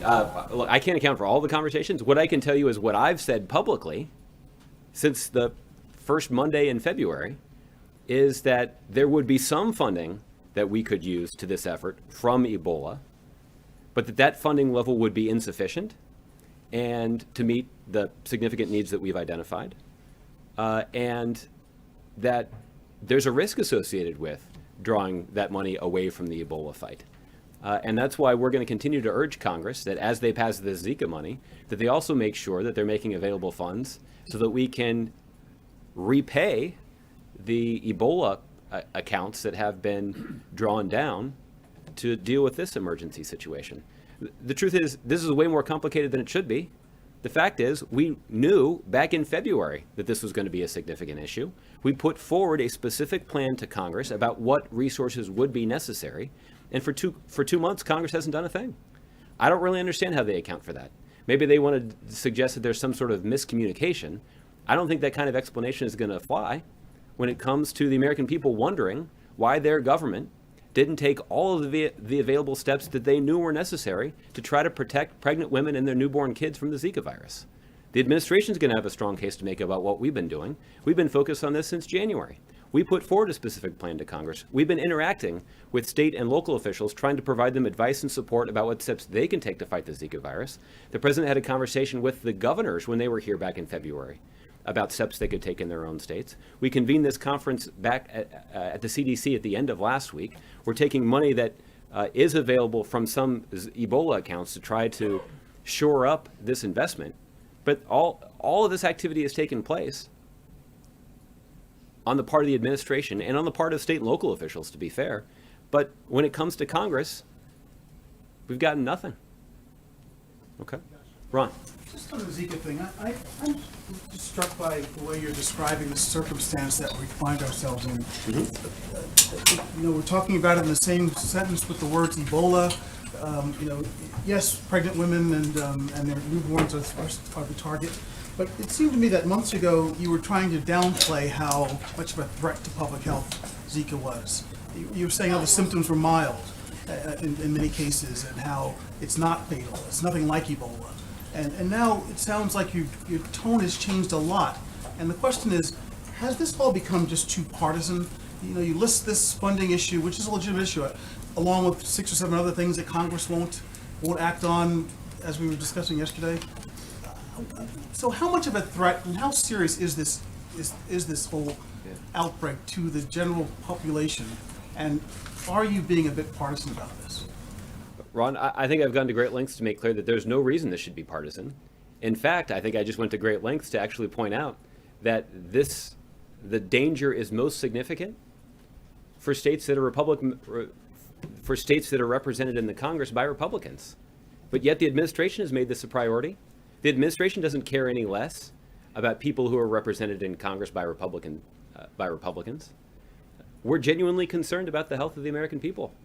In this case, we're concerned about pregnant women and their newborn babies who are at the greatest risk from the Zika virus. I have gone to great lengths to try to describe to people exactly what the risk is that is posed by the Zika virus. It's different than the risk that is posed by Ebola. There's no denying that. We've gone to great lengths to make that clear. But that doesn't mean the risk is insignificant. The risk is quite significant when you talk about the impact that this virus has on pregnant women and their newborn babies. And our concern has been enhanced by the fact that we now know that sexual transmission of this virus is actually more common than was previously thought. That is a reason for us to raise awareness among people who are not pregnant women about the risk that they could pose and about the risk that the Zika virus could pose to them and their family. Of all the diseases and maladies that the public health system is fighting, why is it just the Ebola account that Zika money can be drawn from? That just strikes, maybe there's a technical reason, but it just strikes me as odd that suddenly we're talking about Zika and Ebola in the same sentence. Yeah. Well, I think in this case, There's nothing alike. Well, this is an illustrative thing. Here's what they do have in common. They both are reliant, at least in part, on a high-functioning public health care system to protect people. And we saw in the Ebola situation that our public health system in the United States didn't perform quite as well as we'd expected. We certainly saw that the way that a poor public health system in another country had a very real impact on the public health in the United States. That the reason that the Ebola virus got so out of control in West Africa is because they didn't have nearly the public health infrastructure in place to protect it. And in order to eventually go fight that disease, the United States military had to take it upon themselves to begin laying the groundwork for the international community to come in and essentially build that public health infrastructure from the ground up. So there are significant resources that were dedicated after the fact by Congress to fighting Ebola. And so this is the second thing that they have in common. Ebola didn't get people's attention until, at least significantly in the United States, it certainly didn't get a lot of attention in Congress until somebody showed up in an American hospital with symptoms of the Ebola virus. That was a wake-up call for everybody. And we did see Congress eventually mobilize to stop it. But many of you are mobilized to give us the resources to fight it. Many of you, I think, legitimately asked, well, why did it take so long? And why did it take an incident, somebody testing positive for Ebola in the United States, for Congress to take any sort of action or for the government to take any sort of action to begin to prepare the American people? That's exactly the opportunity that we have right now. We do know what's coming. We do know that this mosquito-borne virus is more prevalent and is likely to be more prevalent in the United States as the weather warms up. And we know that it poses significant risk to pregnant women and newborn children. That is why we're trying to get out ahead of this. We're trying to learn the lessons from Ebola. They're two different diseases, both caused by a virus. Both have different risks.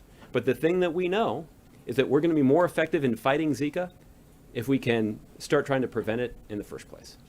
You mentioned the military. Yesterday, the president had these meetings with his defense team and so on and so forth about ISIS. And he said in his remarks something about how we can no longer tolerate ISIL having a headquarters in Raqqa.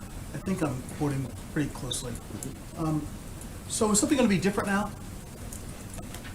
Is there some new strategy if in fact we can't tolerate this existing headquarters there anymore? No, I think the president was making the case that we continue to be very focused in trying to enhance the fighting capacity of local fighters on the ground in Syria who are focused on fighting ISIL. And there have been ample public discussions about the fact that the next big objective for that fighting force is to start moving toward Raqqa. And they've made some important progress. They've severed the supply line between Raqqa and Mosul. There are some communities, including Shadadi, on the outskirts of Raqqa, or at least in the same region as Raqqa, where they've made important progress and kicked ISIL out of that town. So they're slowly encroaching on ISIL's capital, and I think the president's making clear why that objective is a priority. The analysis was that Raqqa would be a target many months from now. It wasn't imminent. Or maybe I'm wrong. How would you characterize how imminent it is or not? Yeah, it's pretty. I certainly do not have any military training, but it is unwise to announce military operations before they've begun. I can tell you that there are many, many military airstrikes that have been carried out by the United States and our coalition partners against ISIL targets in Raqqa. So there already is significant pressure that's being applied against ISIL targets in Raqqa. There already are ISIL officials in Raqqa that have been killed by U.S. military airstrikes. There are other aspects of ISIL's infrastructure in Raqqa, including financial resources, that have been destroyed by U.S. military airstrikes in Raqqa. So we're already applying significant pressure against ISIL officials in their capital. But our broader objective is to enhance the capacity of local fighters on the ground to eventually drive ISIL out of that city.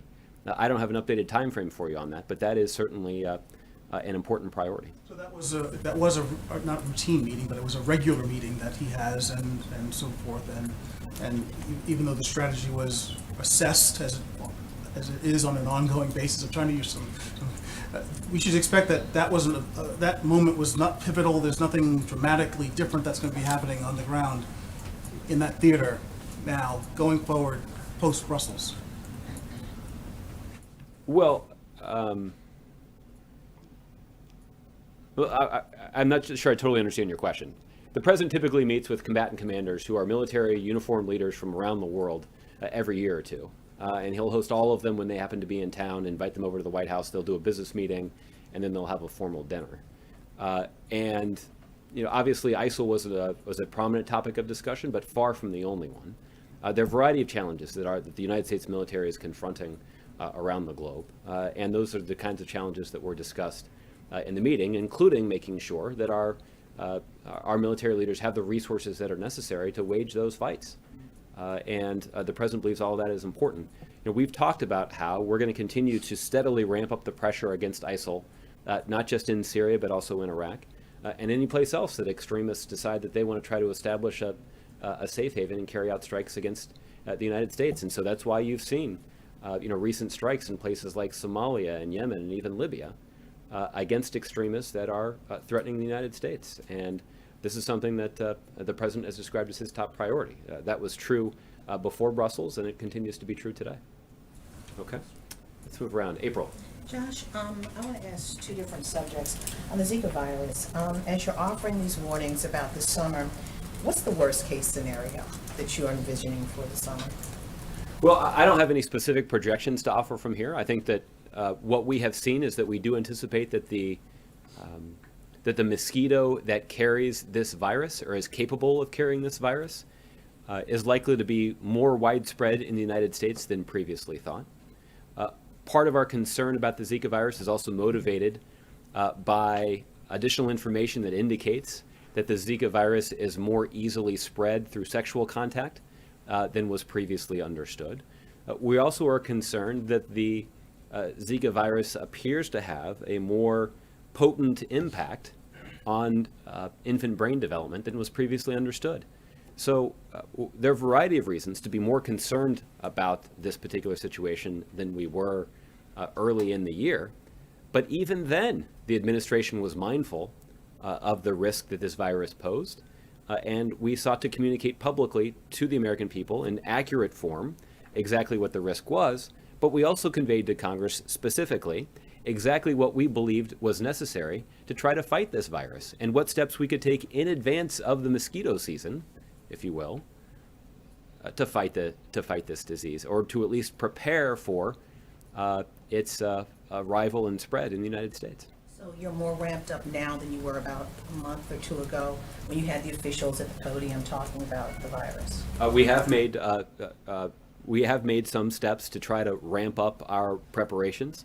A lot of this has involved coordinating with state and local officials who, again, are going to bear the burden of this response. They're responsible for fighting mosquito populations. They're going to be responsible for the strength and effectiveness of their public health infrastructure. All these are things that take place at the state and local level. And the United States government has an important responsibility to give them the resources that they need to carry out these activities. And again, this is the other reason that Congress should be taking these requests seriously, because it's not just the United States, it's not just the President of the United States that's making this request. He's making this request on behalf of state and local officials who are desperate to ensure that they have the resources necessary to protect their citizens. So since you're ramping everything up, what's the status of the vaccines? I remember the conversation the last time that the vaccines were coming, but there were trials that were going to take a while. Mm-hmm. Are you ramping that up? Is that, well, not are you, but is there a ramp up in that as well? And I know that I don't have an updated assessment for you on that. I know that work has been continuing, but I don't have an updated assessment. I'm sure my colleagues at the Centers for Disease Control could give you an update. And on the last subject, is there hope that Merrick Garland will have some sort of hearing, Senate confirmation hearing, before the end of this administration? Yeah, absolutely. Just yesterday, a Republican senator, after having met with Chief Judge Garland, joined the call, suggesting that the next step should be for the Senate Judiciary Committee to hold hearings. We've acknowledged that next week, Judge Garland will be meeting with a number of Republican senators. I've got the list right here somewhere. That includes just next week, Senators Ayotte, Portman, Murkowski, and Flake will be meeting with Chief Judge Garland. Chief Judge Garland will be meeting next week with the chairman of the Senate Judiciary Committee, Chuck Grassley from Iowa. So yeah, there is continued progress that we're seeing. We've made clear, or at least I should say, the Senate Judiciary Committee has made clear that they're prepared to accept the questionnaire from Chief Judge Garland. So this is a process that slowly but surely is moving forward, but we need to see Republicans demonstrate a clear commitment to actually doing their job and fulfilling their constitutional responsibility. And the idea that they're not going to do their job just because Mitch McConnell told them not to is not an explanation that's going to fly with their voters. But the constituents in some of these states are saying, and the Republican states are saying no, Democratic states are saying yes. I mean, you have a clear divide. I disagree, and we'll provide you some publicly available polling information that are conducted by the news organizations of your colleagues that actually send a rather clear signal, even in purple states like the one that is represented in the United States Senate by Chairman Grassley, that most Republicans agree with us. Most Republican voters agree that members of the United States Senate should do their job, even though it's a presidential election year, and even though Mitch McConnell doesn't want them to. Can I get your private polling back there, not the public one? Can we get Gregory. You didn't answer that. Thank you, Judge. I want to go back to Pfizer, but take it maybe in a slightly different direction. We also had news today out of the Justice Department on the Halliburton-Baker Hughes merger. There is a Staples Office Depot merger that is being challenged at the Federal Trade Commission. Can you connect the dots for us on this a little bit, not just on tax policy, but antitrust policy, consumer protection policy, financial regulation? Could you articulate what the president's attitude is towards these corporate mergers? Do they add value to the economy and to shareholders through creating more efficiencies, or is it fair to say he's more skeptical because of the impacts these mergers often have on taxpayers and on jobs and on consumers? Yeah. Gregory, I think it's going to be hard for me to be helpful because in answering this question, because we're just not going to weigh in on individual financial transactions. And some of the transactions that you referred to are actually being considered by independent regulators, like at the FTC or at the Department of Justice. And what I'm trying to do is try to ask us to the level that you can comment on it. Philosophically, well, how does this administration view corporate mergers? I think philosophically you have to evaluate them on a case-by-case basis. And I think that's exactly what regulators do. Look, the president's principle here is that the United States economy is the envy of the world. There are a variety of reasons for that.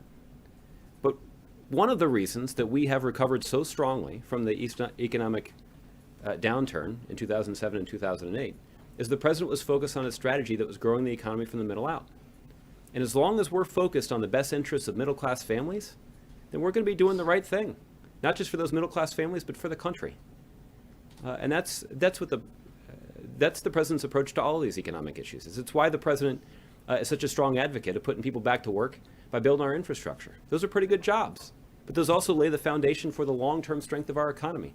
It's why the president's a strong advocate for things like early childhood education, or lowering the cost of a college education, or even many job training programs that ensure that American workers have the skills they need to compete in a 21st century global economy. That's the way that the president sort of evaluates all of these economic circumstances, and certainly the way he evaluates economic policies. And I guess it would be fair to say that assessing the impact of those kinds of transactions on middle-class families would be the way the president believes one could reasonably determine their impact on the U.S. economy. And then on Zika, it seems to be the White House position that Congress is forcing you into a position where you have to rob Peter to pay Paul on Zika. You've talked a little bit about what you want to give to Paul. Can you talk a little bit about Peter and what exactly, what Ebola-related activities you will not be able to do because you've diverted $510 million from Ebola to Zika? Yeah. I don't have a lot of granular detail on exactly what sort of impact this will have. I will note that this is not all of the available Ebola money. We can't take our eye off the ball when it comes to Ebola. And so there are critical aspects of the fight against Ebola that are ongoing. Now, I think the other thing that I should clarify, and this goes a little bit to Ron's question from earlier, is that a lot of our Ebola funding and our efforts to fight Ebola were actually focused on improving public health infrastructures. So these are the kinds, the shorthand for all of this is Ebola, because we saw that weaknesses in that public health infrastructure contributed to a greater risk of Ebola. But the fact is, enhancing this public health infrastructure, both in the United States and around the world, can have the effect of protecting the American people from a wide variety of diseases. And that's all the more reason that we can't risk undermining those critically important investments simply because Congress won't take the necessary steps, the common sense steps, to prepare for a disease that we know is on the way. And so I will see if we can get somebody at OMB to provide you with some additional information on that, but generally speaking, that's what our approach has been. Okay, Kevin. Thanks, Josh. A sad note to begin on. Merle Haggard has passed away on his 79th birthday. Country music world losing a legend. Your thoughts on his passing? Well, obviously he's a legend in country music, and his passing, I think, is something that people all across the country, even people who are only casual country music fans, can appreciate. He was a legend, and he was somebody who I think told the kinds of stories that that whether you live in an urban community or a suburban community or a rural community, I think you could relate to. And so obviously his passing is a loss for country music, but it obviously is a loss for all the people who got to know him personally too. And so obviously our thoughts and prayers are with his family and his friends at this time. Thanks for that, Josh. Appreciate that. I know we've talked a bit about inversions today. I want to circle back to the fiduciary rule. And if you would, I know sometimes inside the Beltway, there's sort of a technical aspect to this, but if you would help me make sense of this, for say somebody in Alt or Marshall or Fayette who just wants to understand broadly what the president is aiming for here. And as sort of a second part of that, what about caveat emptor, buyer beware? How much is the responsibility also on the investor to do the right thing? So if you could explain that, appreciate it. The core principle here, Kevin, is fairness. And right now the president believes that financial advisors who are offering people retirement advice should do a pretty common sense thing, which is that they should put the interests of their customer ahead of their own financial interests. Right now, there are some financial advisors who don't abide by what's called the fiduciary standard. And instead what they do is they actually try to sell certain retirement products to their customers, even if those products may not be exactly right for their customer, given their customer's age or wealth. But by selling them those products, there are incentives that the retirement advisor, the financial advisor, gets access to. They get kickbacks from the company that created the instrument in the first place, or they can be rewarded with a free cruise for themselves and their families if they sell enough shares in this particular product. And it's not fair for financial advisors to give advice to their customers that isn't in their customers' best interest. That's not honest. That's not fair. And so all the president is saying is, if you are doing this the right way, if you are abiding by the fiduciary standard, if you are eliminating that conflict of interest and making clear to your customer that your customer's interests come first, then this rule doesn't have any impact on you.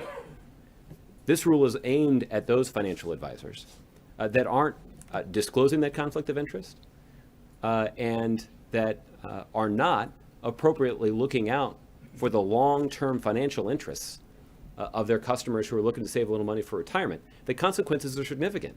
At least one study indicates that American families lose $17 billion each year because the advice that they're getting is not in their own personal financial interest. So the president has made access to a secure retirement a top priority. We want to make sure that every family, particularly middle-class families, have access to a secure retirement. And if there are people who are going to financial advisors who are not acting in their best interests and are causing the system to bleed $17 billion in losses every year, that makes it harder for people to retire securely. And that's why the president is, or the Department of Labor, I think in this case, has put forward a rule that is focused on the simple common sense fairness of people who are trying to do the right thing by responsibly saving for retirement. And to the second part of that question about buyer beware, you have a responsibility as well. Yeah, and I think that is part of this problem, is that individual retirement advisors didn't have to disclose whether or not they were acting in their customers' best interest. And this rule makes clear that if you want to offer people retirement advice, that you have to put their financial interest you have to put the financial interest of your customers first. Okay, last one for me. You may have seen this in the Post about paid administrative leave in federal agencies. Some pretty staggering numbers. GAO cited in this report by the Post that to the tune of millions of dollars have been wasted effectively by federal employees who've been placed on administrative leave and then receive full pay, full benefits, only to come back to work, effectively getting sometimes years of paid leave. What's your reaction to that? I haven't seen the full report. I can just tell you in general that this administration has worked hard to root out waste, fraud, and abuse, particularly when it comes to the use of taxpayer dollars.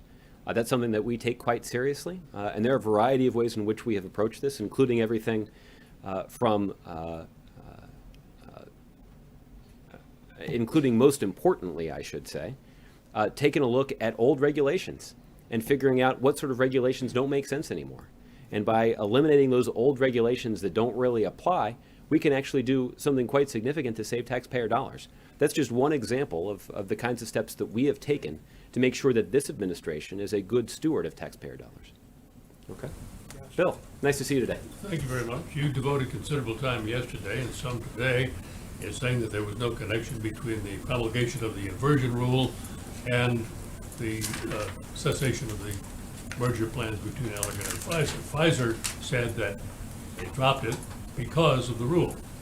Why should anybody believe that the timing had nothing to do with it, that the timing is not coincidental? I guess the thing that people should understand is that this rule was under development and being considered by the Treasury Department for years before these two companies even announced they were considering a corporate inversion.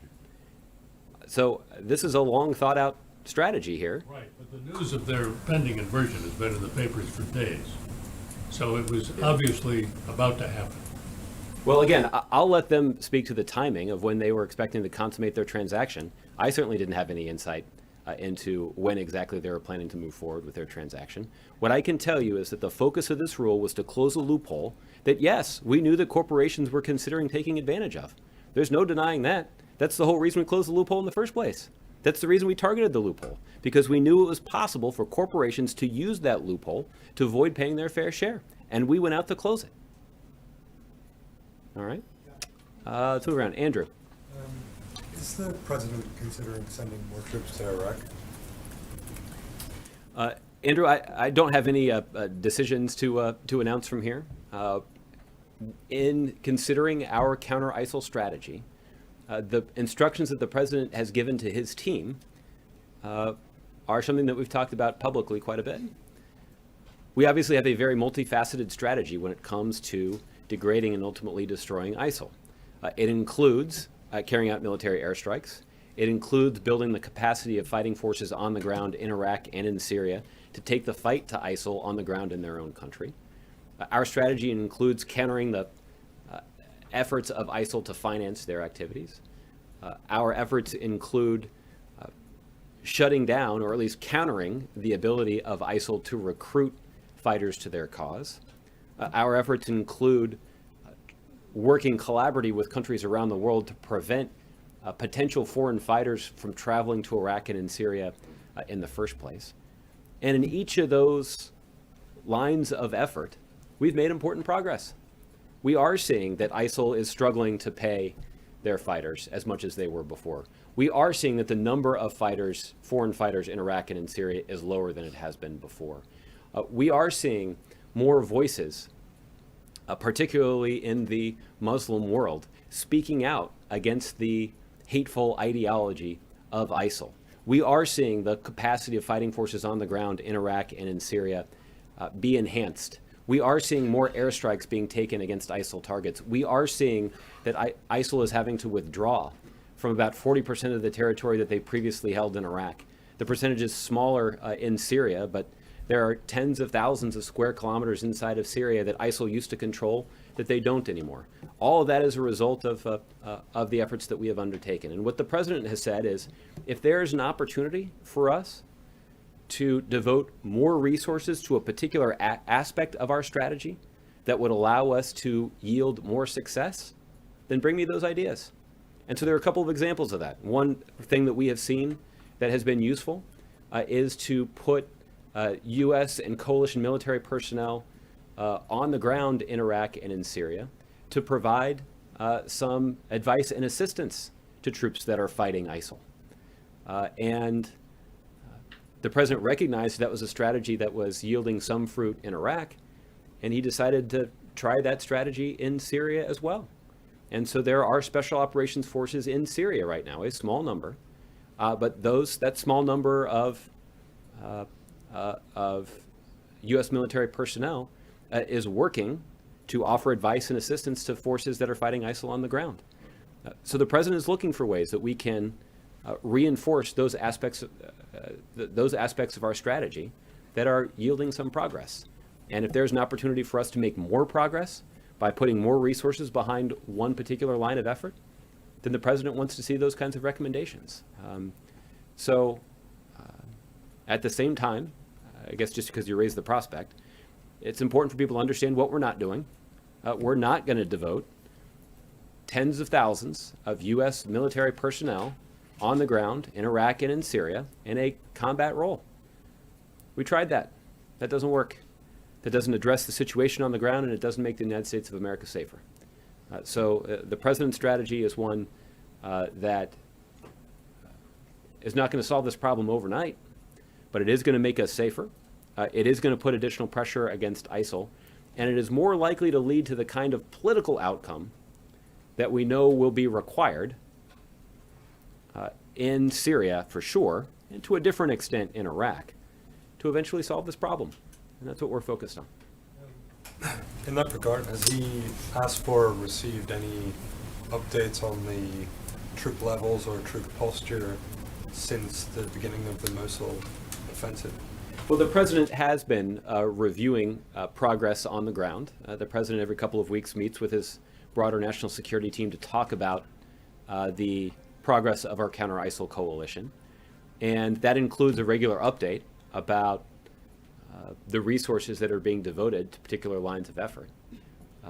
But I don't have anything to tell you publicly at this point about any additional requests that have been made by the Department of Defense or any other member of his national security team. Thanks, Josh. Dave. Thanks, Josh. With the president going back tomorrow to the school where he once taught constitutional law, and he's saying that senators, Republican senators, are not doing their constitutional duty in blocking a confirmation hearing for Judge Garland. Obviously, over the last two terms, Republicans have often criticized the president for exceeding his constitutional authority. I know that's not an unusual charge to come from Congress, but in a couple of big cases, the courts have dealt him setbacks on that front, like immigration, for example. I'm just wondering, can you say how the president's views have changed about the limits of presidential power since he was a law school instructor? Well, that's a good question. It's one I think it's probably going to be hard for me to answer. It's one that probably is best for him to answer. I can tell you, we can just like we did yesterday, just do it again. We'll go see if he's available, and we'll. I suppose there's an opportunity. The president will take some questions from the audience at the event tomorrow, so maybe there's the potential that somebody would ask him this question tomorrow. I think in general, the president believes, and I think his record bears this out, that he has been rather conscientious about aggressively using executive authority within the confines of the law to make progress where Congress has refused. And more often than not, when those questions have been raised in the courts, the administration has won.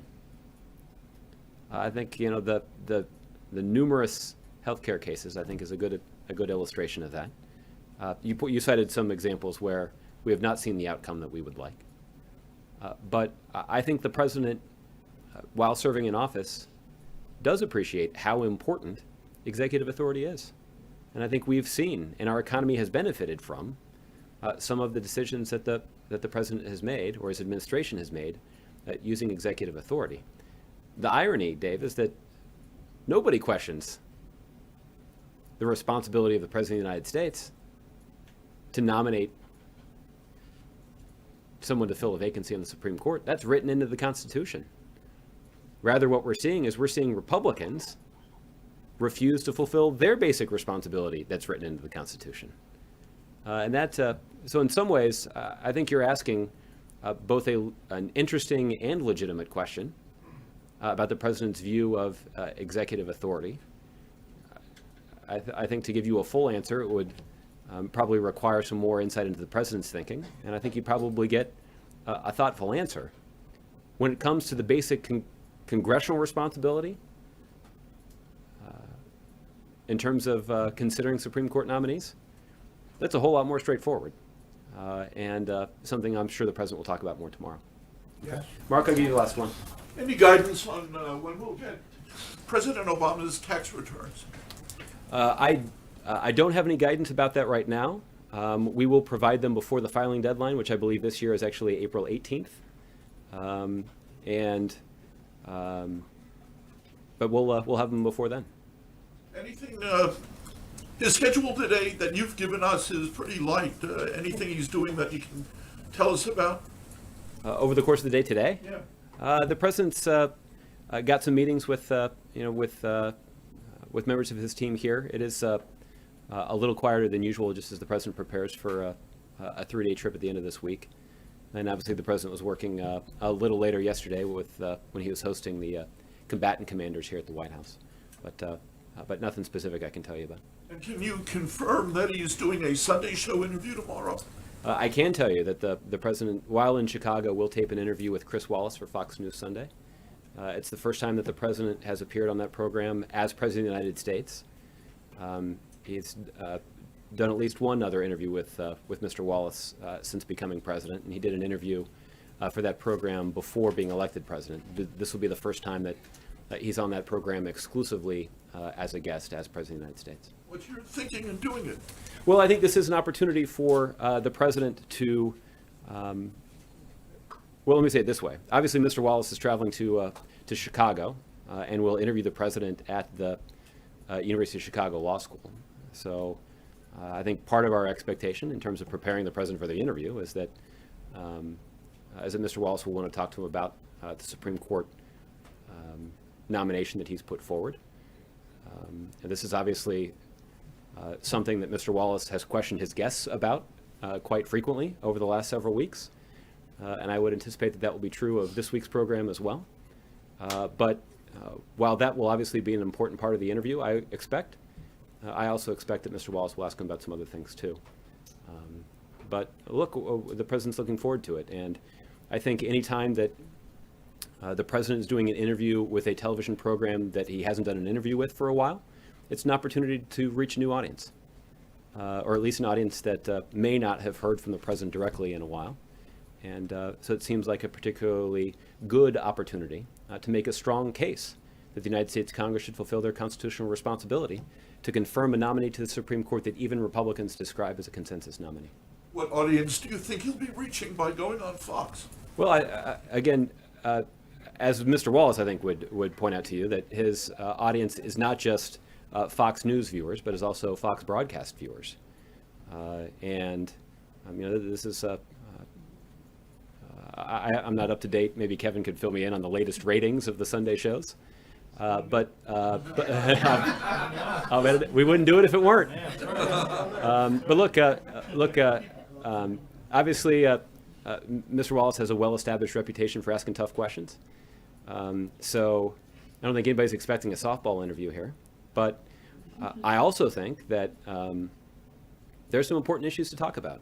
And the president is certainly looking forward to a thoughtful and serious conversation about some of these important issues. And at least for the context in which this interview is taking place, the Supreme Court would be at the top of the list. Okay. Is he in the exit interview phase now? Um, I mean, I- starting the exit interview fundraisers now? Not that I'm aware of. Thanks, everybody. When does that start, though?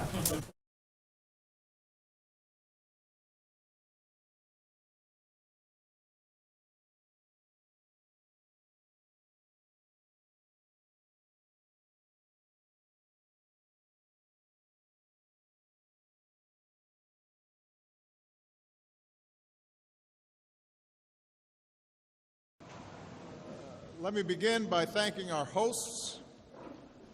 This is my very first visit to a Cuban cerveceria. Here they've got some great pollo, moros y cristianos, and of course, cerveza. But today we're here to work. So I want to thank all of you for being part of this unprecedented event. The Cuban government, the U.S. Chamber of Commerce, and the new U.S.-Cuba Business Council. I also want to express my appreciation because we are joined on this trip by nearly 40 members of Congress, as well as some of America's top business leaders and innovators who are eager to invest in Cuba and its people. And most importantly, I want to welcome all of the extraordinary entrepreneurs, men and women, who are here from across Cuba. Now, I'm not here to give a big speech. I'm going to do that tomorrow.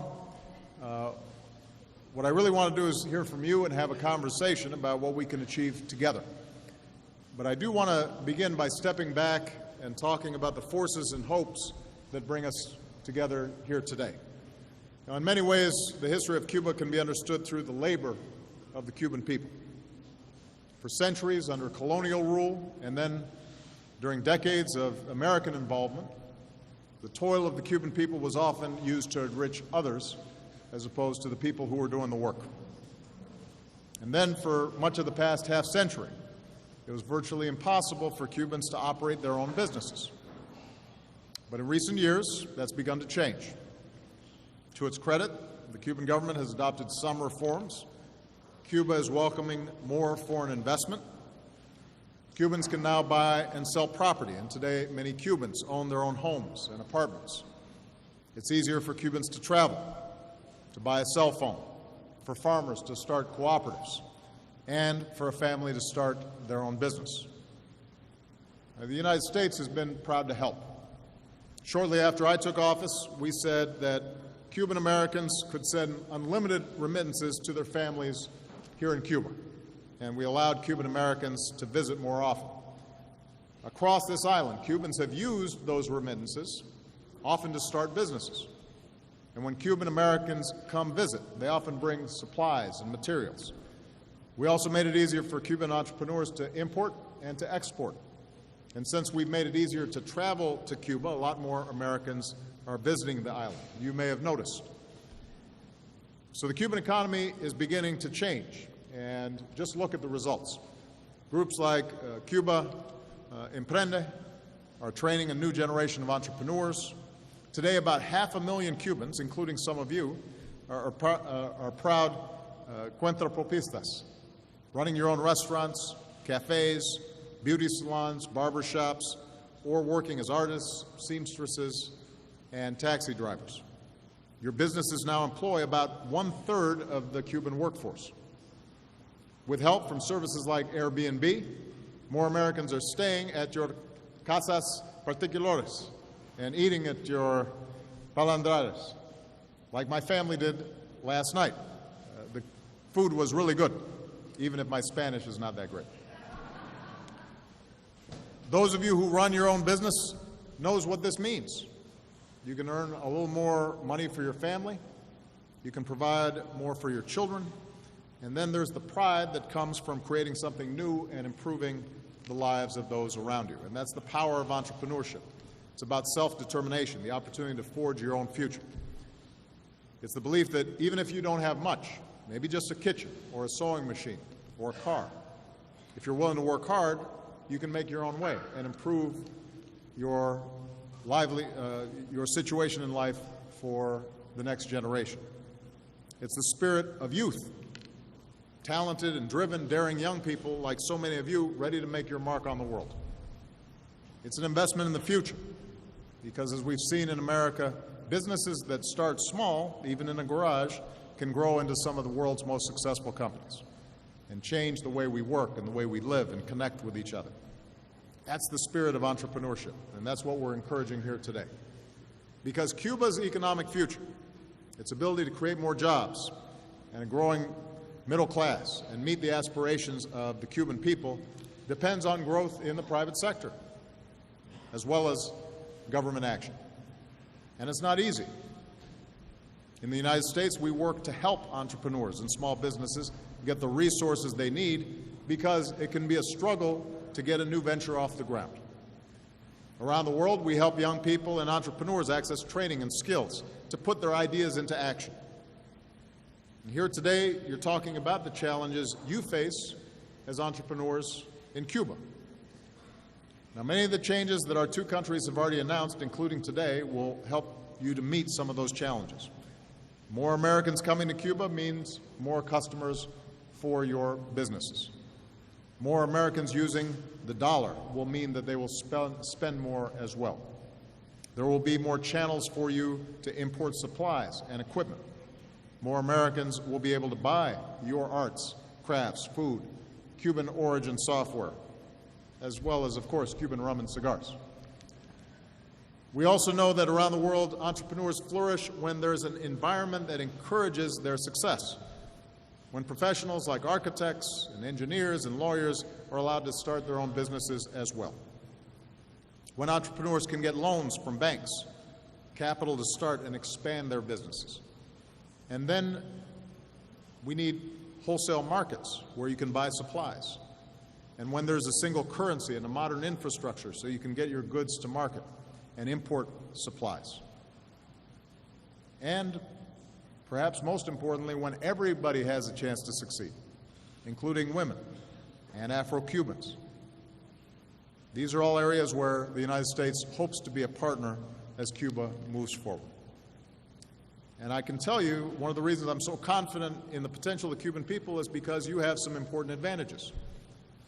Your commitment to education and very high literacy rates, that gives you an enormous advantage in the 21st century. That's been an investment that has been made here in Cuba. Your ingenuity. Who else could keep Almendrones running all these years? You got more than 300 million potential American customers and one of the world's most dynamic cities, Miami, right next door. And you have more than 2 million talented, successful Cuban Americans, some of whom joined me on this trip, ready to invest in you and help pursue your dreams and have deep family commitments and deep roots in Cuban culture. So I'm absolutely convinced if just given a chance, more Cubans can succeed right here at home in the Cuba that you love. So I'm here today to say that America wants to be your partner. Around this visit, American companies are moving ahead with new commercial deals. GE is going to sell more products here, from aviation to energy technology. Kleber will be the first U.S. company to build a factory here in more than 50 years. They're going to build tractors for Cuban farmers. Starwood will become the first U.S. hotel that operates here in nearly 60 years. And Marriott plans to come as well. And they'll help train Cubans in the hospitality industry. The first Carnival cruise is expected to pull into Havana in May. And I will keep saying it every chance I get. One of the best ways to help the Cuban people succeed and improve their lives would be for the U.S. Congress to lift the embargo once and for all.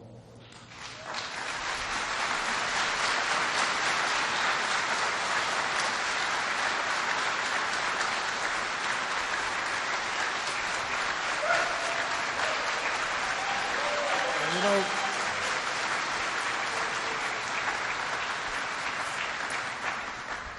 here today, we're doing even more to empower Cuban entrepreneurs. I know you've been networking with each other and potential American partners. Innovators in business like Airbnb's Brian Chesky are sharing the lessons that they've learned. We've got a shark here named Damon John. For those of you who don't know, there's a show in America called the Shark Tank, which is an outstanding show where on television, young entrepreneurs bring their ideas and present them. And They try to get some financing right there on the air, and it's a fun show to watch. Julie Hanna supports entrepreneurs all over the world with microfinancing, so give them your best pitch. They just might bite and decide to invest. We're also announcing some new commitments today. As part of our Young Leaders in the Americas initiative, we're going to welcome up to 15 young Cuban entrepreneurs to the United States to help them get the training and skills to grow their own business. For the first time, we'll welcome Cubans to our annual Global Entrepreneurship Summit, which I'll host in Silicon Valley later this year. And later this year, our Small Business Administrator, Maria Contreras-Sweet, who's here today. Where's Maria? There she is. She's going to lead a delegation of business leaders here to promote more entrepreneurship in Cuba. And we also want to help connect more Cuban entrepreneurs to the internet. Some are here today, including Yon Gutierrez, who designed Almesa, an app to connect Cubans to restaurants, and Infomed, connecting doctors and scientists. More Cubans are going online at Wi-Fi hotspots, but still very few Cubans have internet access. Although I just learned that my skit with Panfilo got 2 million hits here in Cuba, so that I think anybody with internet access paid attention here. But in terms of internet access, even those who have it often are using old dial-up connections that can be expensive and slow. I don't even remember the sound of the phone when it went, you know, so new technology has come and we need to bring it to Cuba. If we had internet, and one Cuban entrepreneur said, we could really take off. So America wants to help you take off, and Verizon will help deliver direct landline phone connections between Cuba and the United States. Cisco has announced it will help Cuban students develop their IT skills. The American high-tech firm Stripe is partnering with Merchese, a startup circle here in Havana, to help Cubans start ventures and do business online. So the bottom line is this: we believe in the Cuban people. We believe in artists like Idiana Del Rio, who designs and illustrates her own goods. 99% Cuban design, she calls it. We believe in merchants like Sandra Lidisi Aldama, who says one of the most important things in the Cuban nature is perseverance, optimism, and our capacity to find a solution to any obstacle in the way. We believe in the entrepreneur who said, I think these changes in Cuba, there's no turning back. And another who said, this opens us up to the world. And one who also said, just give us the chance. Just give us the chance. Well, as your friend and as your partner, the United States of America wants to help you get that chance. And we're so grateful that we're off to this outstanding start at this event here today. Muchas gracias. Thank you. Thank you very much. Thank you. Thank you.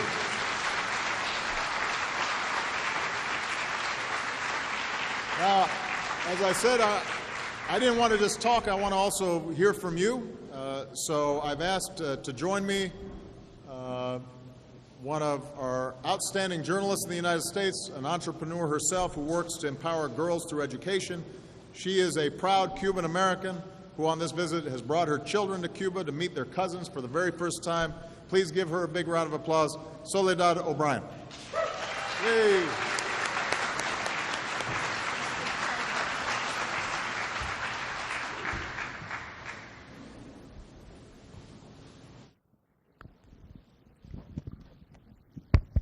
Seems to work. You okay? So welcome, everyone. My name is Soledad O'Brien, and I'm a journalist, as the president said, and I'm also a Cuban American. My mother grew up not very far from here in Havana Vieja, and so it's not only nice to be back, but it's great to be able to bring my children here for the first time. I'm also an entrepreneur. I run a small business that employs 9 people full-time, so I know very well the joys and the struggles of running your own business. And I'm excited to be here today to moderate a discussion to talk to several business people, some people who work in private sector and others who work in the state sector, to discuss some of the opportunities to improve business and also improve cooperation between Cuba and the United States. So I'm going to ask the people that I call on to stand and talk for just a couple of moments about your business. And then if you have a question for the President, we would love to hear it. So we'll begin with Gilberto Papito Valladares. He's a small business owner. He is a barber. He's also a community organizer. Welcome.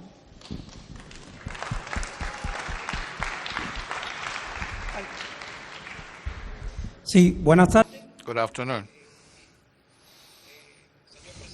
Mr. President, my name is Gilberto Valladares. Everybody calls me by my nickname, Papito. I am a bold barber and a dreamer. I'd like to share with you my vision, my personal vision. I am also from Old Havana. I love Old Havana. We have that in common. In 1999, I made a major decision in my life to become a private self-employed people. At the time, 95% of barbers worked for the state. Now 95% of them are private operators, meaning that something is happening in Cuban society. It is a very important moment for me. I know that the historical moment of committing the private sector with the society is tomorrow, and that's what's been happening in my community. I live in the Callejón de los Peluqueros, or Barber's Street. I do like barber work. That's why they talk about that callejón or alley. 3 years ago, in that street, we only had one self-employed person, myself. Today, we are talking in terms of 97 people who are self-employed, including owners and workers. And this has helped us to promote a dynamic I'd like to share with you as to how in my community have been creating a chain of economic benefits and also a chain of social benefits. I am convinced that social benefits make economic benefits even more greater when you work in a micro company and you work for the future of society. That's where the future of society lies. The present crisis is more of values than of economics. That's why we pay so much attention to social values. My economic project is also helping another project for young people who want to learn to become barbers. Today we have 10 deaf girls who are being taught how to be hairdressers so that in the future they can work. I'm so happy because alliances have allowed us to grow. By alliances between, I mean the alliances between the private and state sector, among people, and so on. I think it is also very important to see how we are creating a synergy, and in the end, we all win. I also say it is so important that in the end, the world, I will not be able to fix the world, but I can fix my little piece of land where I live, and I think that very few littles will make a big thing up. Thank you, Victor. First of all, Popito, I know that my barber is very important to me. So, and Michelle's hairdresser, if she had to choose between me and her hairdresser, I don't know, it would be a close call. But you know, in the United States, a barbershop, a beauty salon, that's oftentimes the center of the neighborhood and community life, and that's where people meet. And so congratulations on not only starting your business, but also seeing it as a social enterprise that can help to contribute to the well-being of the community as a whole. One of the things that we're excited about is the fact that even though it's starting small and you're self-employed, you're now able to build up a business and people can see you as a role model and as an example. The next step, obviously, is for you potentially to be able to expand. In the United States, I don't know about barbering here, but in the United States, Oftentimes people start off, they just have one chair in the barber shop, then they get 5 chairs. Young barbers come in and initially they rent a chair from you, but over time, once they've gotten regular customers, maybe they go off and they branch off and they start their own barber shop. And in that way, you see a number of businesses start to grow, even though it started just from one. And one of the issues that hopefully the Cuento Propista movement can begin to develop is the capacity to take these small businesses that have just started and begin to expand them. That's not going to happen overnight, but that's part of what we'd like to see encouraged. And I think that that's going to require government feeling comfortable with that process, but it's also going to require entrepreneurs like you as role models so that people can see how successful it's been. I will say there was an interesting conversation that I had with President Castro around this issue, and I know that U.S. companies will relate to this because he pointed out that as people start getting more of their own income, owning their own property, starting their own businesses, the question starts coming up about paying taxes. And President Castro pointed out, rightfully, that nobody likes paying taxes, especially if they're not used to paying taxes. And I assured him that was a universal trait. That's true in America just as much as it is in the United States. But that gives you a sense of how some of these institutions are going to have to evolve over time because they're still relatively new.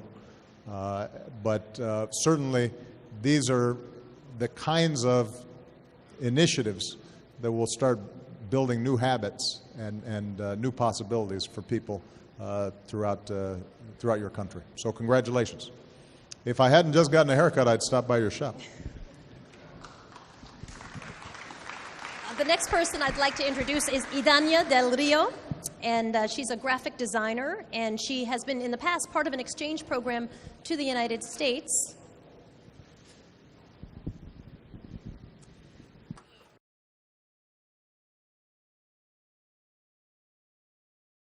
Thank you very much. Good afternoon.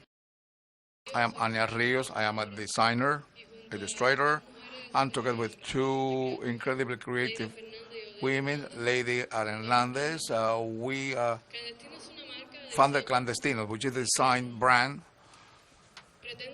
intending to define work as done by Cuban young designers and in general to have a bigger design market in Havana to begin with. So we are trying to establish a chain between creation, production, and sales for the benefit of Cuban designers. The concept of behind Clandestino's work, Clandestinas, is to change that concept of Cuban souvenir idea. We have products like rum and tobacco and cigars, which are practically commodities, but there is a whole market of new products from new initiatives of creation which are not so well established as those products. And design is a quite interesting field in any modern society where much value can be generated for society itself. Clandestinas began a year ago. What started as a T-shirt shop for maniacs has become a project with 14 employees, and it is creating over 25 products. So we are very, very happy. Most of all are girls, which is also very cool. And thanks to some things that have been happening, I mean, we have been invited to participate in We America, which is a State Department product.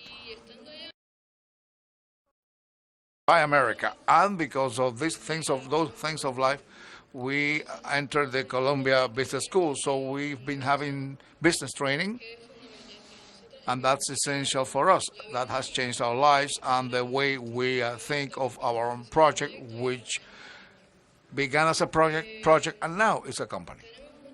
We do have many expectations for the future and for what we can do with young people. in our township in Old Havana also. Thank you very much. Hey, Danya, may I ask you a question? ¿Qué necesitas? What would you like to happen between Cuba and the United States that could be helpful to you and the young women that you serve? Well, basically what has been discussed here. Specific regulations, information about those regulations, what will happen with imports and exports, what will happen with Cubans as to whether they might be having companies in the United States or selling their products there. Could they trade online? And well, that Cuban state information and U.S. government information would be valuable for us. It is information what we need most, I think. I need some information on where I can buy a couple of T-shirts. So, did you bring some samples? I'm not going to take yours. But no.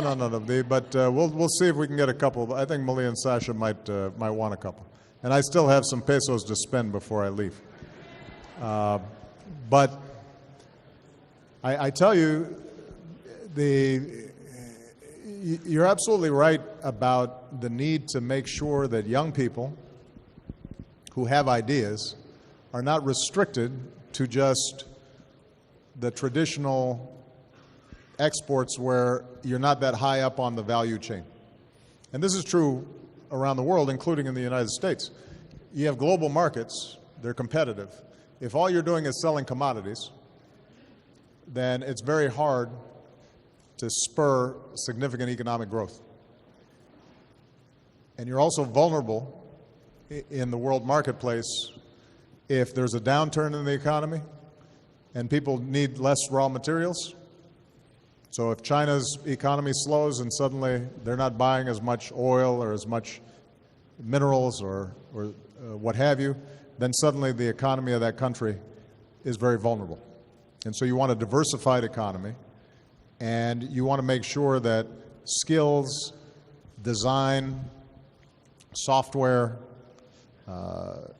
products of intellectual work, and not just raw materials or commodities, that becomes a critical part of the overall economy. Now, Cuba already has an example of that in its outstanding medical profession. The doctors and the nurses are essential exports for Cuba because they're highly skilled, they're highly trained, they are at a global standard, and as a consequence, they can sell those services essentially when they work elsewhere in the world. But there's no reason to think that the same ingenuity that exists when it comes to medicine shouldn't be true in fashion as well, or in software, or in engineering, or a whole host of other potential occupations that people provide. And so you're starting to lead the way. But I'll talk to you afterwards about getting that T-shirts. Yeah. The next person we'd like to hear from is Brian Chesky. You mentioned him earlier. He is the founder of Airbnb, and they have 2 million listings in 190 countries. Hi, Brian. Thank you, Mr. President. It's an honor to be here. This is a historic week for diplomacy, and I want to just talk for a moment about maybe another kind of diplomacy, and that is people-to-people diplomacy. You know, we launched with your help 1 year ago. In that period of time, we've had Americans come from all 50 states in the country, and they've stayed with host here in Cuba. And we estimate now that 20% of all Americans that are staying in Cuba are staying in a home with a Cuba host. What they say is that they come here with 50 years of questions, and they have 3 days to ask them. But I think it's been an amazing experience and an unbelievable story. We just got the word from the White House that a day ago we were going to be allowed to have not just Americans stay with Cuban host, but guests from all over the world.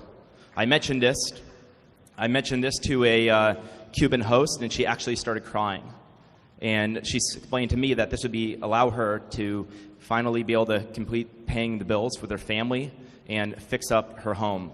I met with another host last night, and she said, we open our doors, we open our hearts, and what we care most about is not just the money we make, but the friendships we make. And they used to say that they had a lot of misconceptions about Americans, and it's hard to have misconceptions about Americans when you actually host them in your homes. And the same thing's true with Americans, and I think people all over the world. I think there's hundreds of thousands of new friendships that are possible if we can bring people together. That's great.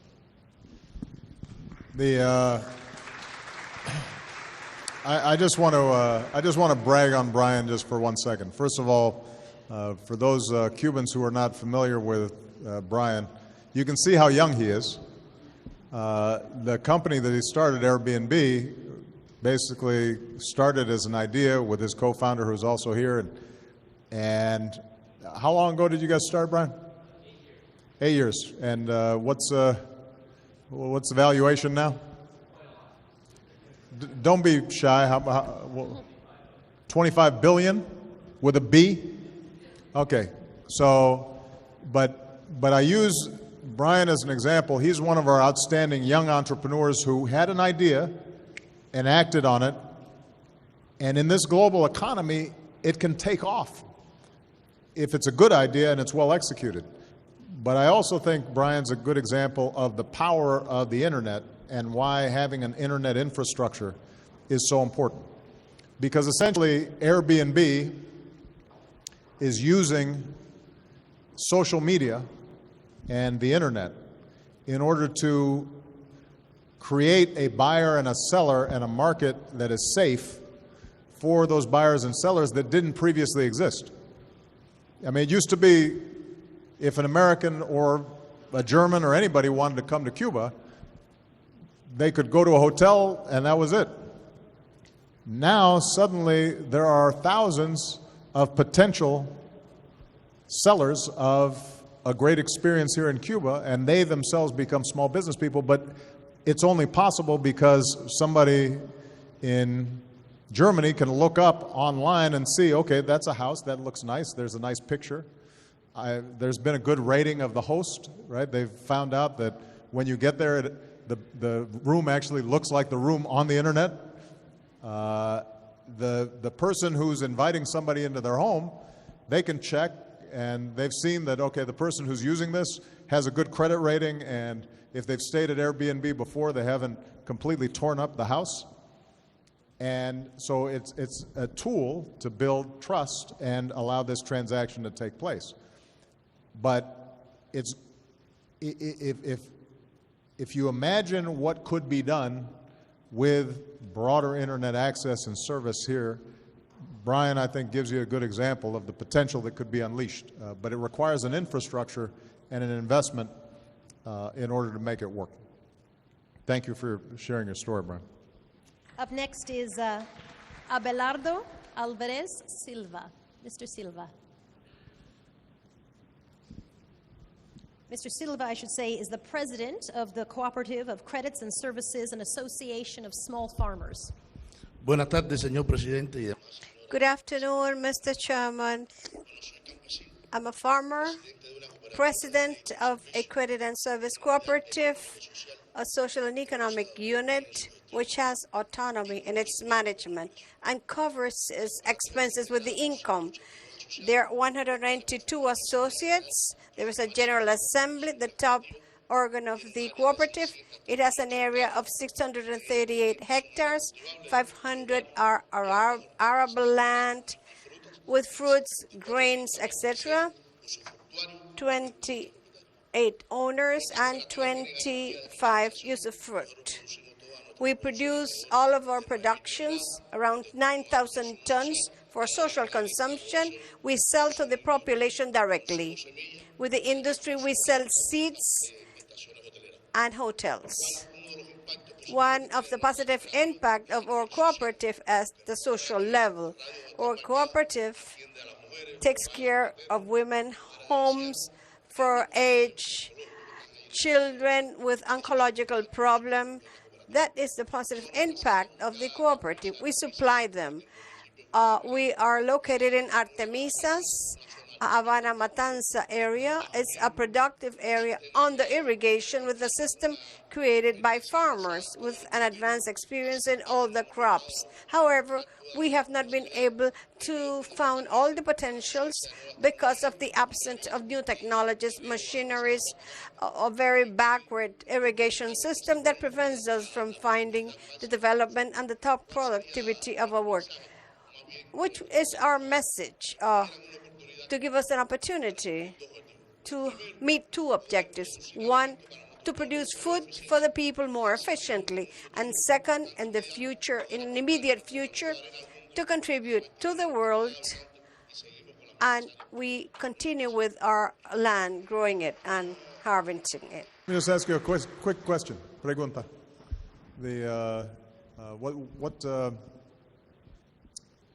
What's your? You said you grow grain and fruit. Yeah, let's get a translation. My Spanish is.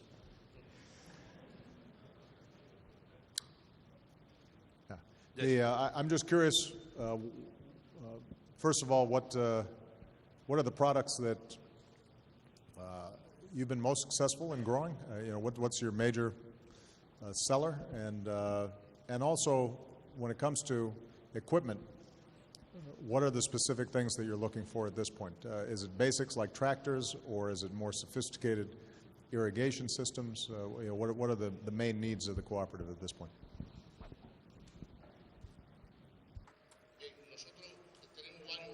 We have several crops. We're specialists in that. We produce potatoes, bananas, and sweet potato. Those are the most productive items. And in vegetables, we're highly producers in carrots, tomato, beetroot. They're the main ones, although we grow them all. And fruits, guava, papaya, those are our main crops. 50% of vegetables, 35% in tubers, 15% in grains, and 5% in fruits. When I spoke about the obtention of the equipment, we need machinery, irrigation machinery. Our machinery is very old, and no spare parts do we have. Those parts that we need today is hard to buy them. So the irrigation system are through furrows, and that it's not used anymore. It brings about erosion, and we have substituted with organic manure, but still we're under the productivity. When we have all that machinery, things will be done in least time, less expensive, not so much use of water, better protection of the soil, to find the top productivity of the land. Also, the resources which we need are indispensable, and sometimes they don't come. Because of the many causes we don't receive those inputs at the time required, but then when we don't really need it. Thank you. Secretary of Agriculture, Tom Vilsack, joined me in this delegation. I don't know if he's here today, but I know that he's been meeting with Cuban government officials about how we can accelerate cooperation between U.S. farmers and Cuban farmers. We have programs all around the world that are designed to advance technologies specifically for small farmers, not just for big farmers, because the truth of the matter is the U.S. agricultural industry, which is the largest in the world, oftentimes may have systems that are not perfectly adapted to smaller scale cooperative farming. On the other hand, what you're seeing in terms of agriculture in the United States is a greater and greater interest in what's called organic farming, less inputs, less chemicals, fewer monocrops, and more vegetables and fruits that can go directly to the table. And this is part of the First Lady's emphasis on healthier eating. And the fact that Cuba is so close to the United States means that, if you develop fruits and vegetables here, the ability to ship them and immediately get to markets where they can be purchased would be something that could make a big difference in terms of farm incomes here in Cuba. So this is an area where, again, it's not going to happen overnight, but our hope is that as relations between the two countries advance and develop, hopefully we'll be getting you some new equipment sometime in the future. Muchas gracias. Muchas gracias.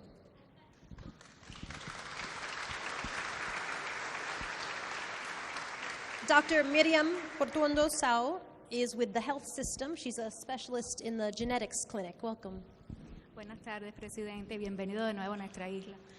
Bueno, para Welcome. For us, it's a pleasure to share with you a little bit on the experience in the field of medical cooperation. I'm a doctor in medical science, especially in clinical genetics, professor of the university, and we have had the opportunity to share the medical collaboration, the international one. As you know, it reaches 158 other countries. Over 307,000 health professionals are participated. In this field of medical collaboration, there are several lines, several fields. And you know, the recent experience we had and the struggle against the Ebola experience in the countries of Western Africa. From there on, we have had other working lines in which we have cooperated, like the miracle operation that has returned vision to over 2 million people in the rest of the world. We have a special program, is research and action of this disability. We have already one experience of handicapped people, which we had in our country. We want to collaborate with the ALBA countries, and this research, we want it to be conveyed. Once we research each person with all the disabilities that show up, then we know the true reality of that person, and those success sectors that should be taken care of in a personalized manner. We provide them with a medical special program, and other programs have been developed, like the development of genetics and community genetics, rehabilitation.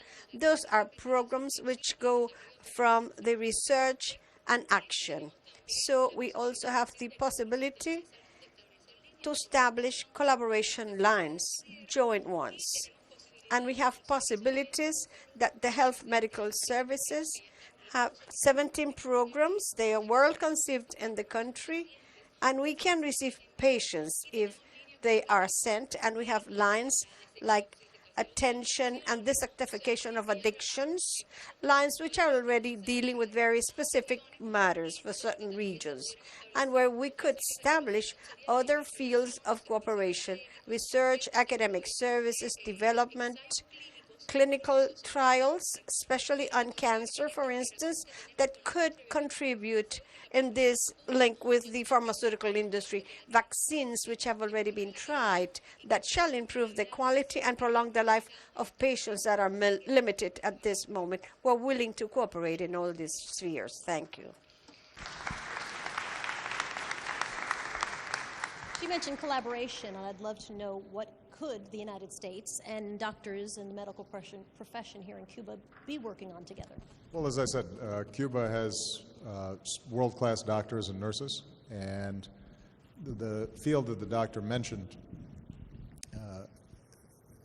the transformation that's taking place as we start understanding genetics, mapping the human genome, understanding at a cellular level the nature of diseases, means that we're in a position in the very near future to start personalizing treatments because a cancer cell that develops in me may not be the same as one that develops in you and may require different treatments. But that's just one example of a wide range of areas where collaboration could be very fruitful. So with the Cuban government, we have agreed to establish and develop over time more and more scientific and research collaborations in the medical area.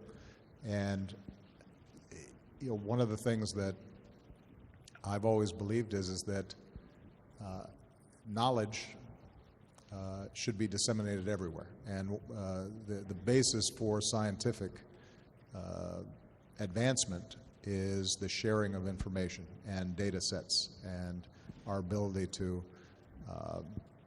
test hypotheses and discoveries and treatments and diagnoses across borders, because ultimately, regardless of our political and economic systems and our differences, the diseases are the same because we're the same creatures. And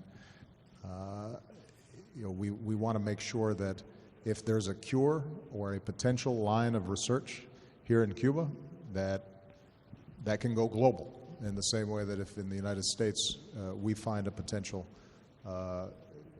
ability to diagnose or treat, that we can spread that around the world. One specific example that I mentioned to President Castro today is the work we're doing on Zika. It's not just Zika, it's also dengue and some other mosquito-borne diseases that are becoming more common because people are traveling more. Many of these are actually fairly simple viruses, but it's just because they used to be very isolated. The major drug companies and scientific research didn't devote a lot of attention to them, and now suddenly they're spreading very quickly. The faster we can get diagnoses and potential vaccines, the more we can help guard against what appear to be some correlations between this disease and abnormalities in newborns.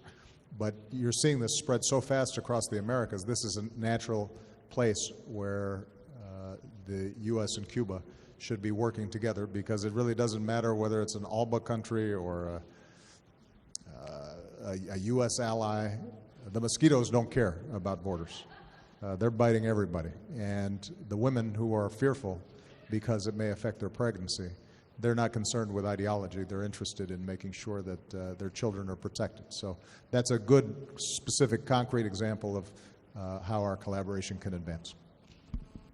Our last speaker is Indira Sotillo Fernandez. She is the founder of Isla Dentro, which is sort of the Yelp of Cuba. Business, artist, cultural guide of the internet. Certainly has been challenging here. So why don't you tell us a little bit about your business and how you'd like to see it develop? Hola, buenas tardes. Mi nombre es Indira. Good afternoon. My name is Indura.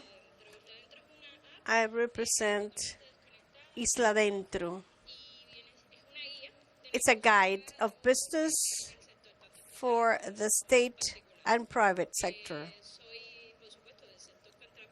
I am from the private sector, and I think I am an entrepreneur.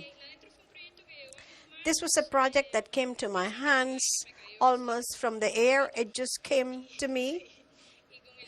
And in time, I have been transforming it. We have modified it until we have reached to this date. If you want to walk around Havana, you should install it in your phone. It includes everything you need, you require. We have restaurants, cafeterias, beauty parlors, mechanism of almendrones, the old cars. All sorts of services are in that type of guide. My experience in that work, when I began, I knew nothing about programming. All I do is empiric. I began to design in an empiric way. I have a very good team that backs me and perfectly understand this, and they put it into practice. ¿Cuáles son sus desafíos?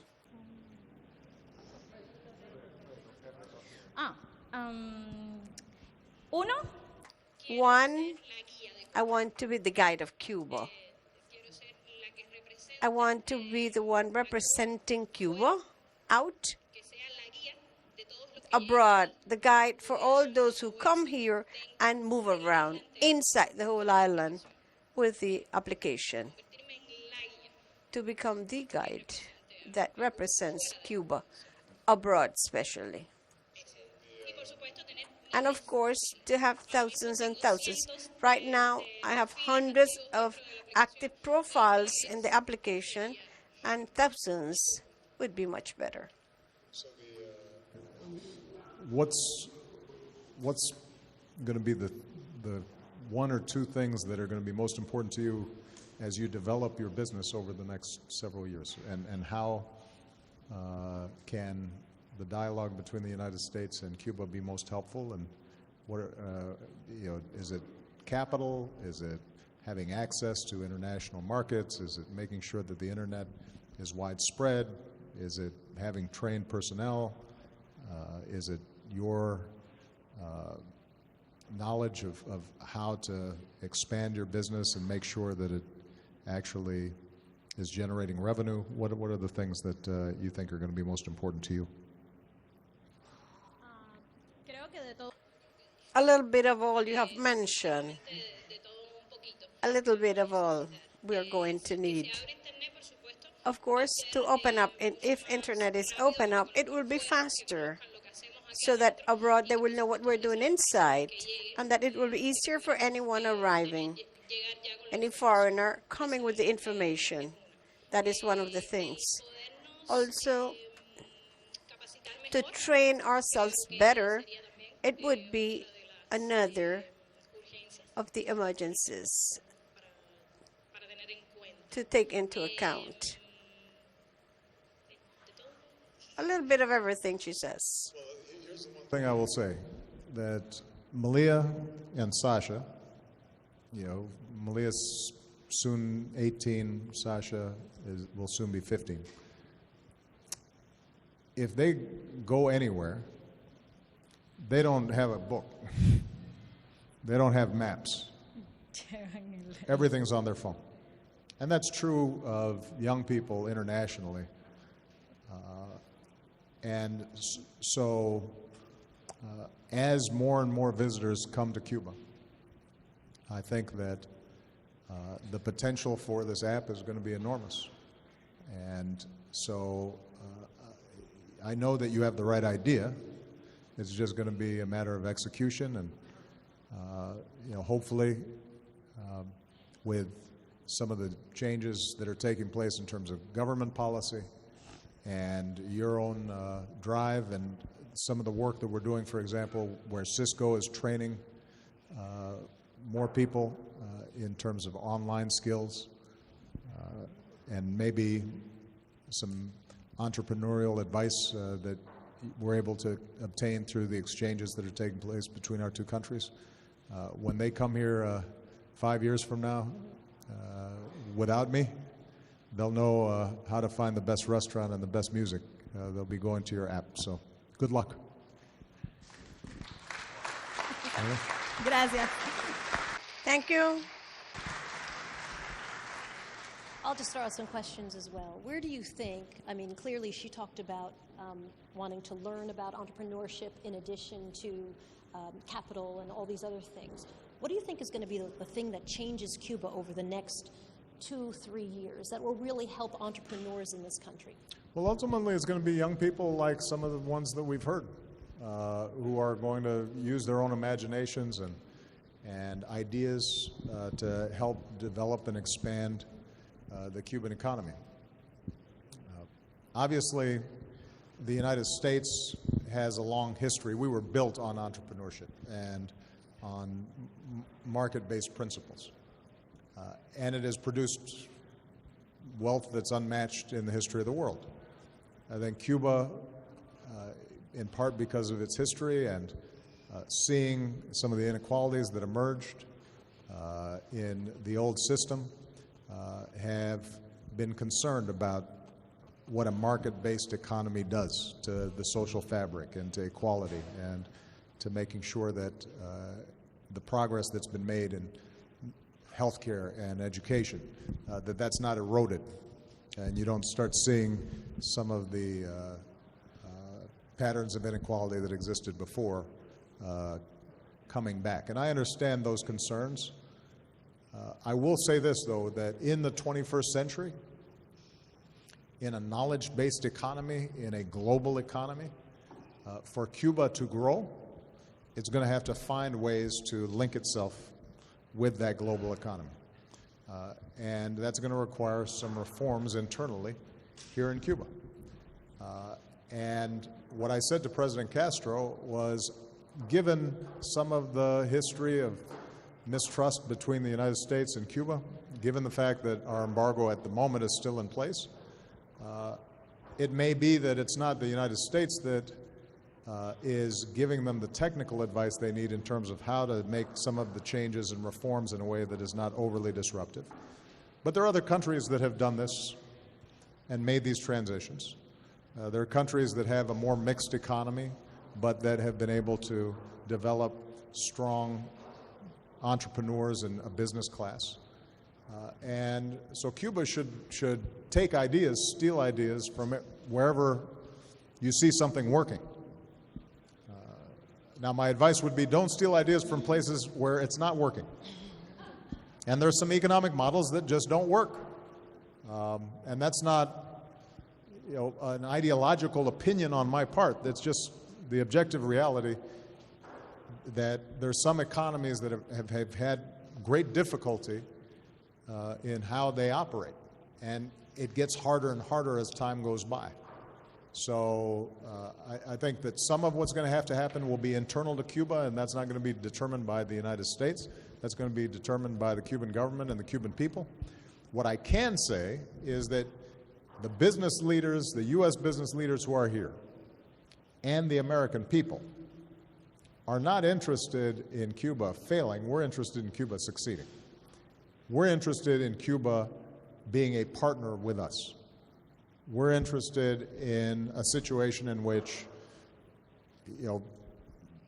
business people who are in Miami right now are taking a half-hour, 45-minute flight, or however long it takes, and suddenly they're in a thriving Cuba where they're partnering with Cuban businesses. Young people like the ones we've met today, they're developing their own business on their own terms.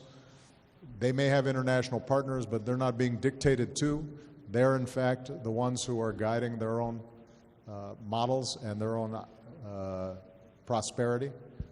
That more and more Cubans are seeing the concrete benefits of economic growth, and that economic leadership, which I believe can be compatible with good education and good health care and equal pay for equal work and all the principles that President Castro talked about at his press conference. That's our hope. That's our desire. When I initiated the change in policy, one of my arguments was that if something's not working for 50 years, you should stop doing it and try something new. And that applies to what the United States is doing. That also applies to what Cuba is doing. And so we both, I think, are at a time when we should be examining new ideas. But the one thing that this gathering and hopefully my visit should have communicated is the Cuban people have nothing to fear from the United States. And I've said to the American people, we have nothing to fear from Cuba. And if we can build that trust and let these young people develop their talents without fear, then I'm confident that the future of both countries and the cooperation between two countries is going to be very promising. So thank you very much, everybody. Thank you, Mr. President. Thank you.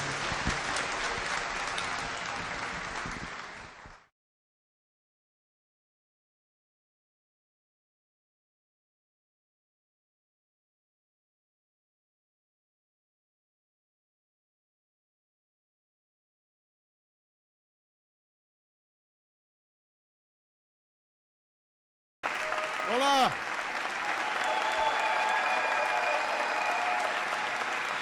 Thank you. Thank you so much. Thank you. Muchas gracias. Please, thank you. Thank you so much. Buenos dias. Buenos Aires. Please have a seat. Well, thank you so much for the warm welcome that you've offered me and Michelle and Malia and Sasha and my mother-in-law and a very important person. And on behalf of the people of the United States, I want to thank you for your friendship and the strong bonds between our two people. Celeste, thank you for the wonderful introduction. Please give Celeste a big round of applause. That's not easy to do.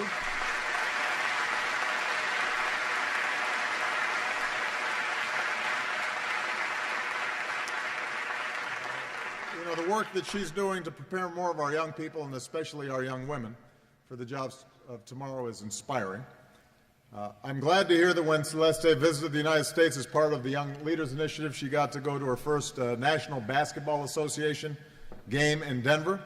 I don't think Ginobili was playing, but I can confirm that he is not only a nice guy, but also one of the best players in the world and a proud Argentinian, so he is a great champion. My Chicago Bulls have been losing, and the Spurs have been winning, so I'm not that happy about that. I want to thank everybody at Usina del Arte for hosting us today, and I want you to know that the reason I came here is in part because I've wanted to come to Buenos Aires ever since I was a young person like you. I very much enjoyed Argentinian literature. Authors like Borges and Cortázar, and so I would read them and became fascinated with Buenos Aires. I said at my press conference today, the only problem was when I was reading, people were always drinking mate, and I didn't know what that was. So I just had my first mate today. It was good. It was good.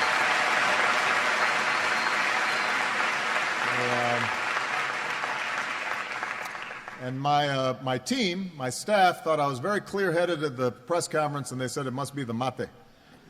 So I'm going to try to take some back. But I also wanted to bring my daughters here so they could see the beauty and the vibrancy of this city. They've already met one famous Argentinian, His Holiness Pope Francis. Now they want to meet Messi, but I could not arrange that. They will not get a chance to experience the Palermo at night. They'll have to come back on their own to do that, not with their father. And we're looking forward to visiting Bariloche tomorrow. But also, whenever I travel, I always want to spend time with young people. Your generation has grown up in times of breathtaking change. In your lives, you've seen massive global declines in poverty and disease, so there's a lot of good news out there, but you've seen incredible strides for women's rights and LGBT rights. You've mastered technology. The world is connected now in ways that we couldn't imagine even 10, 20 years ago. But you've also seen unthinkable violence from terrorists who try to tear us apart, whether it's at an airport in Brussels, as we just saw, or a Jewish center in Buenos Aires. And all of us, Americans and Argentinians alike, stand up against the scourge of terrorism. And we stand with the people of Belgium during this time of enormous sorrow. And yet, even though you've come of an age where change is happening so rapidly, your generation, I think, believes deeply that you can change this world for the better. You're more interested in hard work, the hard work of waging peace, than the easy impulse towards conflict. You're more interested in the hard work of building prosperity through entrepreneurship instead of cronyism and corruption. You're more eager for the progress that comes not from holding down people who are not like you, but lifting everybody up so that everybody has an opportunity, regardless of what they look like or how they pray or who they love. And that makes me hopeful. I'm always inspired by young people.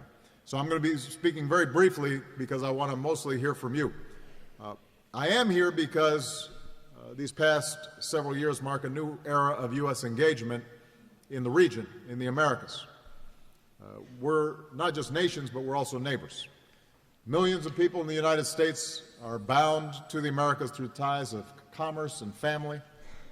Thousands of Argentinians study in the United States every year. Hundreds of U.S. companies employ thousands of people here in Argentina. And we're committed to expanding those ties of leadership and scholarship and trade. And I'm here in Argentina because I'm impressed with many of the reforms that have been initiated by President Macri in recent weeks. His effort to reconnect Argentina to the world community and to lay the groundwork for a more sustainable and inclusive economy. He inherited a tough economic situation, just as I did when I first came into office. He's working to make it better. And in fact, to show their confidence in this new direction, U.S. companies are announcing tens of millions of dollars in new investment in Argentina, and I'm launching a new dialogue to strengthen business ties between our countries. So the United States welcomes Argentina's leadership role, not just in the region, but in the world, because to solve today's challenges, we have to be partners. Somos un equipo.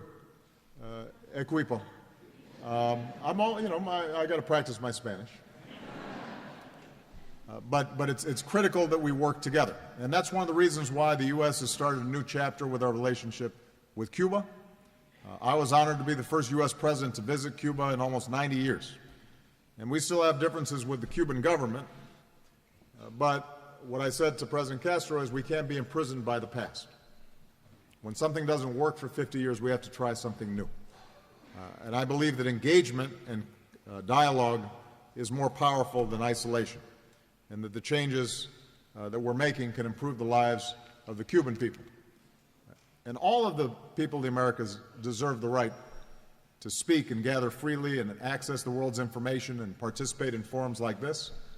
And so we hope that that will happen in Cuba. We hope that'll happen everywhere in the world. But ultimately, it's going to be up to the Cuban people, just like it's up to sovereign peoples everywhere, to be able to find their own voice and create democracy and freedom. We can be partners in that, and we can help.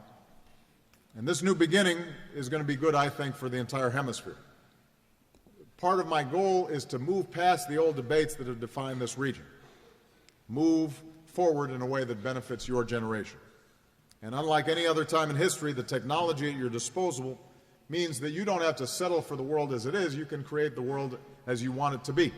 You already have the freedom to build the world in powerful and disruptive ways. That's why we're going to spend a lot of time in the coming months in building more vibrant connections between young people. 5 years ago, I started an initiative called 100,000 Strong in the Americas. And by the end of this decade, we want 100,000 U.S. students studying in the Americas, and we want 100,000 students from the Americas studying in the United States. And today I'm proud to announce that effort is growing here in Argentina. Partners like ENET and CAF Development Bank in Latin America have committed to increase student exchanges between our technical colleges, and I want to thank President Macri for committing to 1,000 new exchanges. And finally, last year I launched what we call the Young Leaders of the America Initiative. And we're seeking out the most innovative young entrepreneurs and civil society leaders and giving them a chance to earn the training and the connections and the capital that you need to make a difference. So this year I'll welcome the first full class of fellows to Washington. We're going to help them expand their commercial and social ventures by embedding them in U.S. businesses and incubators and nonprofits and universities. We're going to give U.S. participants the chance to continue their collaboration with you back in your home countries. And that's how we want to empower all young people. That's how we want to empower young women like Celeste. It's how we create a future where climate researchers in the Amazon collaborate with scientists in Alaska, where an idea in Buenos Aires can develop with an incubator in Boston. That's how we can make sure that we create a future where any young person can choose a path that opens his or her opportunities beyond their neighborhood into the wider world. It's where a young person can learn skills in the state of West Virginia, the United States, and put them to work right here in Argentina. So Gino Tubero, who's here today, where's Gino? Somewhere. There you go. There we go. All right. Gino.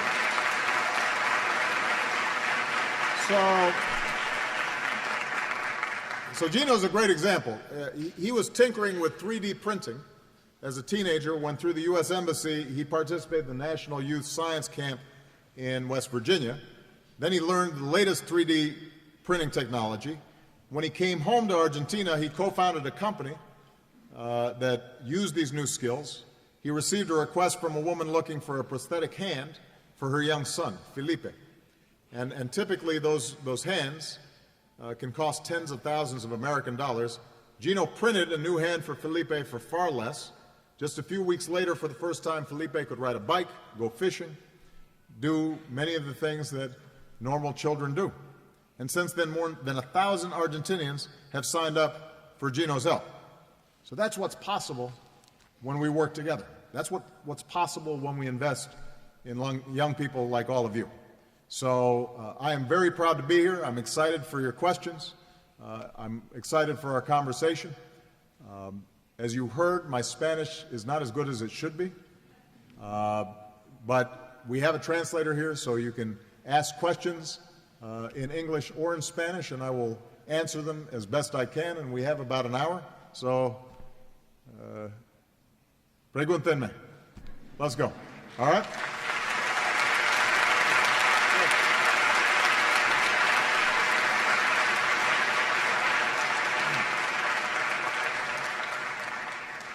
Who wants to go first? This young man right here. Go ahead. Yeah, you. Introduce yourself, please. President, my name is Federico Guerra. I'm a professor at the Universidad del Salvador. President, I wanted to ask you the following question. We live in a world where cultures often clash instead of coexisting peacefully, where some believe their very survival depends on the eradication of others, where intolerance and violence have become a common currency, and people are forced to abandon everything and flee their homes. A drama which I believe will characterize much of this century's history. My question is this: do you think all of the different human cultures will eventually unify or converge on a unique and universal culture? Something like, or perhaps something akin to the United Federation of Planets from the TV series Star Trek.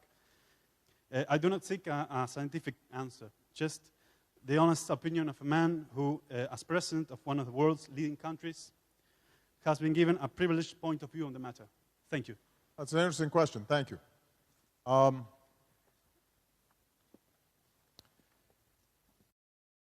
I believe that under the surface, all people are the same. Now, part of that is my own heritage and my own background. My father was a black man from Africa. My mother was a white woman in the United States whose ancestors had come from England and Scotland. My mother remarried, and then we moved to Indonesia.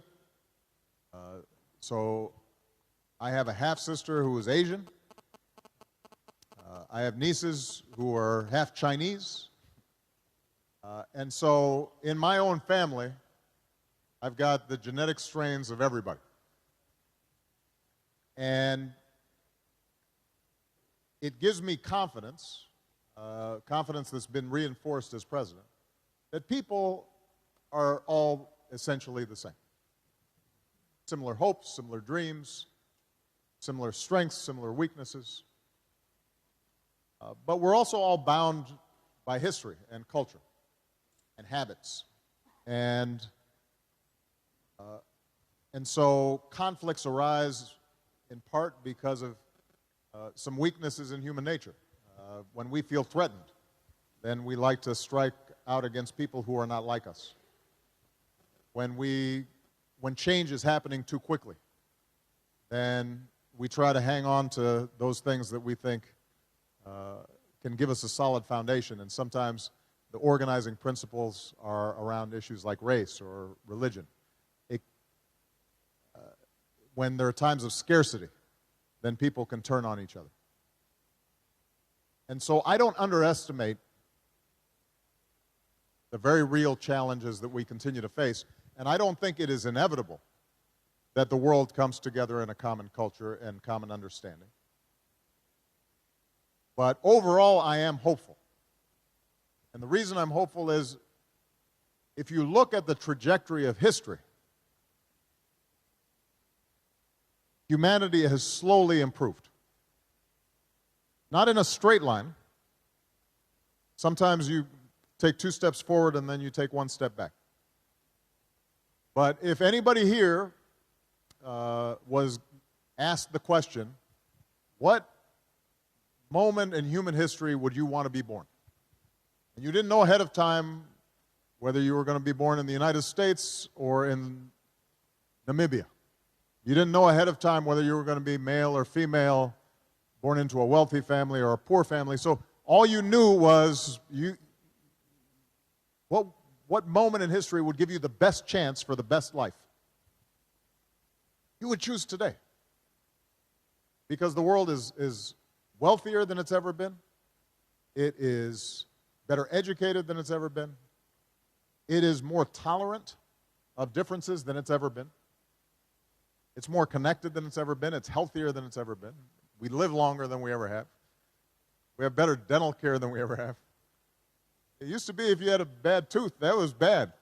You had a problem. Now you go see the dentist most of the time in many countries around the world. It's a small thing, but it's important. Penicillin, books. You know, women are treated with more respect on average today, even though we have a long way to go. People with sexual differences are treated with more respect. And even violence, because today we see terrorism and it's painful and we're shocked and horrified by what happens. And yet, if you look even in the 20th century, you know, much less if you go back to the days of the conquistadors or Genghis Khan or, you know, slavery, but even just in the 20th century, the world is far less violent today on average than it was 25, 50, 100 years ago. So all of that makes me hopeful, but as I said, it's not inevitable. And I think one of the things that's important for bringing about further progress is that we listen to each other and we understand our differences. I don't think it's necessary for us to all speak one language or all have the same foods or all have the same customs. But I do believe that there are some universal principles that are important. I believe that the most important principle is a very simple one that is at the heart of most of the world's great religions, which is treat somebody the same way you'd want to be treated. And if you start with that basic premise, then we will continue to make progress. But I also think that in order for us to make progress, we have to have that fellow feeling, and we have to combine that with the use of our brains and reason and our intellect. And what's interesting now, everybody here has a phone, and everybody's looking all the time. And in some ways, that's actually isolating people sometimes more than it's bringing people together. And what I also notice is, because there's so much information coming in, that sometimes people just surf the surface of information as opposed to analysis and understanding and study. In America, sometimes in our politics, you see sound bites, what we call sound bites. I don't know the translation, but it's just the Twitter line without trying to figure out, okay, is this true or not? What are the facts? And when it comes to an issue like climate change, we have to have a maturity to say, okay, here's what the science tells us. The planet's getting warmer. And even though it's not happening right now and it's a beautiful day outside in Buenos Aires, we have to start working now so that 20, 30, 50, 100 years from now, we still have a beautiful planet to live on. That requires not just a strong heart, but also using our heads. And if we do those two things, then I feel confident that we'll make progress. We'll still have problems, but that's what makes life interesting, is having a few problems. Right? Okay, good. I'm going to go... I'm going to alternate between men and women so that we make it fair. Up here, a woman. This young lady right there, since she's standing right in the front. Get a microphone. I'm going to have a heart attack, Mr. President. Oh, don't have a heart attack. That would be bad. My name is Natalia Quiroga. I am university professor. I teach American political communication. I have no answers, but I want a few words for my students, and I'm going to die right now. You are my hero. Yeah. Oh, thank you so much. I appreciate that. Thank you. Thank you. Here, since you didn't have a question, I'll call on that young lady in the front as well, just so that that way I get a question. But that was very nice. Thank you. Thank you. Mr. President, I'm Valeria Bocio, and I'm a research scientist. I'm very proud to have you here in my country, really, and thankful too, because I was educated in your country during my postdoc in tissue engineering research. So my question is related with that, with science principally, because I feel like always art and science was like the fields where the human being have not limits. And I was wondering, is really, if we are not fine, if we are not really just doing more than collaboration between our countries, and this is the most important thing in these areas, why not to do a stronger collaboration between your country and mine, like this idea between others that perhaps other people have. But I was organizing with Professor David Kaplan in the United States, who was my mentor there, to have a representation here in Argentina from their laboratory of research, right? I know that there are a lot of programs of collaborations, like short stunts to be done, like I did, but I feel like a stronger collaboration in this field must to be another kind of things, not only to have knowledge, but to put, in a really thing, like, for example, technology transfer, right? I feel like science, basic science, it's very, very important. When I am there, like a researcher, I feel like we can do more. Okay, good. So I want to know about that. Good.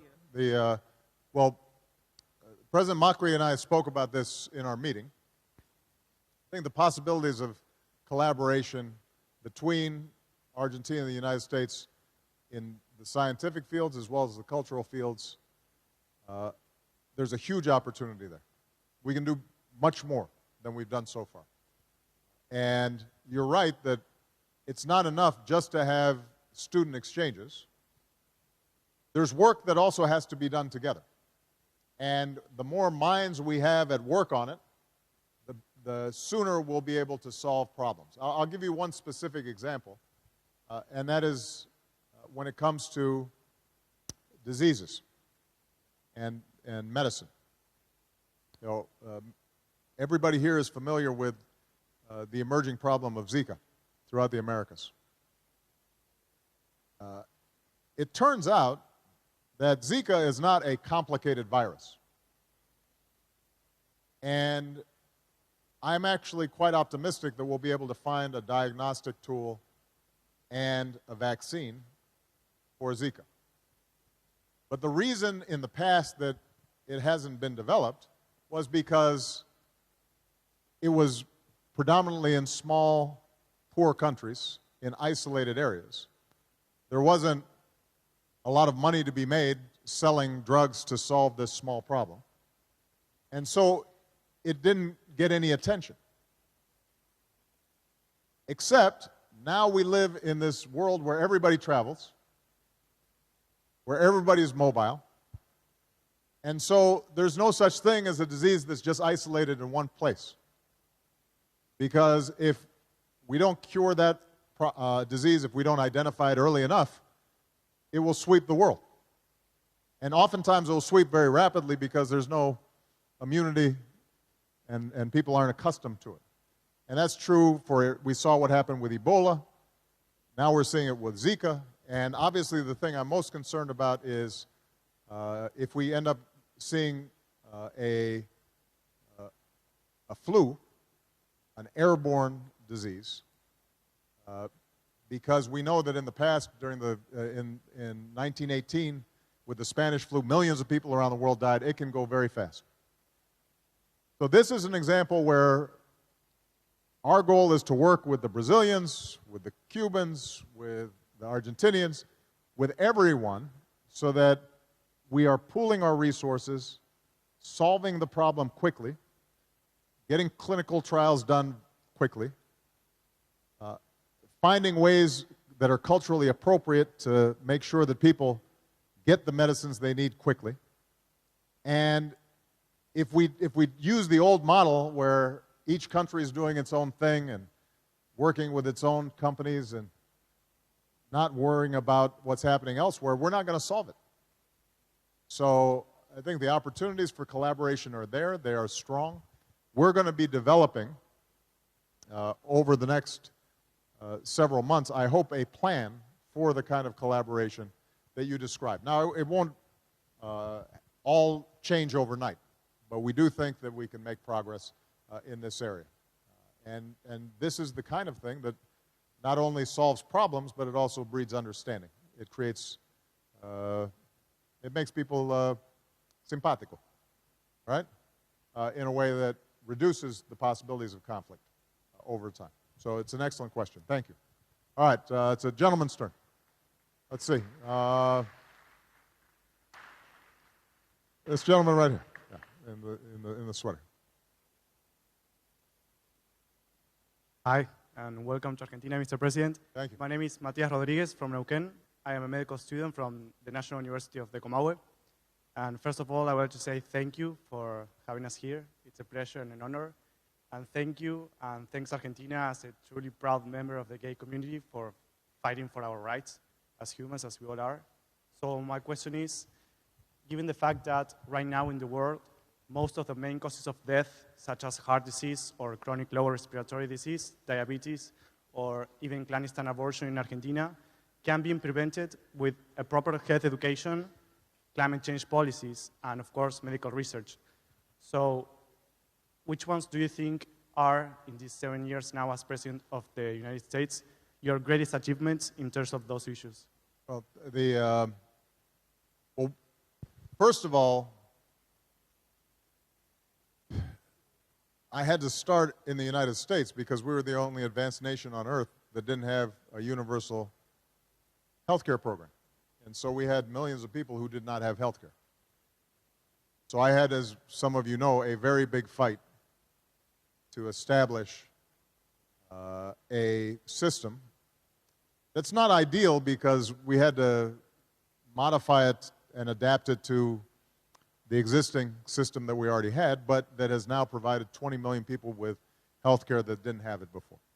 So part of the answer is to make sure that people have access to basic care, particularly preventive care. Because so many of the diseases that occur around the world, we can prevent fairly cheaply, and once people are sick, then it's very expensive.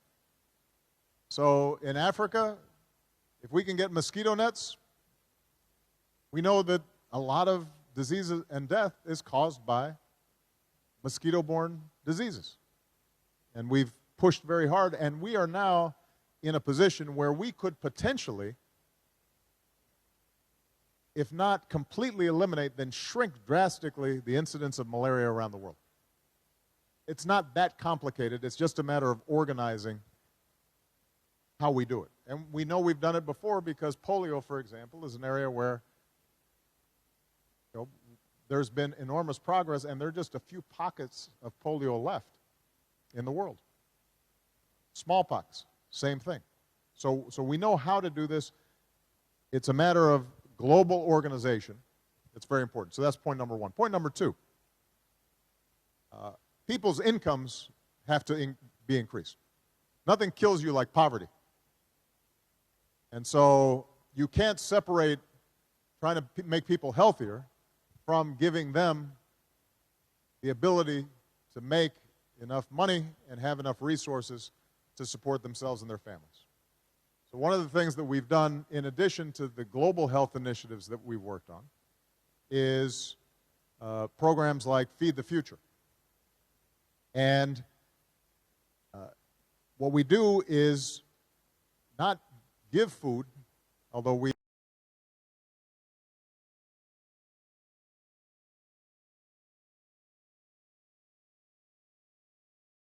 at the end of all of that, 58% of all new income goes to the top 1%. And that is why together we are going to create an economy that works for all of us, not just the people on top.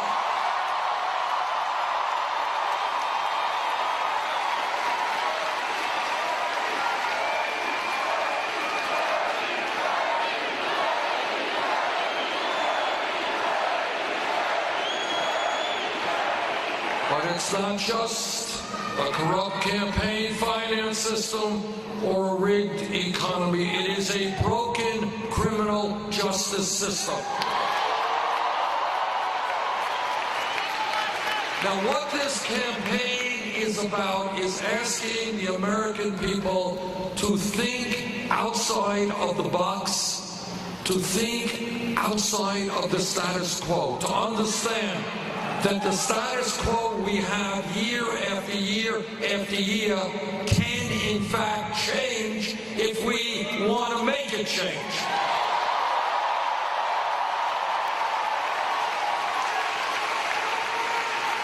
Today in America, now listen to this, shamefully in our country, we have more people in jail than any other country on earth. China is a communist authoritarian country. They don't tolerate dissent very much. 4 times our size, we have more people in jail than China.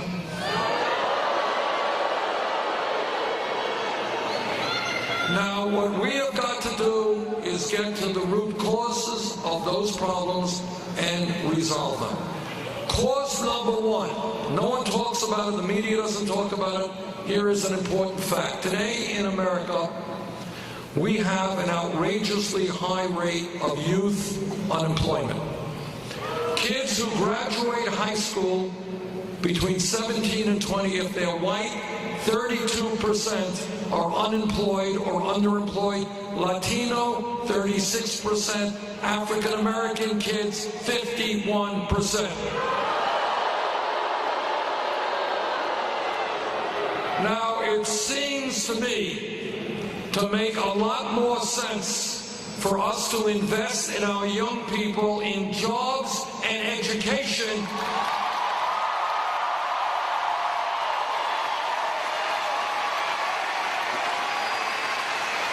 and not in jails and incarceration.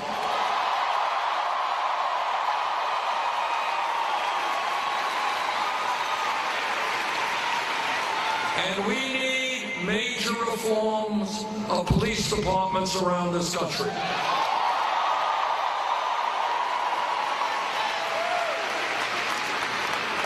Now, I was a mayor for 8 years, and I worked with police officers in my state and police officers all over the country. Vast majority of police officers are honest, hardworking, and they have a very difficult job.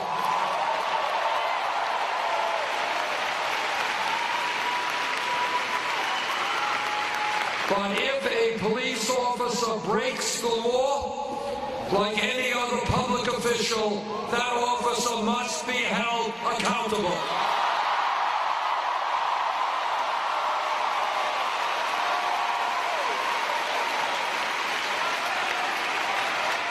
We need to end the demilitarization of local police departments. We need to make police departments reflect the diversity of the communities they serve. We need to end the privatization of jails and detention centers.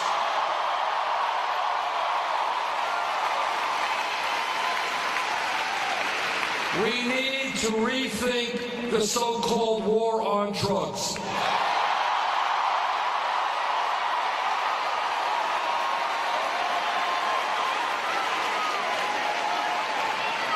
Now, it turns out that over the last 30 years, millions of Americans have received criminal records for possession of marijuana.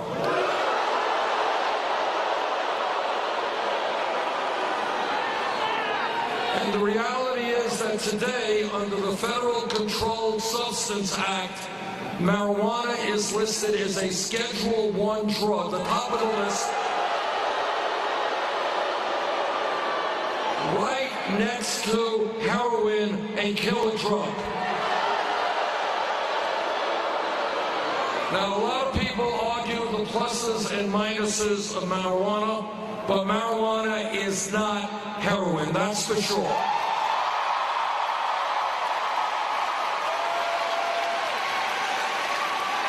And that is why I have introduced legislation to take marijuana out of the Controlled Substance Act.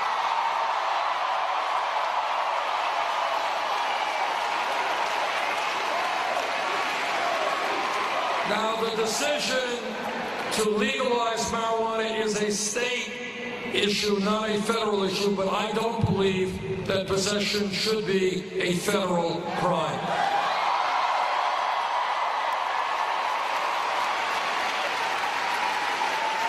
And when we talk about drugs, I can tell you that in my own state, neighboring New Hampshire, all across this country, we have an epidemic of heroin and opiate addiction, that every single day people are dying from overdosing. This is a national tragedy and a national crisis. I believe that the best way we deal with that crisis is not looking at addiction and substance abuse as a criminal issue, but looking at it as a health issue.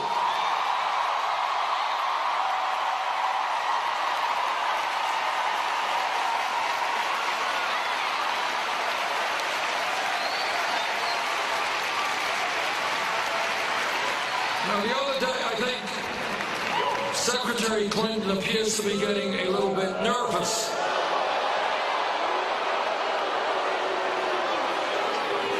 We have won 7 out of 8 of the recent primaries and caucuses.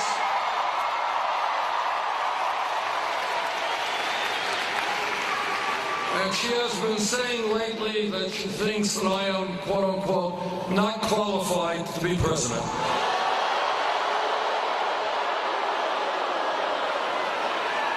Well, let me just say in response to Secretary Clinton, I don't believe that she is qualified. If she is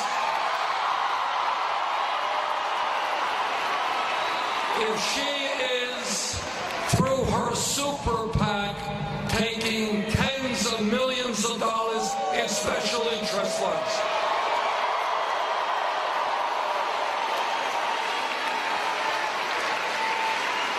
I don't think that you are qualified if you get $15 million from Wall Street through your super PAC.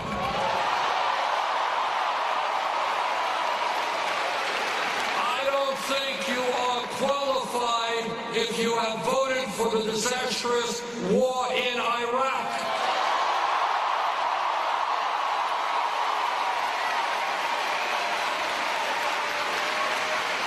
I don't think you are qualified if you have supported virtually every disastrous trade agreement which has cost us millions of decent-paying jobs.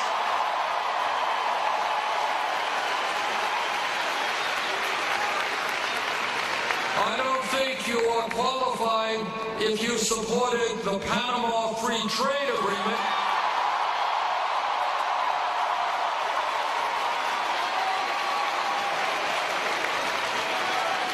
something I very strongly oppose, and which, as all of you know, has allowed corporations and wealthy people all over the world to avoid paying their taxes to their countries.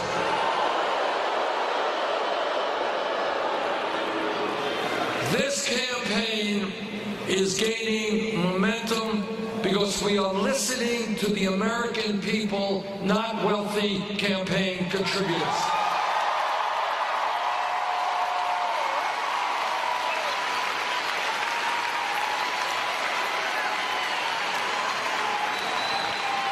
We are listening to working people.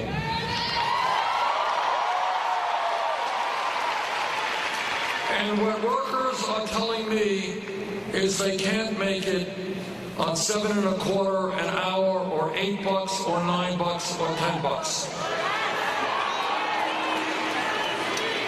What workers are telling me is that we need a national minimum wage of $15 an hour.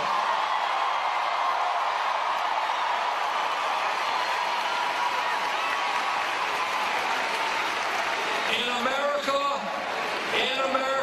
if you work 40 hours a week, you should not be living in poverty.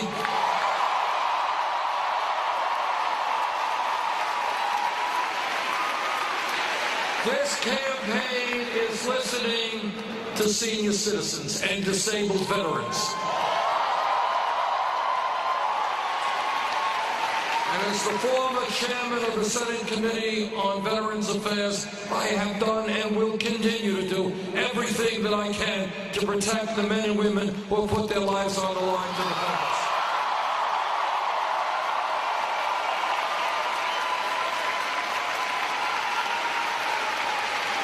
But when seniors and disabled vets tell me they can't make it on $11,000 or $12,000 a year Social Security, and they're right. Amazingly, we got Republicans running all over this country. They want to cut Social Security benefits. Well, I've got some bad news for them. We're not going to cut Social Security benefits. We're going to expand Social Security benefits.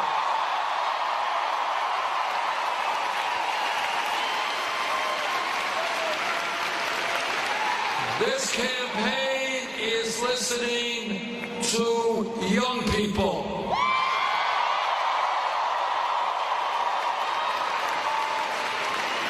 And what young people are telling me all across the country is, how does it happen when we do the right thing and we go out, we get a college education, we end up $30,000, $50,000, $70,000 in debt? Why are we being punished for getting an education?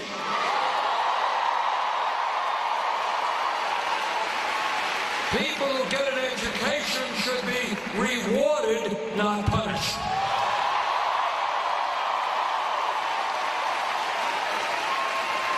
And that is why we're going to do two things. Number one, in the year 2016, when we talk about public education, it is not good enough to talk about public education being first grade through 12th grade. And here's why. Here's why. 50 years ago, you went out and you got a high school degree. The likelihood was that you could go out and get a pretty good job and make it to the middle class. But the world has changed, the economy has changed, technology has changed. People today need more education.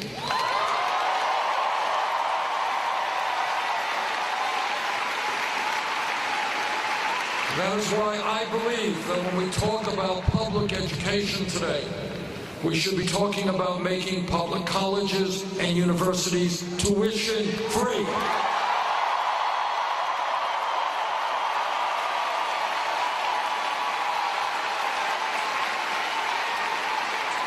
This is not a radical idea. This is a very commonsensical idea. Number one, countries all over the world, Germany, Scandinavia, other countries, they already have free college education. Number two, you may not know this, but 50 years ago in the United States, our great public colleges and universities were virtually tuition-free.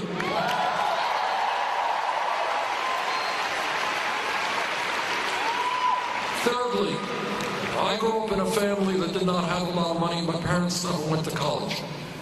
All over your state, all over here in Philadelphia, there are kids, parents never went to college, and the idea of them going to college is about as likely as going to the moon.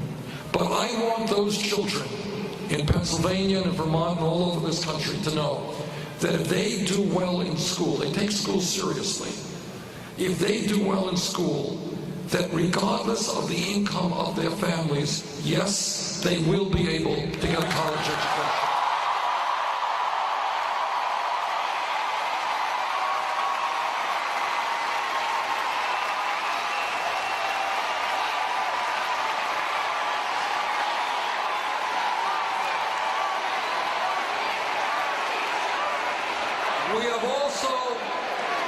We also have to do with the fact that millions of people today are carrying very heavy loads of student debt.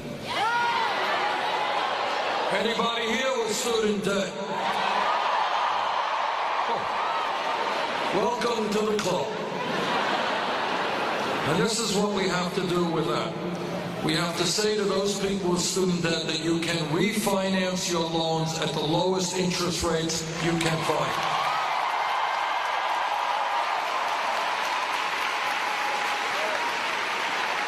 Now, there are people out there who say, well, Bernie, you're like Santa Claus. You're giving away, free tuition in public colleges. You're lowering student debt. How are you going to pay for it? I will tell you how we're going to pay for it.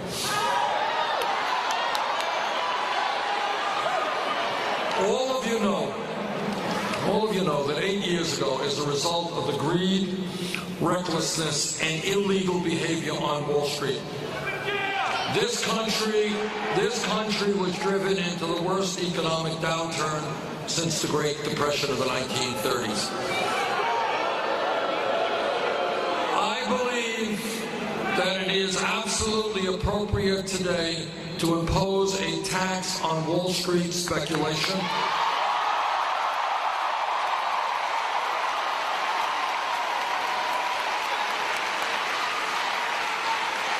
When Wall Street was in trouble, the American people bailed them out. Now it is their time to help the middle class of this country.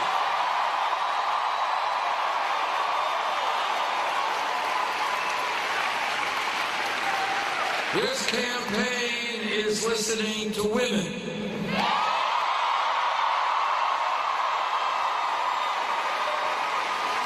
And women are saying that they are tired of working for 79 cents on the dollar compared to men.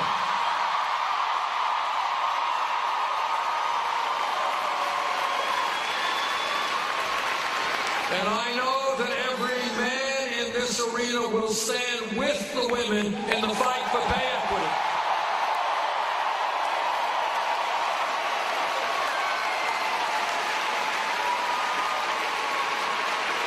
There is no economic reason for women being underpaid. It is just old-fashioned sexism. We will end that.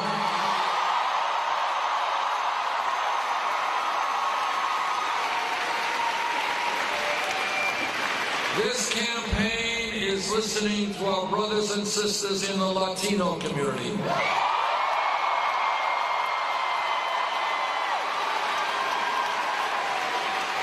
There are 11 million undocumented people in this country. Many of them are exploited because they have no legal rights. They are working for below minimum wage, and they have no protection.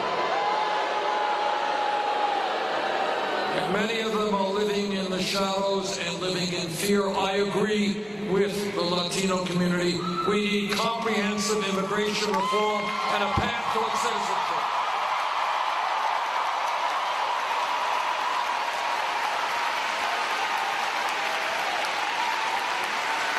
And if the Congress of the United States does not do its job, I will use the executive powers of the presidency to make that happen.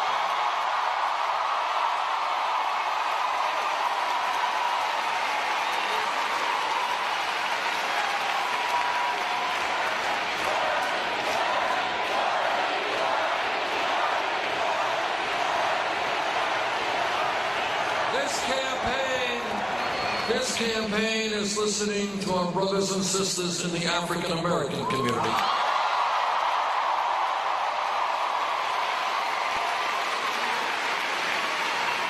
And they are telling me, how does it happen that we can spend trillions of dollars fighting a war in Iraq that we never should have gotten into, but we don't apparently have the necessary funds to rebuild inner cities throughout this country.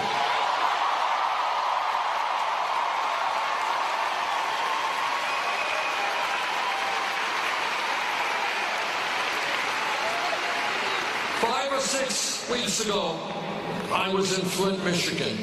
And what I saw and heard in Flint, Michigan is something that was very difficult to deal with. It really was. Because what I did is talk to some parents whose children were poisoned as a result of their disastrous water system and lead in the water. And these parents, one mother told me that she had a bright young girl, kid was doing great in school, very gregarious, very warm. 2 years later, that kid was in special education, could barely remember simple things. But it's not just Flint, Michigan. There are communities all over this country with failing water systems,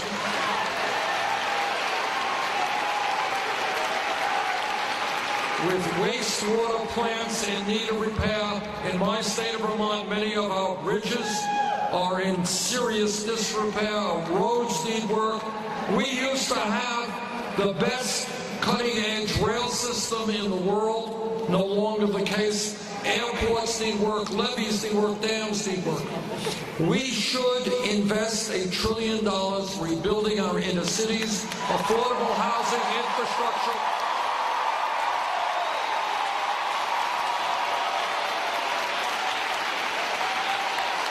And when we do that, we create 13 million decent-paying jobs.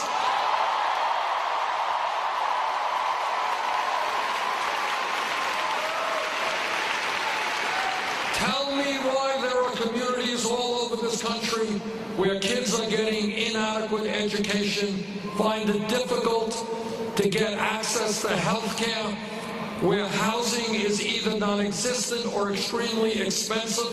We can do better than that.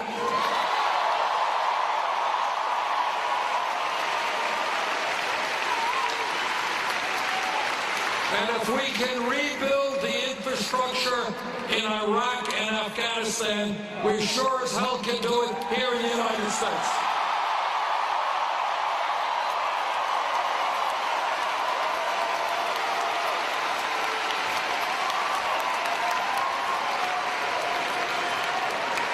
This campaign is listening to a people whose voices are very rarely heard, and that is the Native American community.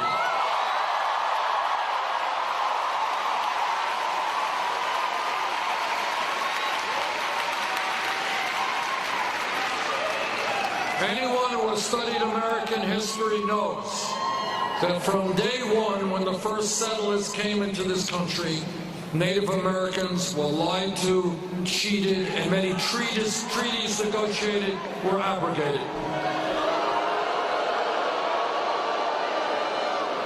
We owe the Native American people a debt that we can never, ever repay.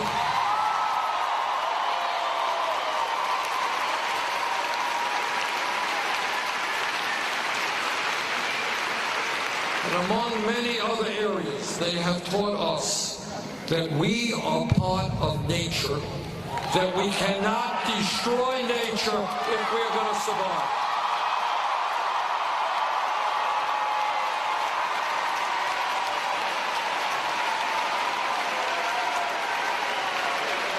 I was just talking to a woman in Wisconsin the other day, and she was telling me that some of these tribes, when they make decisions based on how it will impact the next 7 generations. And there's a lot to be learned from that. I am a member of the U.S. Senate Committee on the Environment. I have talked to scientists all over our country, all over the world. And what they have said, virtually unanimously, climate change is real.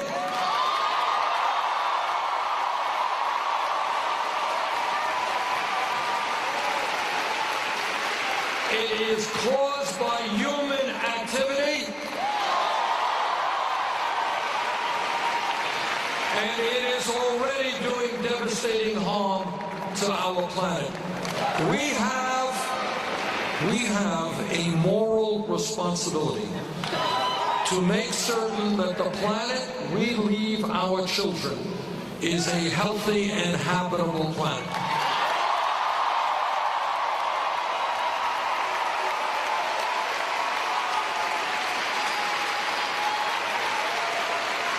And that means summoning up the courage to take on the fossil fuel industry,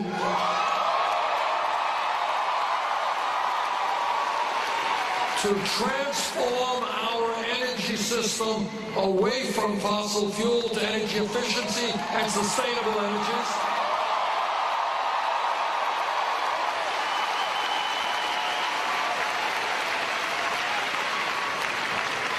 And when we do that, not only will we lead the world in combating climate change, but we'll also be creating millions of decent paying jobs.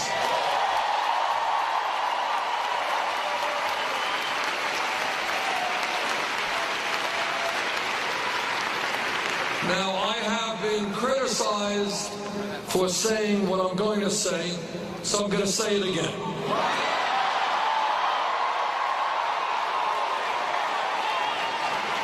And that is, health care is a right of all people, not a privilege.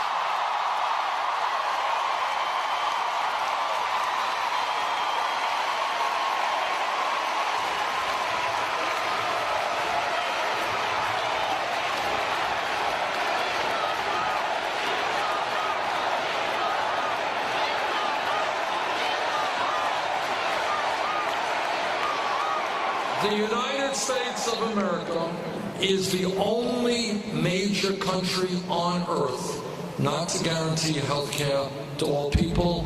Together, we are going to change that.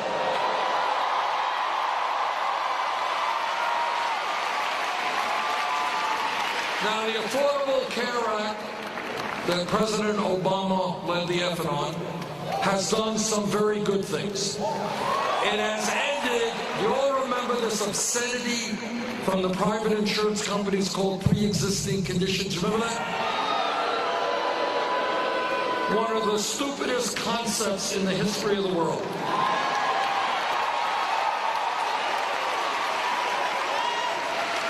And that's gone.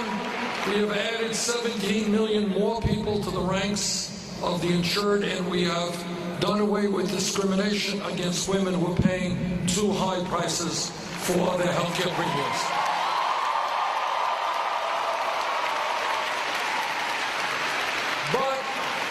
But today, despite the gains of the Affordable Care Act, 29 million people still have no health insurance.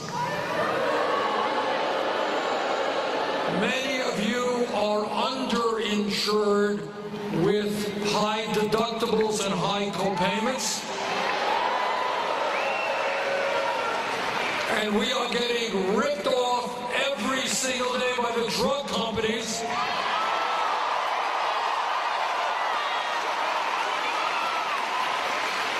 Who charge us the highest prices in the world for the medicine we use.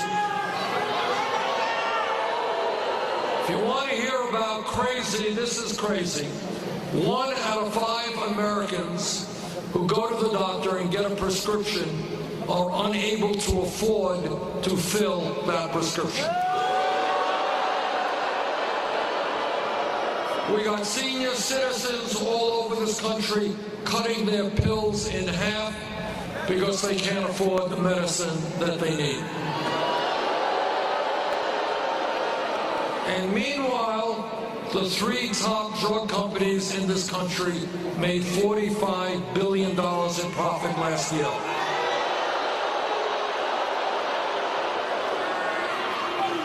And on top of all of that, we spend far more per capita on health care than do the people of any other country.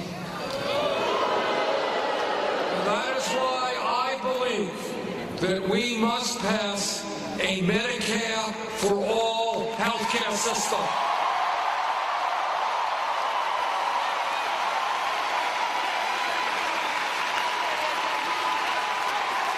Health care as a right will transform our society. It will mean that workers do not have to stay in a job they don't like just because it has decent health insurance.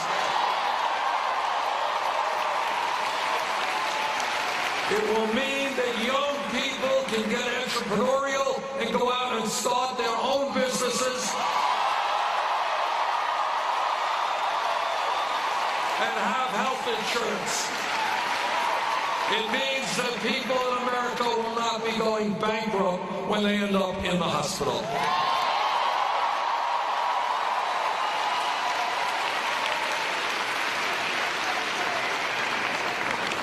Now, I know there is a lot of concern about the candidacy of Donald Trump.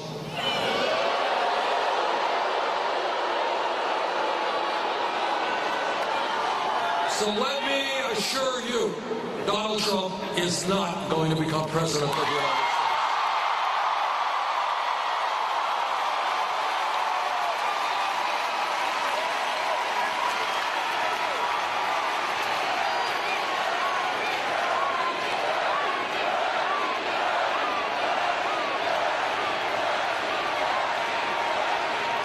He will not become president because the American people will not elect a president who insults Mexicans and Latinos, who insults Muslims and women, who insults veterans.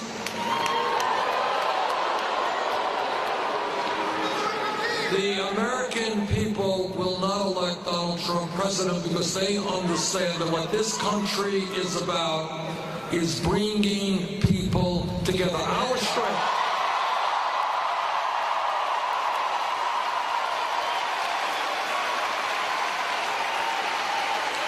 That is our strength as a people in this arena. There are people whose families come from hundreds of countries. We are different colors. We are different religions. And that is our strength as a people, coming together. And coming together always trumps dividing us up.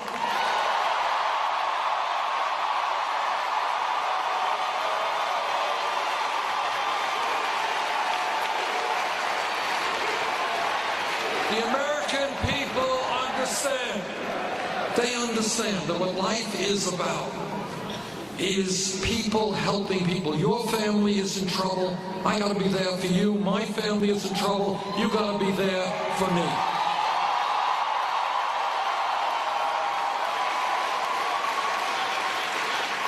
We have got to support each other. We cannot turn our backs on children who are hungry or veterans sleeping out on the street.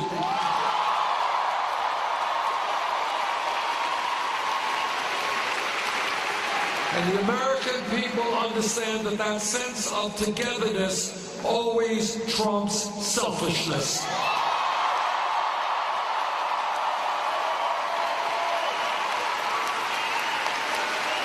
And maybe most importantly, the American people have learned what every major religion on earth has taught us. Christianity, Judaism, Islam, Buddhism, whatever the religion. What those religions have always taught us is that at the end of the day, love trumps hatred.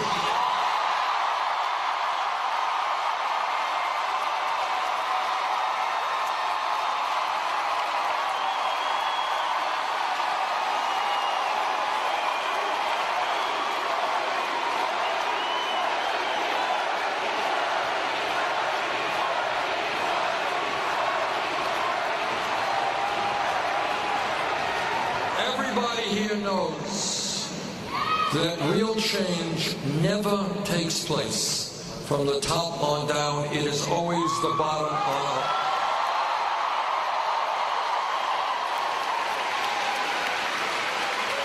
$100 years ago or more, when workers were working 7 days a week, 12 hours a day, when they were being treated like they were beasts of burden, workers came together and they said, you know what, we are going to be treated with dignity. We're going to form a union.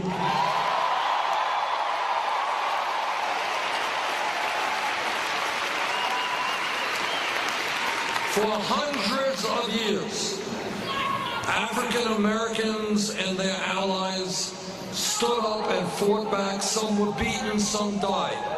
But they said together that in this country, racism and segregation and bigotry are not acceptable.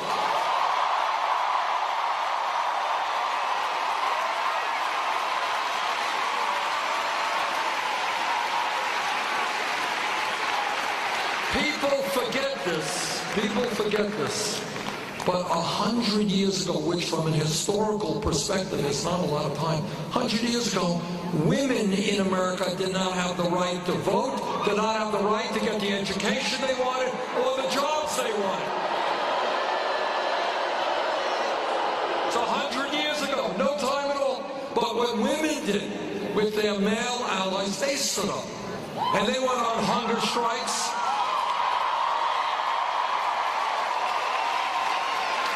They were arrested, some of them died. But together the women of this country and their male allies said that in America, women will not be treated as second-class citizens.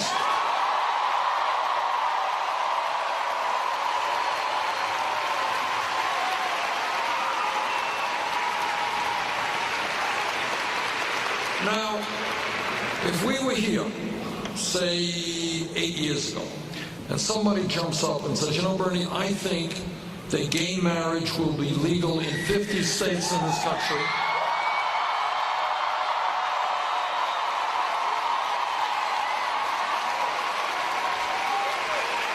The person next to him or her would have said, no, you're crazy, that can't happen. But what happened is for decades, and this is how change always happens, the gay community and their straight allies stood up, and what they said,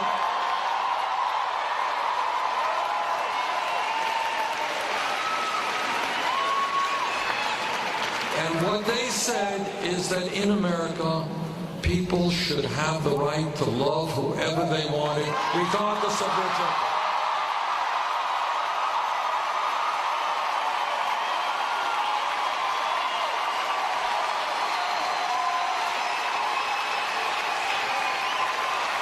But to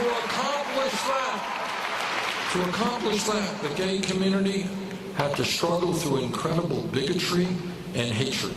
But they stood together and they fought back. Let me give you one more example, even more contemporary.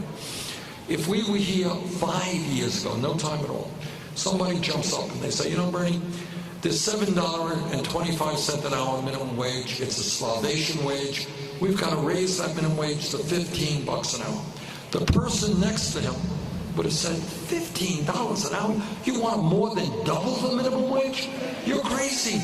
Maybe we can get $8 an hour, maybe achieving $10 an hour, 15, that's not, you're thinking too big, you're too radical. But then what happened over the last 5 years is workers in the fast food industry went out on strike.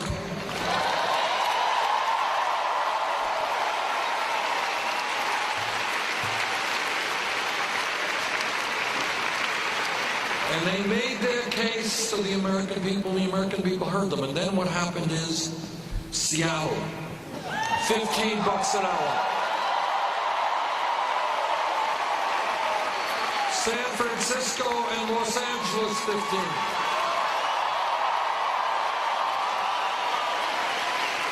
California, Oregon, and New York State, 15. If I have anything to say about it, that will be the minimum wage in 50 states in this country.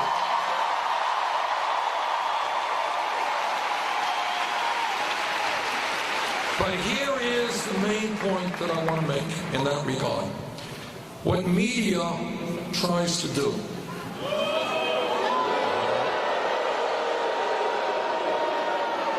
and essentially what the establishment tries to do is to kind of limit your options, to get you to think small. They give you the choice, and Congress does it, and politicians as well. And they say, well, the choice we have is should we cut education by 2% or 4%? But we don't have to accept those options. We have got to go into our own hearts. And we have got to determine what kind of country we want and what our options are.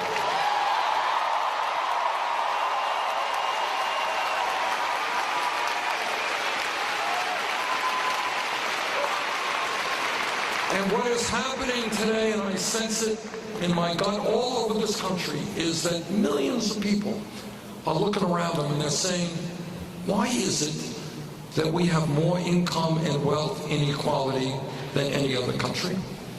Why is it that people are working longer and longer hours and almost all new income is going to the 1%?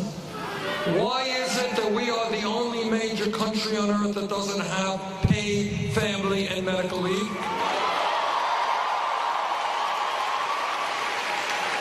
Why is it that major corporations, in some cases, make billions of dollars a year in profit, don't pay a nickel in federal taxes?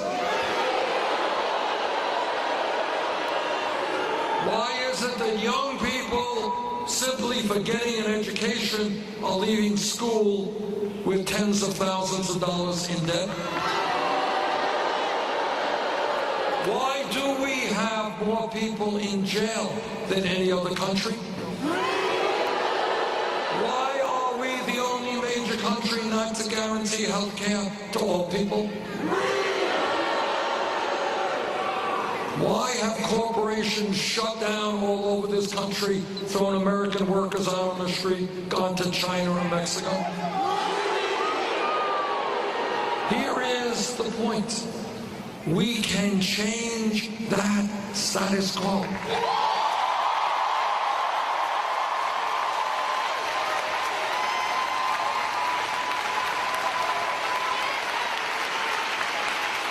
When we stand together, when we don't allow demagogues to divide us up, when we have a vision for what this country can be, and when we are prepared to fight for that vision, there is nothing that we cannot accomplish.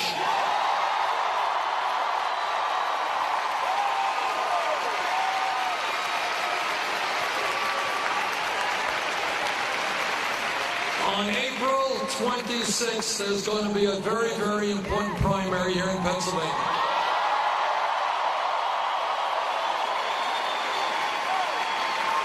And here is the truth. The truth is that when voter turnouts are high, we win. When voter turnouts are low, we lose. I hope very much that on April 26th, you will make sure that Pennsylvania is part of the political revolution. Thank you all very much.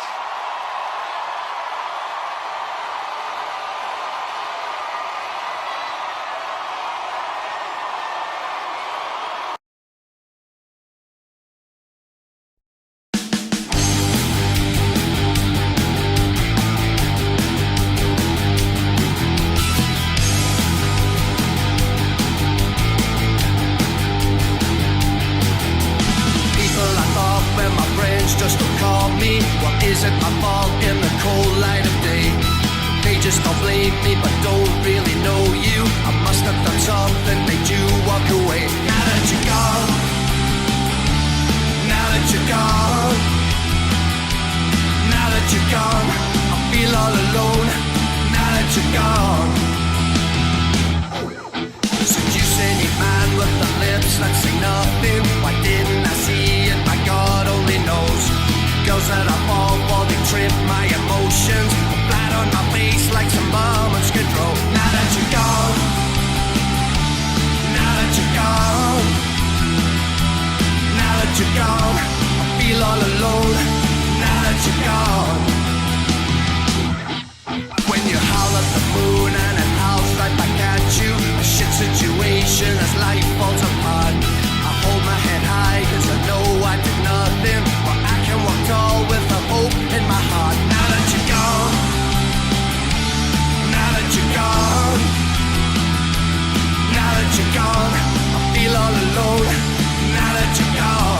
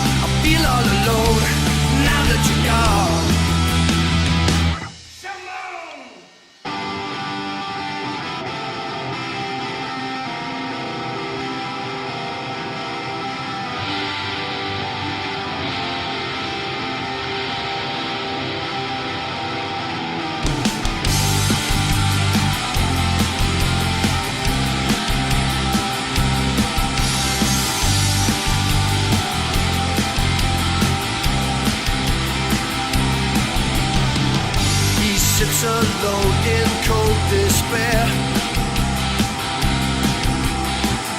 No one to talk to, no one to care. And realize the wasted years are on his face.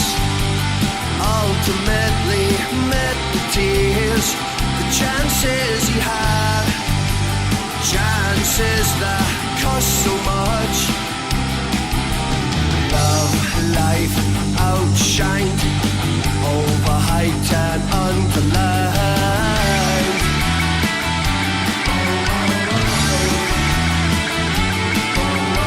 Love, life, outshined, overhyped and underlined.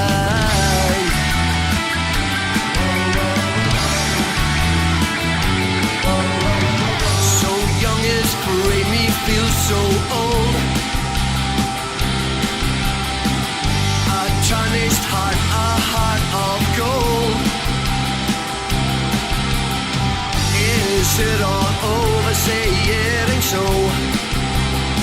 Well, how can you run? Run with nowhere to go. The chances he had, always he lost so much. Love, life, outshined, overhyped and underlined.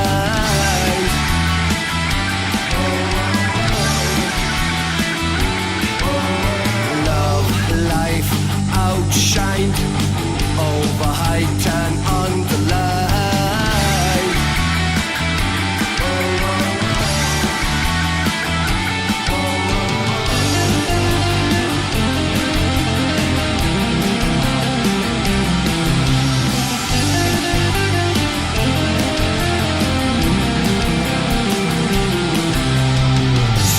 Sits alone in cold despair. Love, life outshined him in the end. Cross-examination of the situation. Take a last grasp, new direction. Kick all those broken hearts right into touch.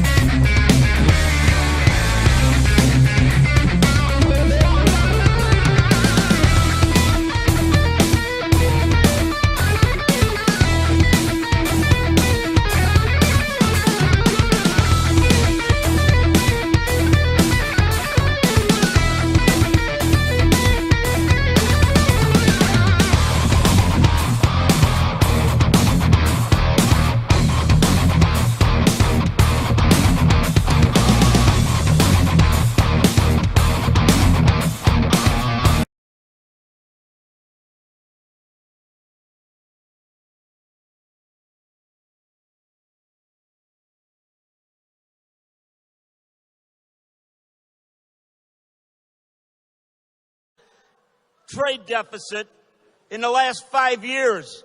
It's got to end. That's what the light was telling us. And that light has slowly gained steam, and it's rolled across America. And finally, it's manifested. Finally, it's here. Finally made it to New York. Our native son is here now. Our native son, a guy born and raised in New York, who doesn't apologize. He doesn't apologize to anybody for anything that America has done. He does not appease. And he certainly doesn't take a back seat to anyone. And fine, he may be different, he may be a little bit rough, but we like strong men. We love leaders.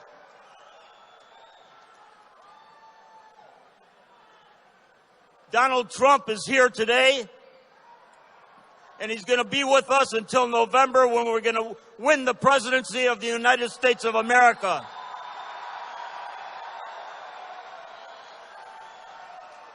And God bless Donald Trump, and God bless the United States of America.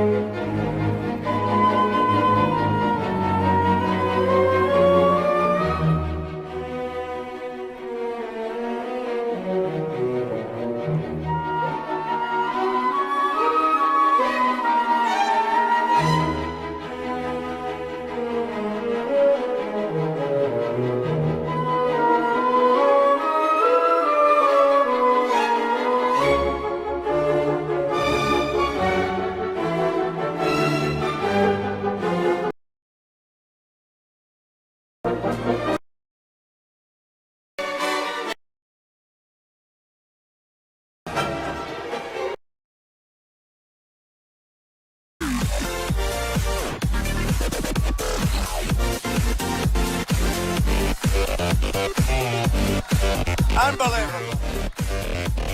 Unbelievable. Oh, well.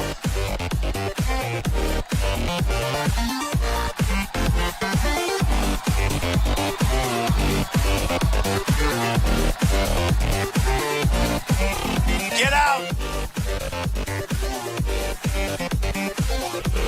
You know, in the old days, which isn't so long ago, when we were less politically correct, that kind of stuff wouldn't have happened.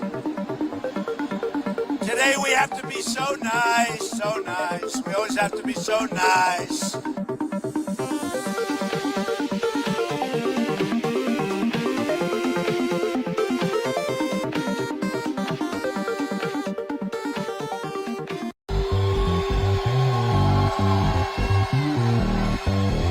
All right, get him out. Get him out. Get him out. Get him out. Get him out of here. Out, out, out.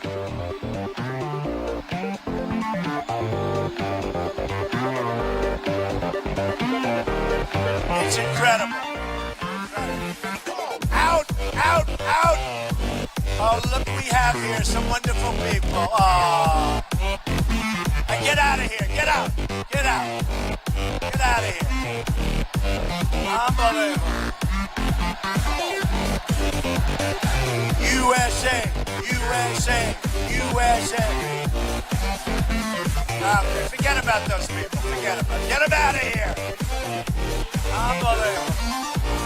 Out. Out. Out. Oh, we have another wise guy. Go ahead. Get him the hell out. Get him out.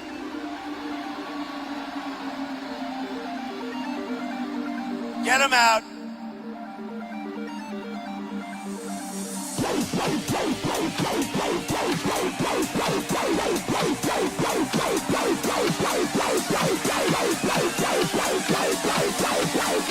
Incredible. All right. Get him out of here. Go on. Get out. Out. Out. Out. Unbelievable. Hillary Clinton does not have. Oh, get out of here. Get out of here. These people. Get out of here. Get out. Out. Out. Out. Unbelievable. Get out.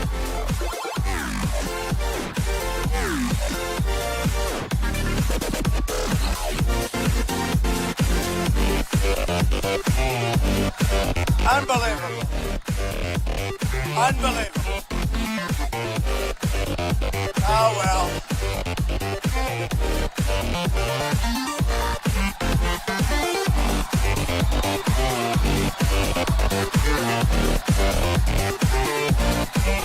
Get out. You know, in the old days, which isn't so long ago, when we were less politically correct, that kind of stuff wouldn't have happened. Today we have to be so nice, so nice. We always have to be so nice.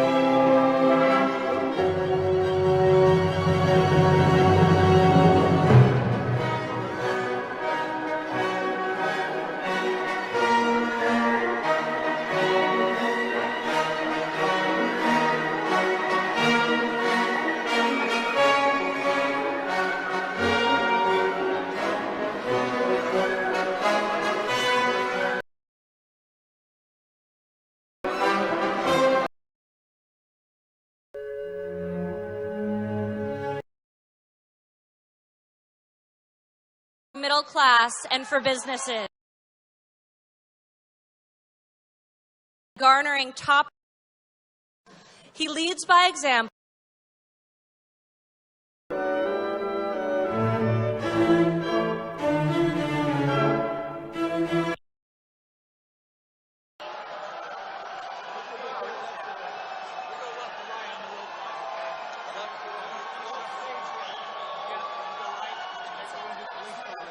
Good evening, New York. It is very, very, very nice to be home. I'm excited tonight to introduce my father. There's a lot of things that make Donald Trump special to me as a parent and as a mentor, but the most important is the strength of his character. As a young girl growing up, my father always told me that I could do anything that I'd set my mind to. He meant it. He's employed tens of thousands of people over the years, and he's inspired them to do extraordinary things. Many of those people live and work right here in New York, where my father himself was born.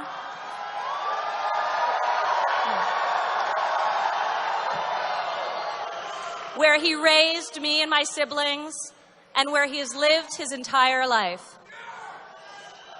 My father has the strength to make hard decisions and to motivate those around him to achieve the impossible. He leads by example and will outwork anyone in any room. My father has also succeeded at the highest level in a vast number of industries because the common denominator is him. His vision, his passion, his work ethic, and his absolute refusal to take no for an answer. We have seen this time and time again right here in New York, more times than I can list tonight. We saw it when he took over Wallman Rink in Central Park, a project that had failed for almost a decade to get built despite many attempts by the city, and then he completed it within 3 months and under budget.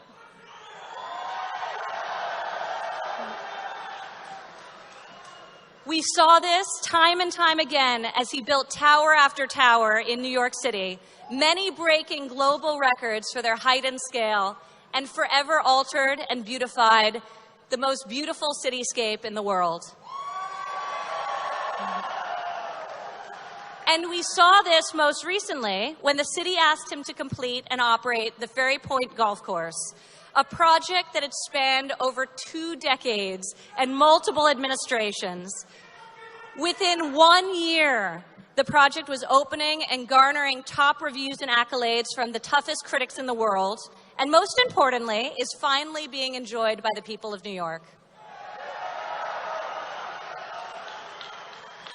His great success here in New York and around the globe has been the result of his bold vision and tenacious spirit. He is a brilliant negotiator and deal maker, and countless times I've stood by his side and watched him do deals that were seemingly impossible to get done. That determination will make him a strong and, very importantly, a highly effective president.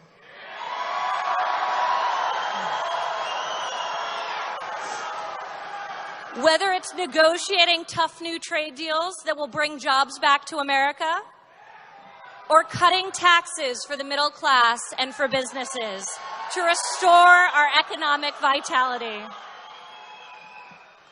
My father, as he's done his whole life, will work tirelessly, and he'll work tirelessly for the people of this country.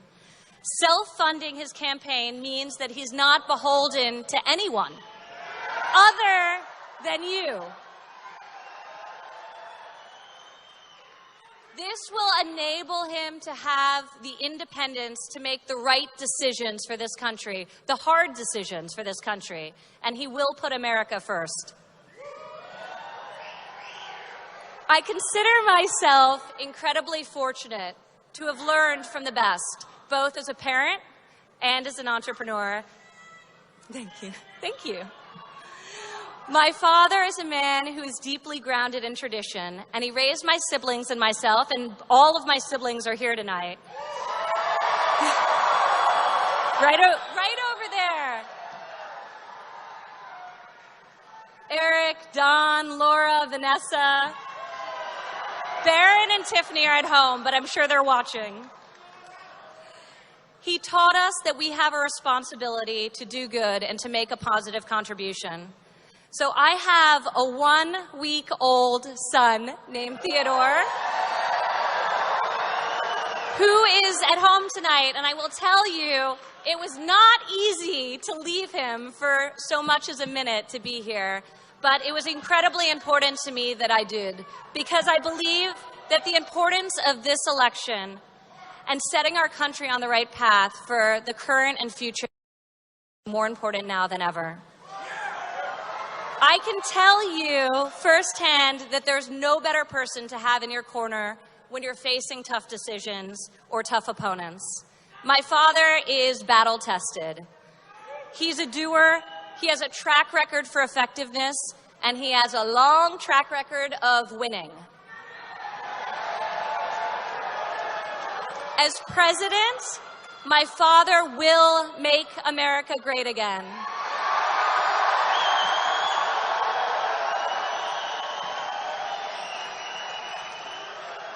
Now we have a little video, and then the man himself is going to come out. Thank you, everyone. Thank you, New York. We love you.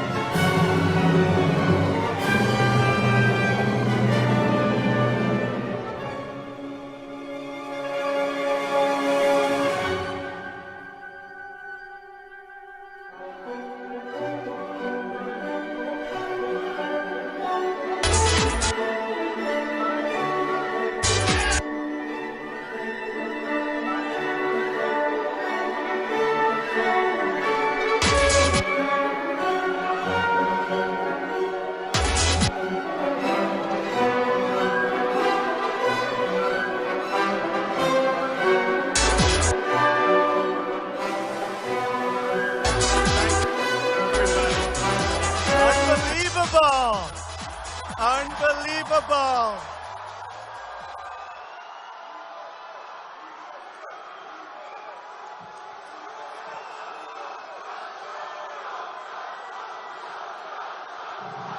Thank you so much.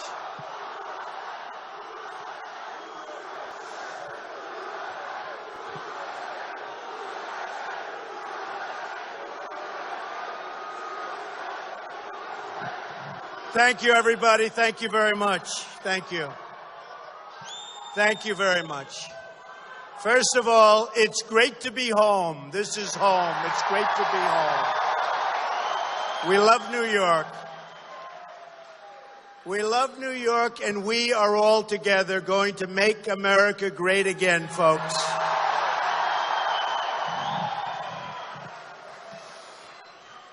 So, I was driving over from Manhattan, and I passed Queens. I love Queens. Do we have a lot of Queens?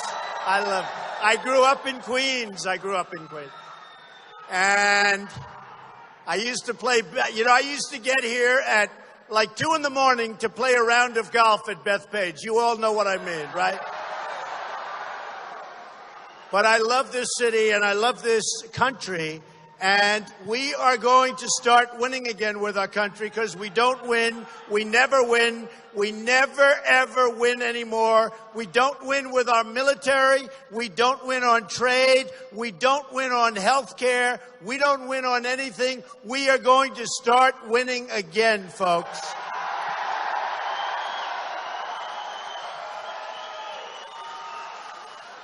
So in coming up, I said to myself and I said to some of the people when we were in the car, I said, I'm self-funding my campaign. I'm putting my own money in, right?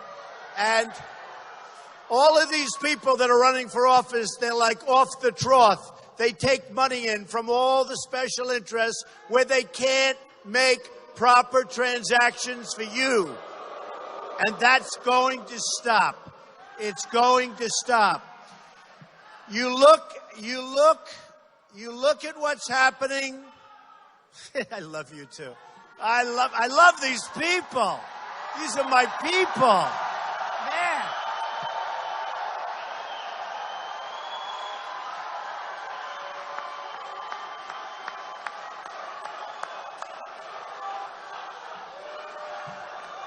I've got so many family members here today. Look at that.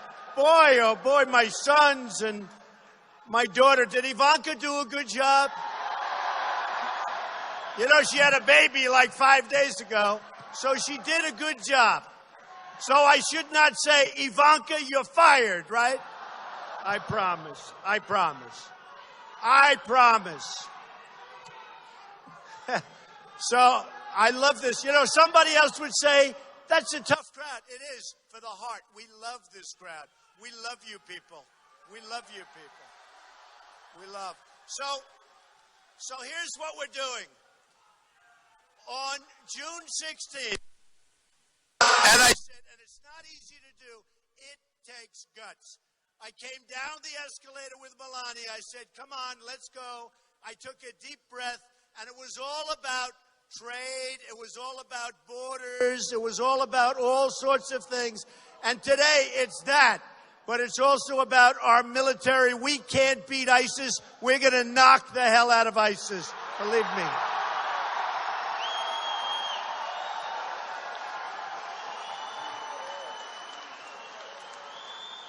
Can you imagine what our great generals, General George Patton, General Douglas MacArthur, can you imagine what they'd be saying if they saw what's going on with what we're doing and the way we fight? We don't fight like people from Long Island. we don't fight like people from New York. So we're going to rebuild our military. It's totally depleted. You know it. We know it. They don't like talking about it. We are going to rebuild our military. It's going to be bigger and better and stronger than ever before, and nobody is going to mess with us. Nobody. And very, very important, we're going to take care of our vets. Our vets are not taken care of.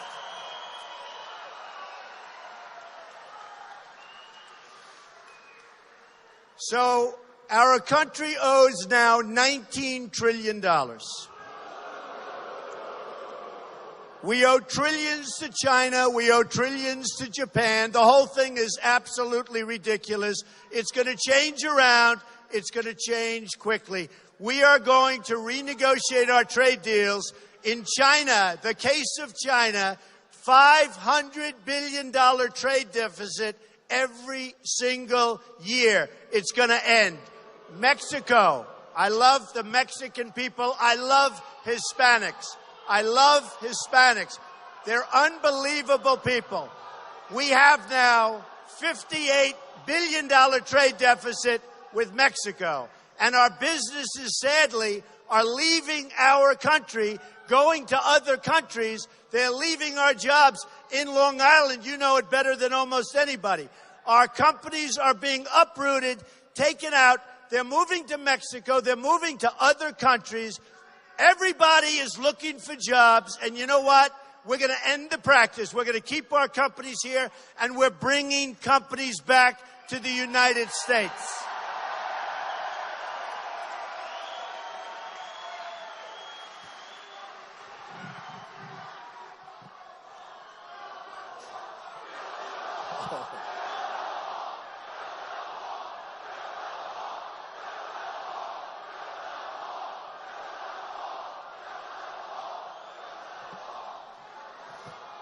We are going to have a strong border. We are going to build the wall. It will be a real wall. A real wall.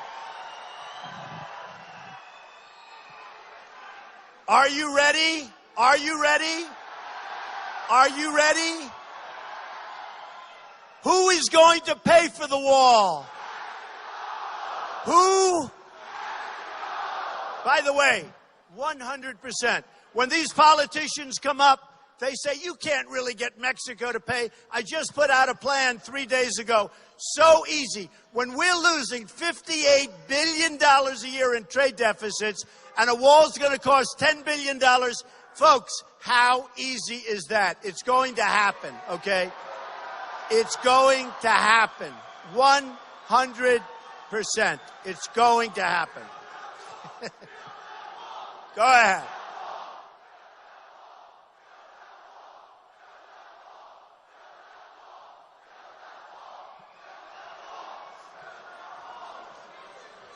Never changes. Hey, New York, it's called New York. It never, ever will change. So, what's happened, and very strongly what's happened, we are going to have those strong borders, just as you saw last week. The Border Patrol, 16,500 people in the Border Patrol endorsed, and I didn't even ask, endorsed Donald Trump for president.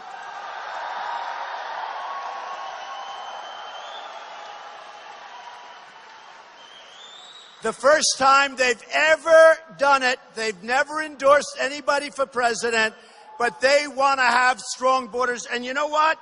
I thought to myself, has anybody heard the snake? Has anyone heard of it? Have you heard? Should we do it? Should we do it? All right. The main thing, can you hear me all the way in the back? Can you hear me? Can anybody not hear me clearly? All right.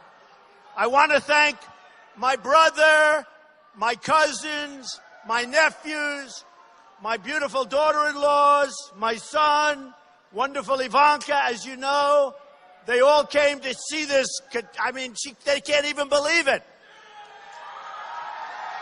You know, Lion Ted Cruz came today. He couldn't draw 100 people. 100 people. He could, I'm telling you. In fact, it was a big headline today in the New York Post. He couldn't draw 100 people. Now, do you remember? Do you remember?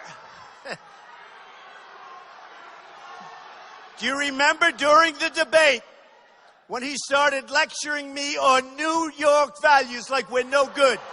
Like we're no good. And I started talking to him about the World Trade Center, the bravery, the incredible bravery of everybody, our police, our firemen, our everybody.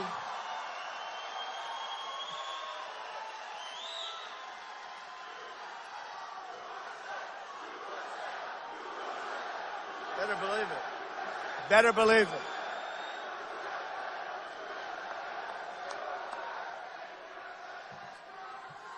So I looked at him and started talking about our incredible police, our incredible firefighters, our incredible people, our unbelievable construction workers. Who could have done that? Who could have rebuilt that whole? There was never anything like it in this country. The worst attack in the history of the United States. The bravery that was shown was incredible. We all lived through it. We all know people that died. And I've got this guy standing over there looking at me, talking about New York values with scorn in his face, with hatred of New York. So, folks, I think you can forget about him. You can forget about him.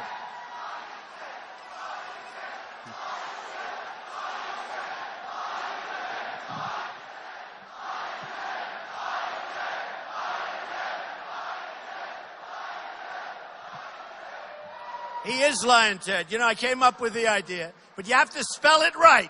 It's Lyin apostrophe, Lion Ted. The Bible held high. He puts it down and then he lies.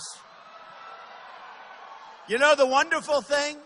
He lies like crazy, but most of the time I win the evangelical vote.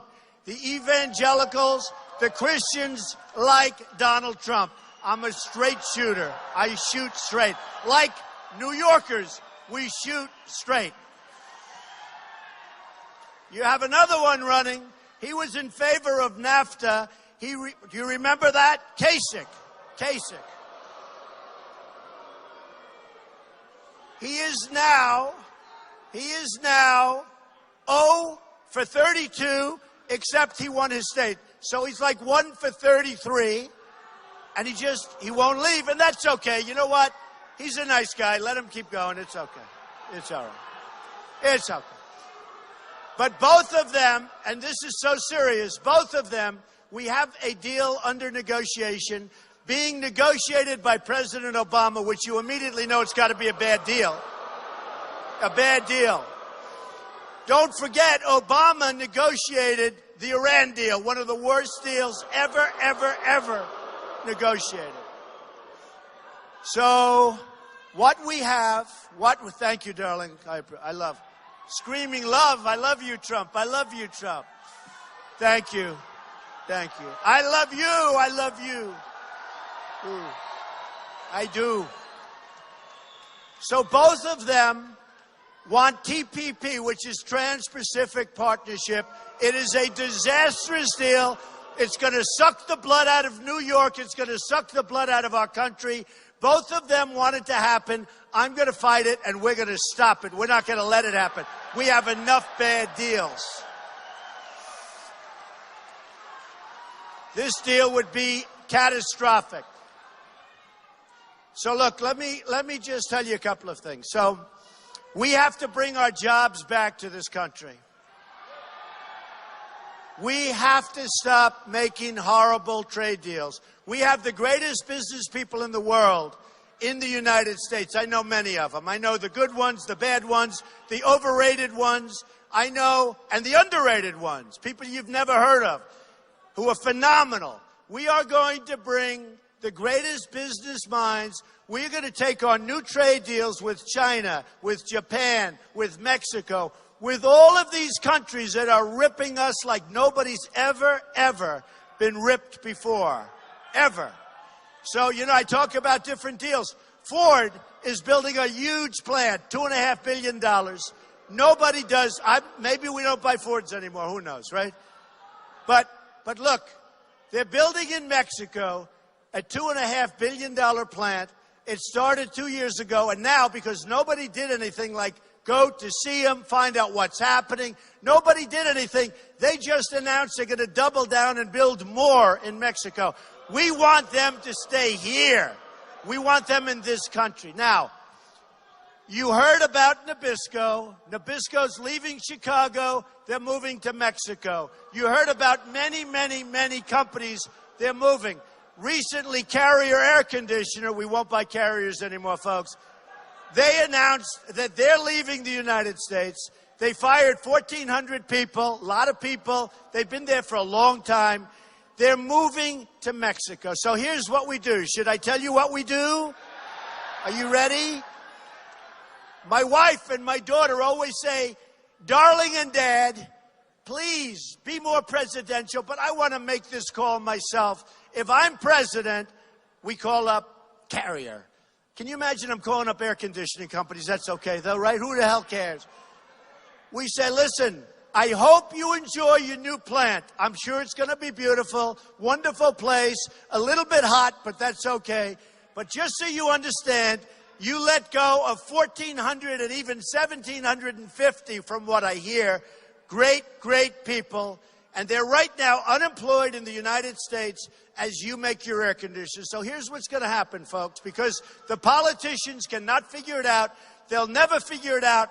And beside that, they're paid off with campaign contributions. So even if they do figure it out, they're not going to do anything about it, okay?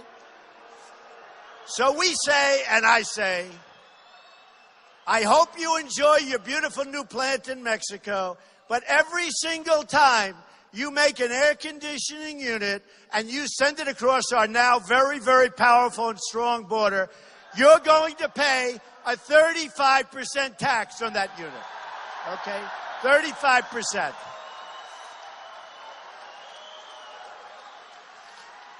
And here's what is going to happen. If it's not me, if it's somebody else, or how about Hillary? How bad is Hillary? How bad? How bad is Hillary? How bad? So if it's Hillary, or if it's Cruz, it can't be Cruz. It never went. By the way, I will beat Hillary so badly in the general election.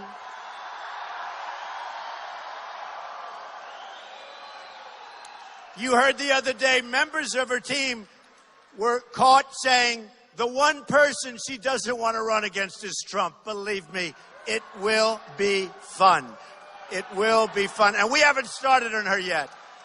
The only time I really started on her was 2 months ago. And believe me, her and Bill had a bad evening. Believe me.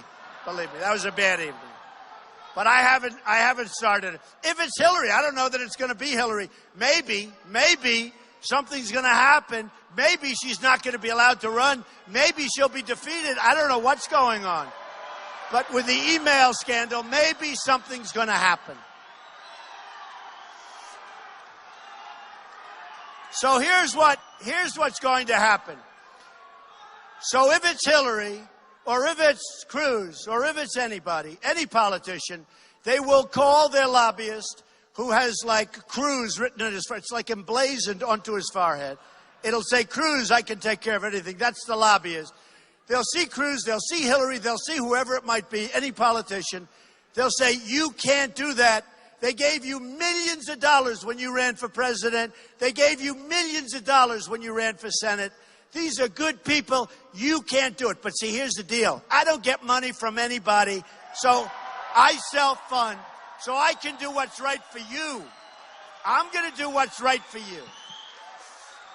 So with Carrier, as an example, and I could use Ford or I could use hundreds and hundreds of, I tell Carrier that They will call me back and they'll put a little pressure, but it's no pressure. No pressure works on me. Pressure doesn't work on me. But I'll tell you what they're going to do is I will say, no, you don't understand. It's a 35% tax. They're going to say, Mr. President, we've decided not to leave the United States. That's what it is. So simple.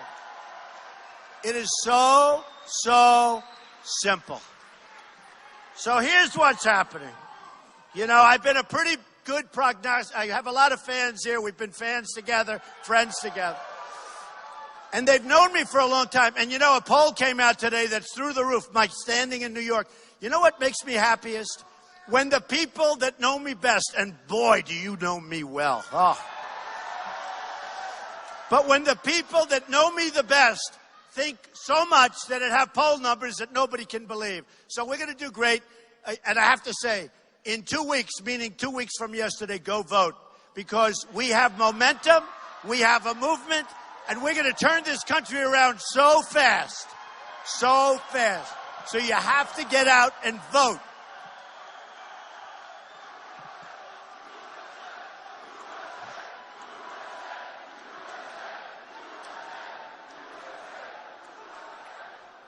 So, I've been calling a lot of shots right. I wrote a book in 2000, and in 2000 I talked about Osama bin Laden.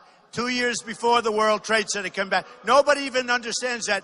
Every once in a while, one of these political pundits will say, that's amazing. Trump was talking about him before he knocked down the World Trade Center.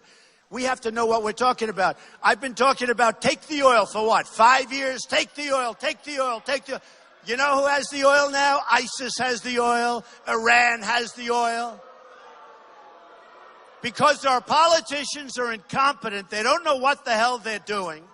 And you know, it's so unfair because the press is so dirty. The press is so bad. I was asked...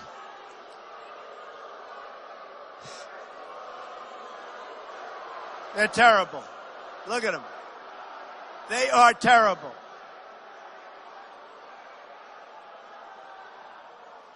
No, they're terrible people. And by the way, we have 15,000 people. We have another 5,000 outside. They're never going to show it. They're never going to show it. You'll go home to your families tonight. You'll say it was unbelievable. And your wife or your husband will say, darling, were there many people there? And you know why she won't know? Because she watched it on television. It's on all the televisions. It's all live. I'm always making these live speeches. It's crazy. I'd love to do it like the other guys. Nobody covers them. They can just go over and over and boring. But nobody shows up. But you're going to go home tonight, and your wife or husband will say, were there many people there? Because the cameras never want to scan my audiences because they're so big and so incredible.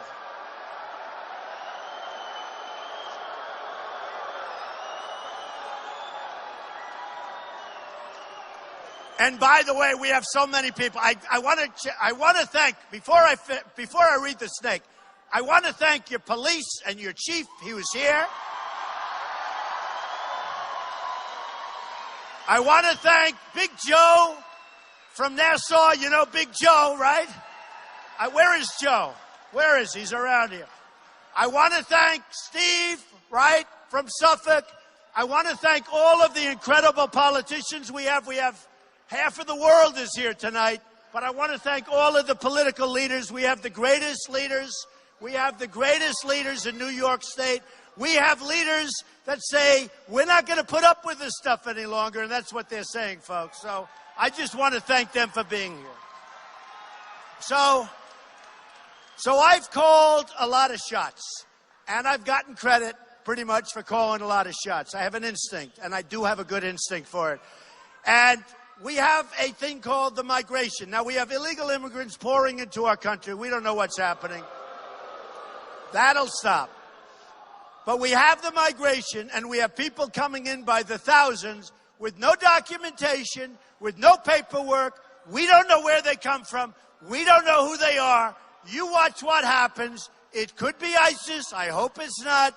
But you watch what happens. You see what happened in Paris. You see what happened in California with the two young people, got married, they worked, they shot 14 people, killed them, they became radicalized, And we're not gonna put up with it, folks. We're not going to put up with it.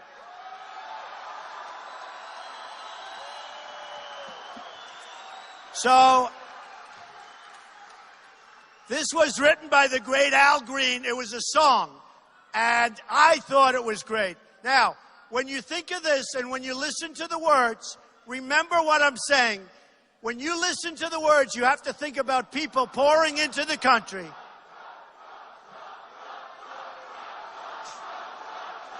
Thank you. That's all right. You know, out of 17,000 people, I think we have one. That'll be headlines tomorrow. Okay. That's all right.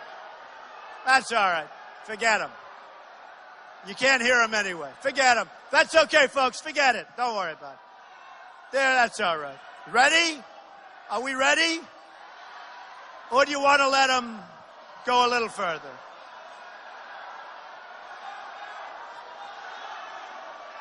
You want him out? All right. Get him out. Get him out, please.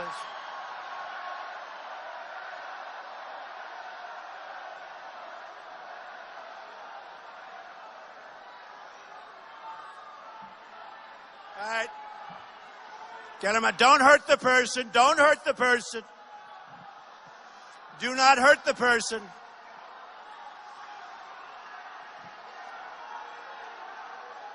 Yeah, don't hurt him. Don't hurt him.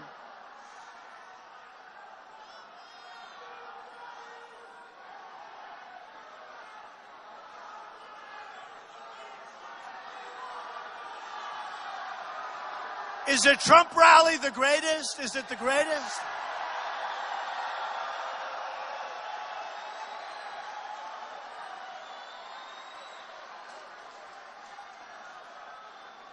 All right, good. Get him out.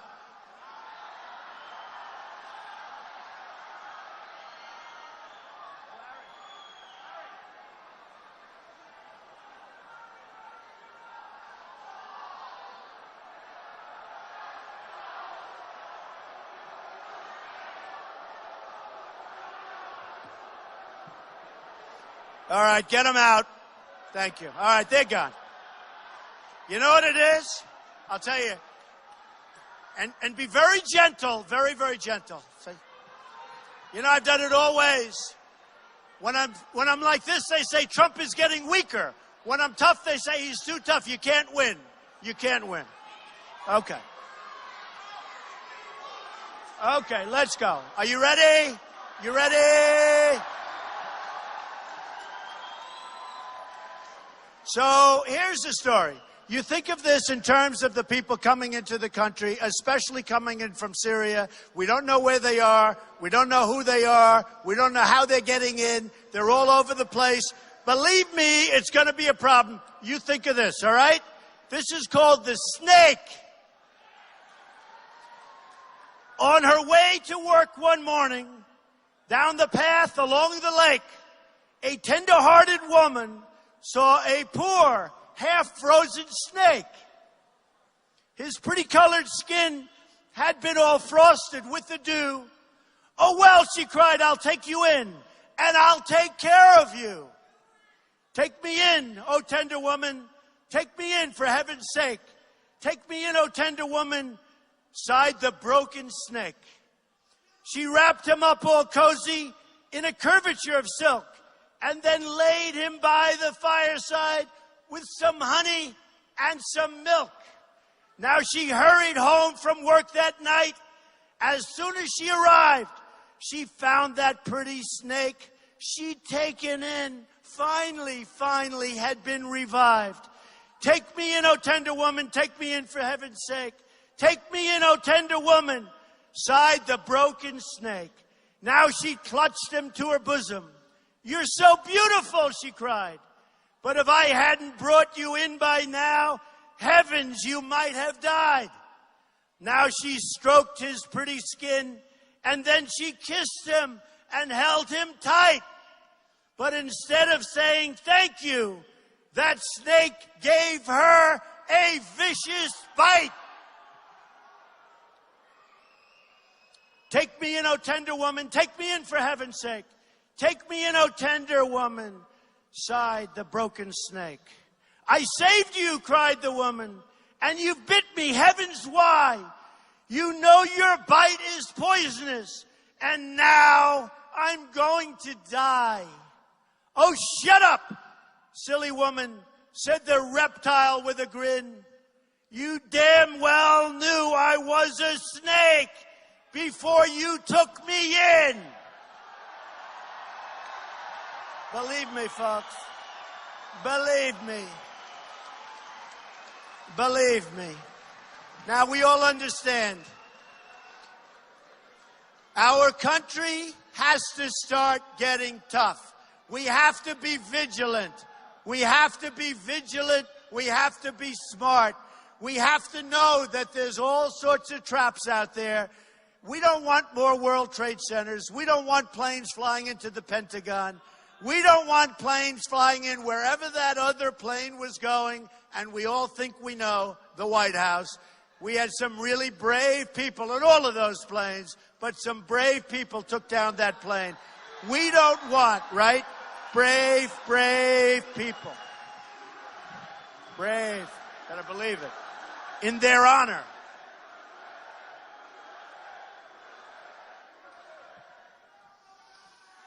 So, we're going to be smart. We're going to be tough. We're going to be vigilant. We're not going to be politically correct all the time. Politically correct.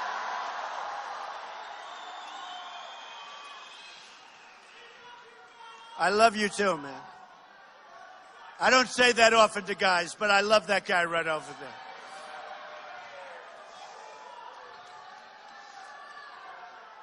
So we're going to do a lot of things if I win.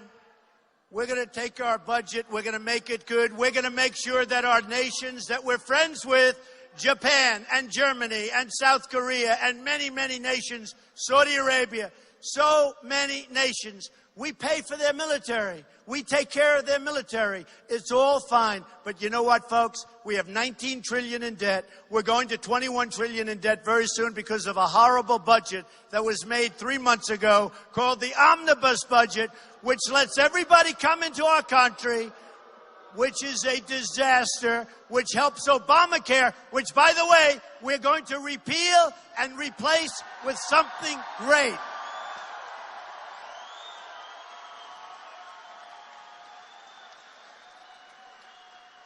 So, we're...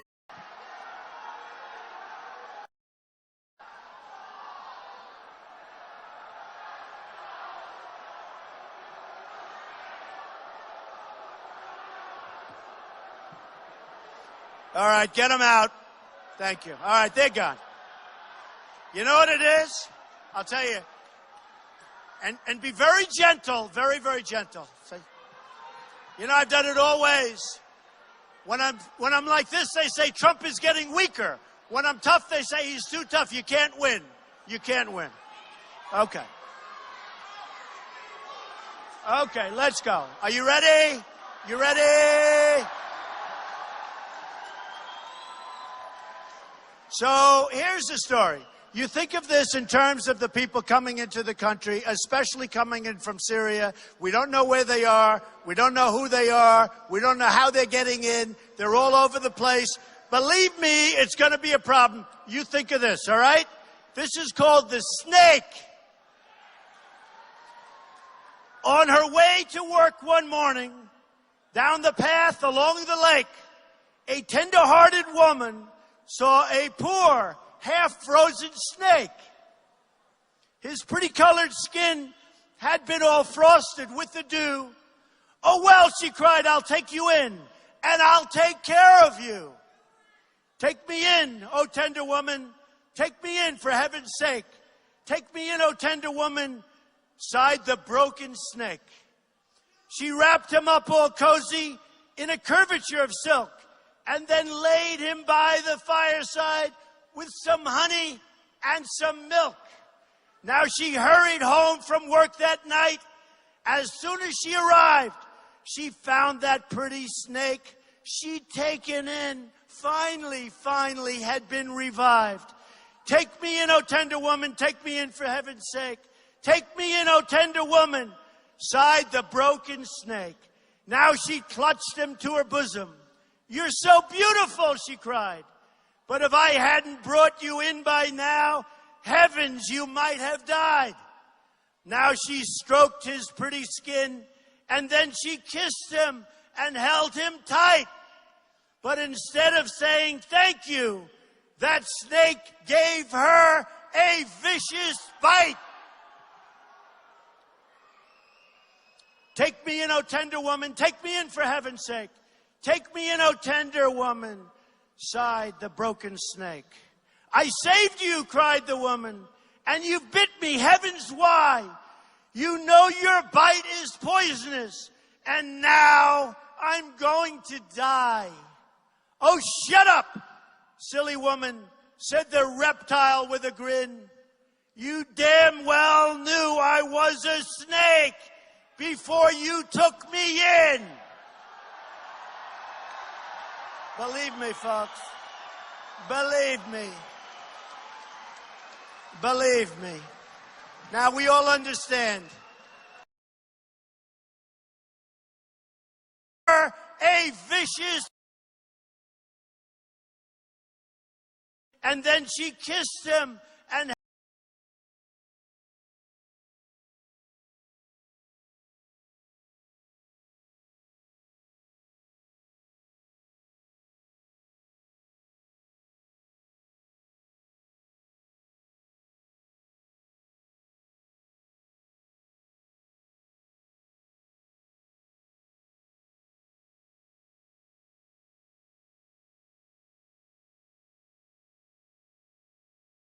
held him tight.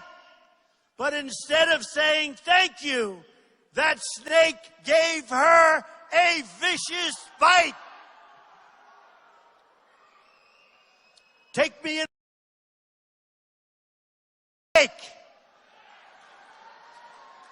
On her way to work one morning, down the path along the lake, a tender-hearted woman saw a poor, half-frozen snake. His pretty colored skin had been all frosted with the dew. Oh, well, she cried, I'll take you in, and I'll take care of you. Take me in, oh tender woman. Take me in, for heaven's sake. Take me in, oh tender woman, sighed the broken snake. She wrapped him up all cozy in a curvature of silk, and then laid him by the fireside with some honey and some milk. Now she hurried home from work that night. As soon as she arrived, she found that pretty snake she'd taken in finally had been revived. Take me in, O tender woman, take me in for heaven's sake. Take me in, O tender woman, sighed the broken snake. Now she clutched him to her bosom. You're so beautiful, she cried. But if I hadn't brought you in by now, heavens, you might have died. Now she stroked his pretty skin, and then she kissed him and held him tight. But instead of saying thank you, that snake gave her a vicious bite. Take me in, O tender woman, take me in for heaven's sake. Take me in, O tender woman, sighed the broken snake. I saved you, cried the woman, and you bit me, heavens why? You know your bite is poisonous, and now I'm going to die. Oh, shut up, silly woman, said the reptile with a grin. You damn well knew I was a snake before you took me in. Believe me, folks. Believe me. Believe me. Now, we all understand. Our country has to start getting tough. We have to be vigilant. We have to be vigilant. We have to be smart. We have to know that there's all sorts of traps out there. We don't want more World Trade Centers. We don't want planes flying into the Pentagon. We don't want planes flying in wherever that other plane was going, and we all think we know, the White House.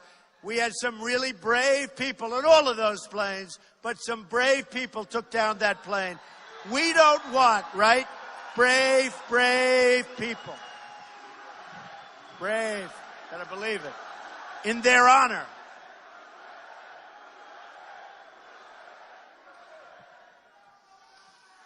So, we're going to be smart. We're going to be tough. We're going to be vigilant. We're not going to be politically correct all the time. Politically correct.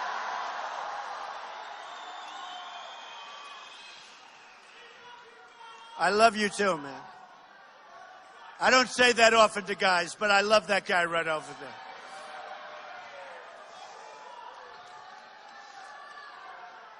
So we're going to do a lot of things if I win. We're going to take our budget. We're going to make it good. We're going to make sure that our nations that we're friends with, Japan and Germany and South Korea and many, many nations, Saudi Arabia, so many nations, we pay for their military. We take care of their military. It's all fine. But you know what, folks? We have 19 trillion in debt. We're going to 21 trillion in debt very soon because of a horrible budget that was made 3 months ago called the omnibus budget, which lets everybody come into our country, which is a disaster, which helps Obamacare, which, by the way, we're going to repeal and replace with something great.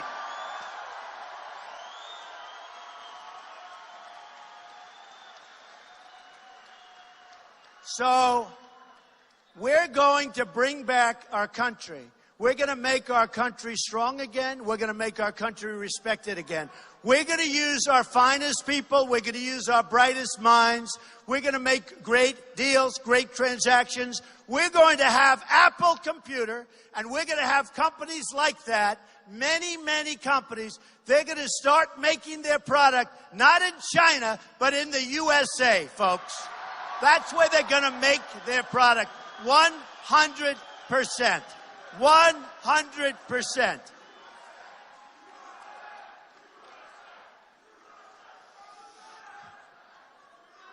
So here's the story. Here's the story in a nutshell.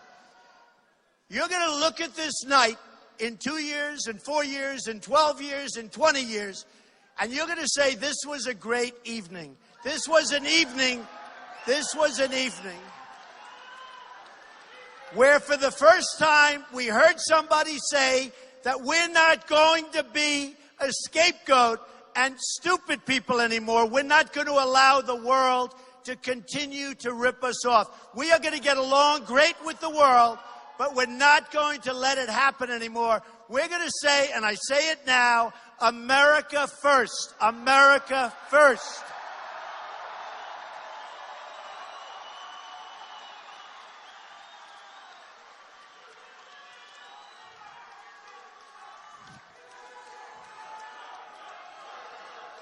It'll happen too, folks.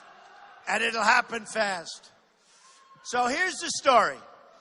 You're going to remember this evening, and hopefully every single person in this room and people that you know that aren't in this room, next Tuesday, meaning in 12 days, you're going to go out and vote. And you're going to say it was the most important vote that you've ever cast. You're going to be proud of your country again. You're going to be proud of your president again. We are going to start winning. We are going to win with our military. We're going to kick the hell out of ISIS.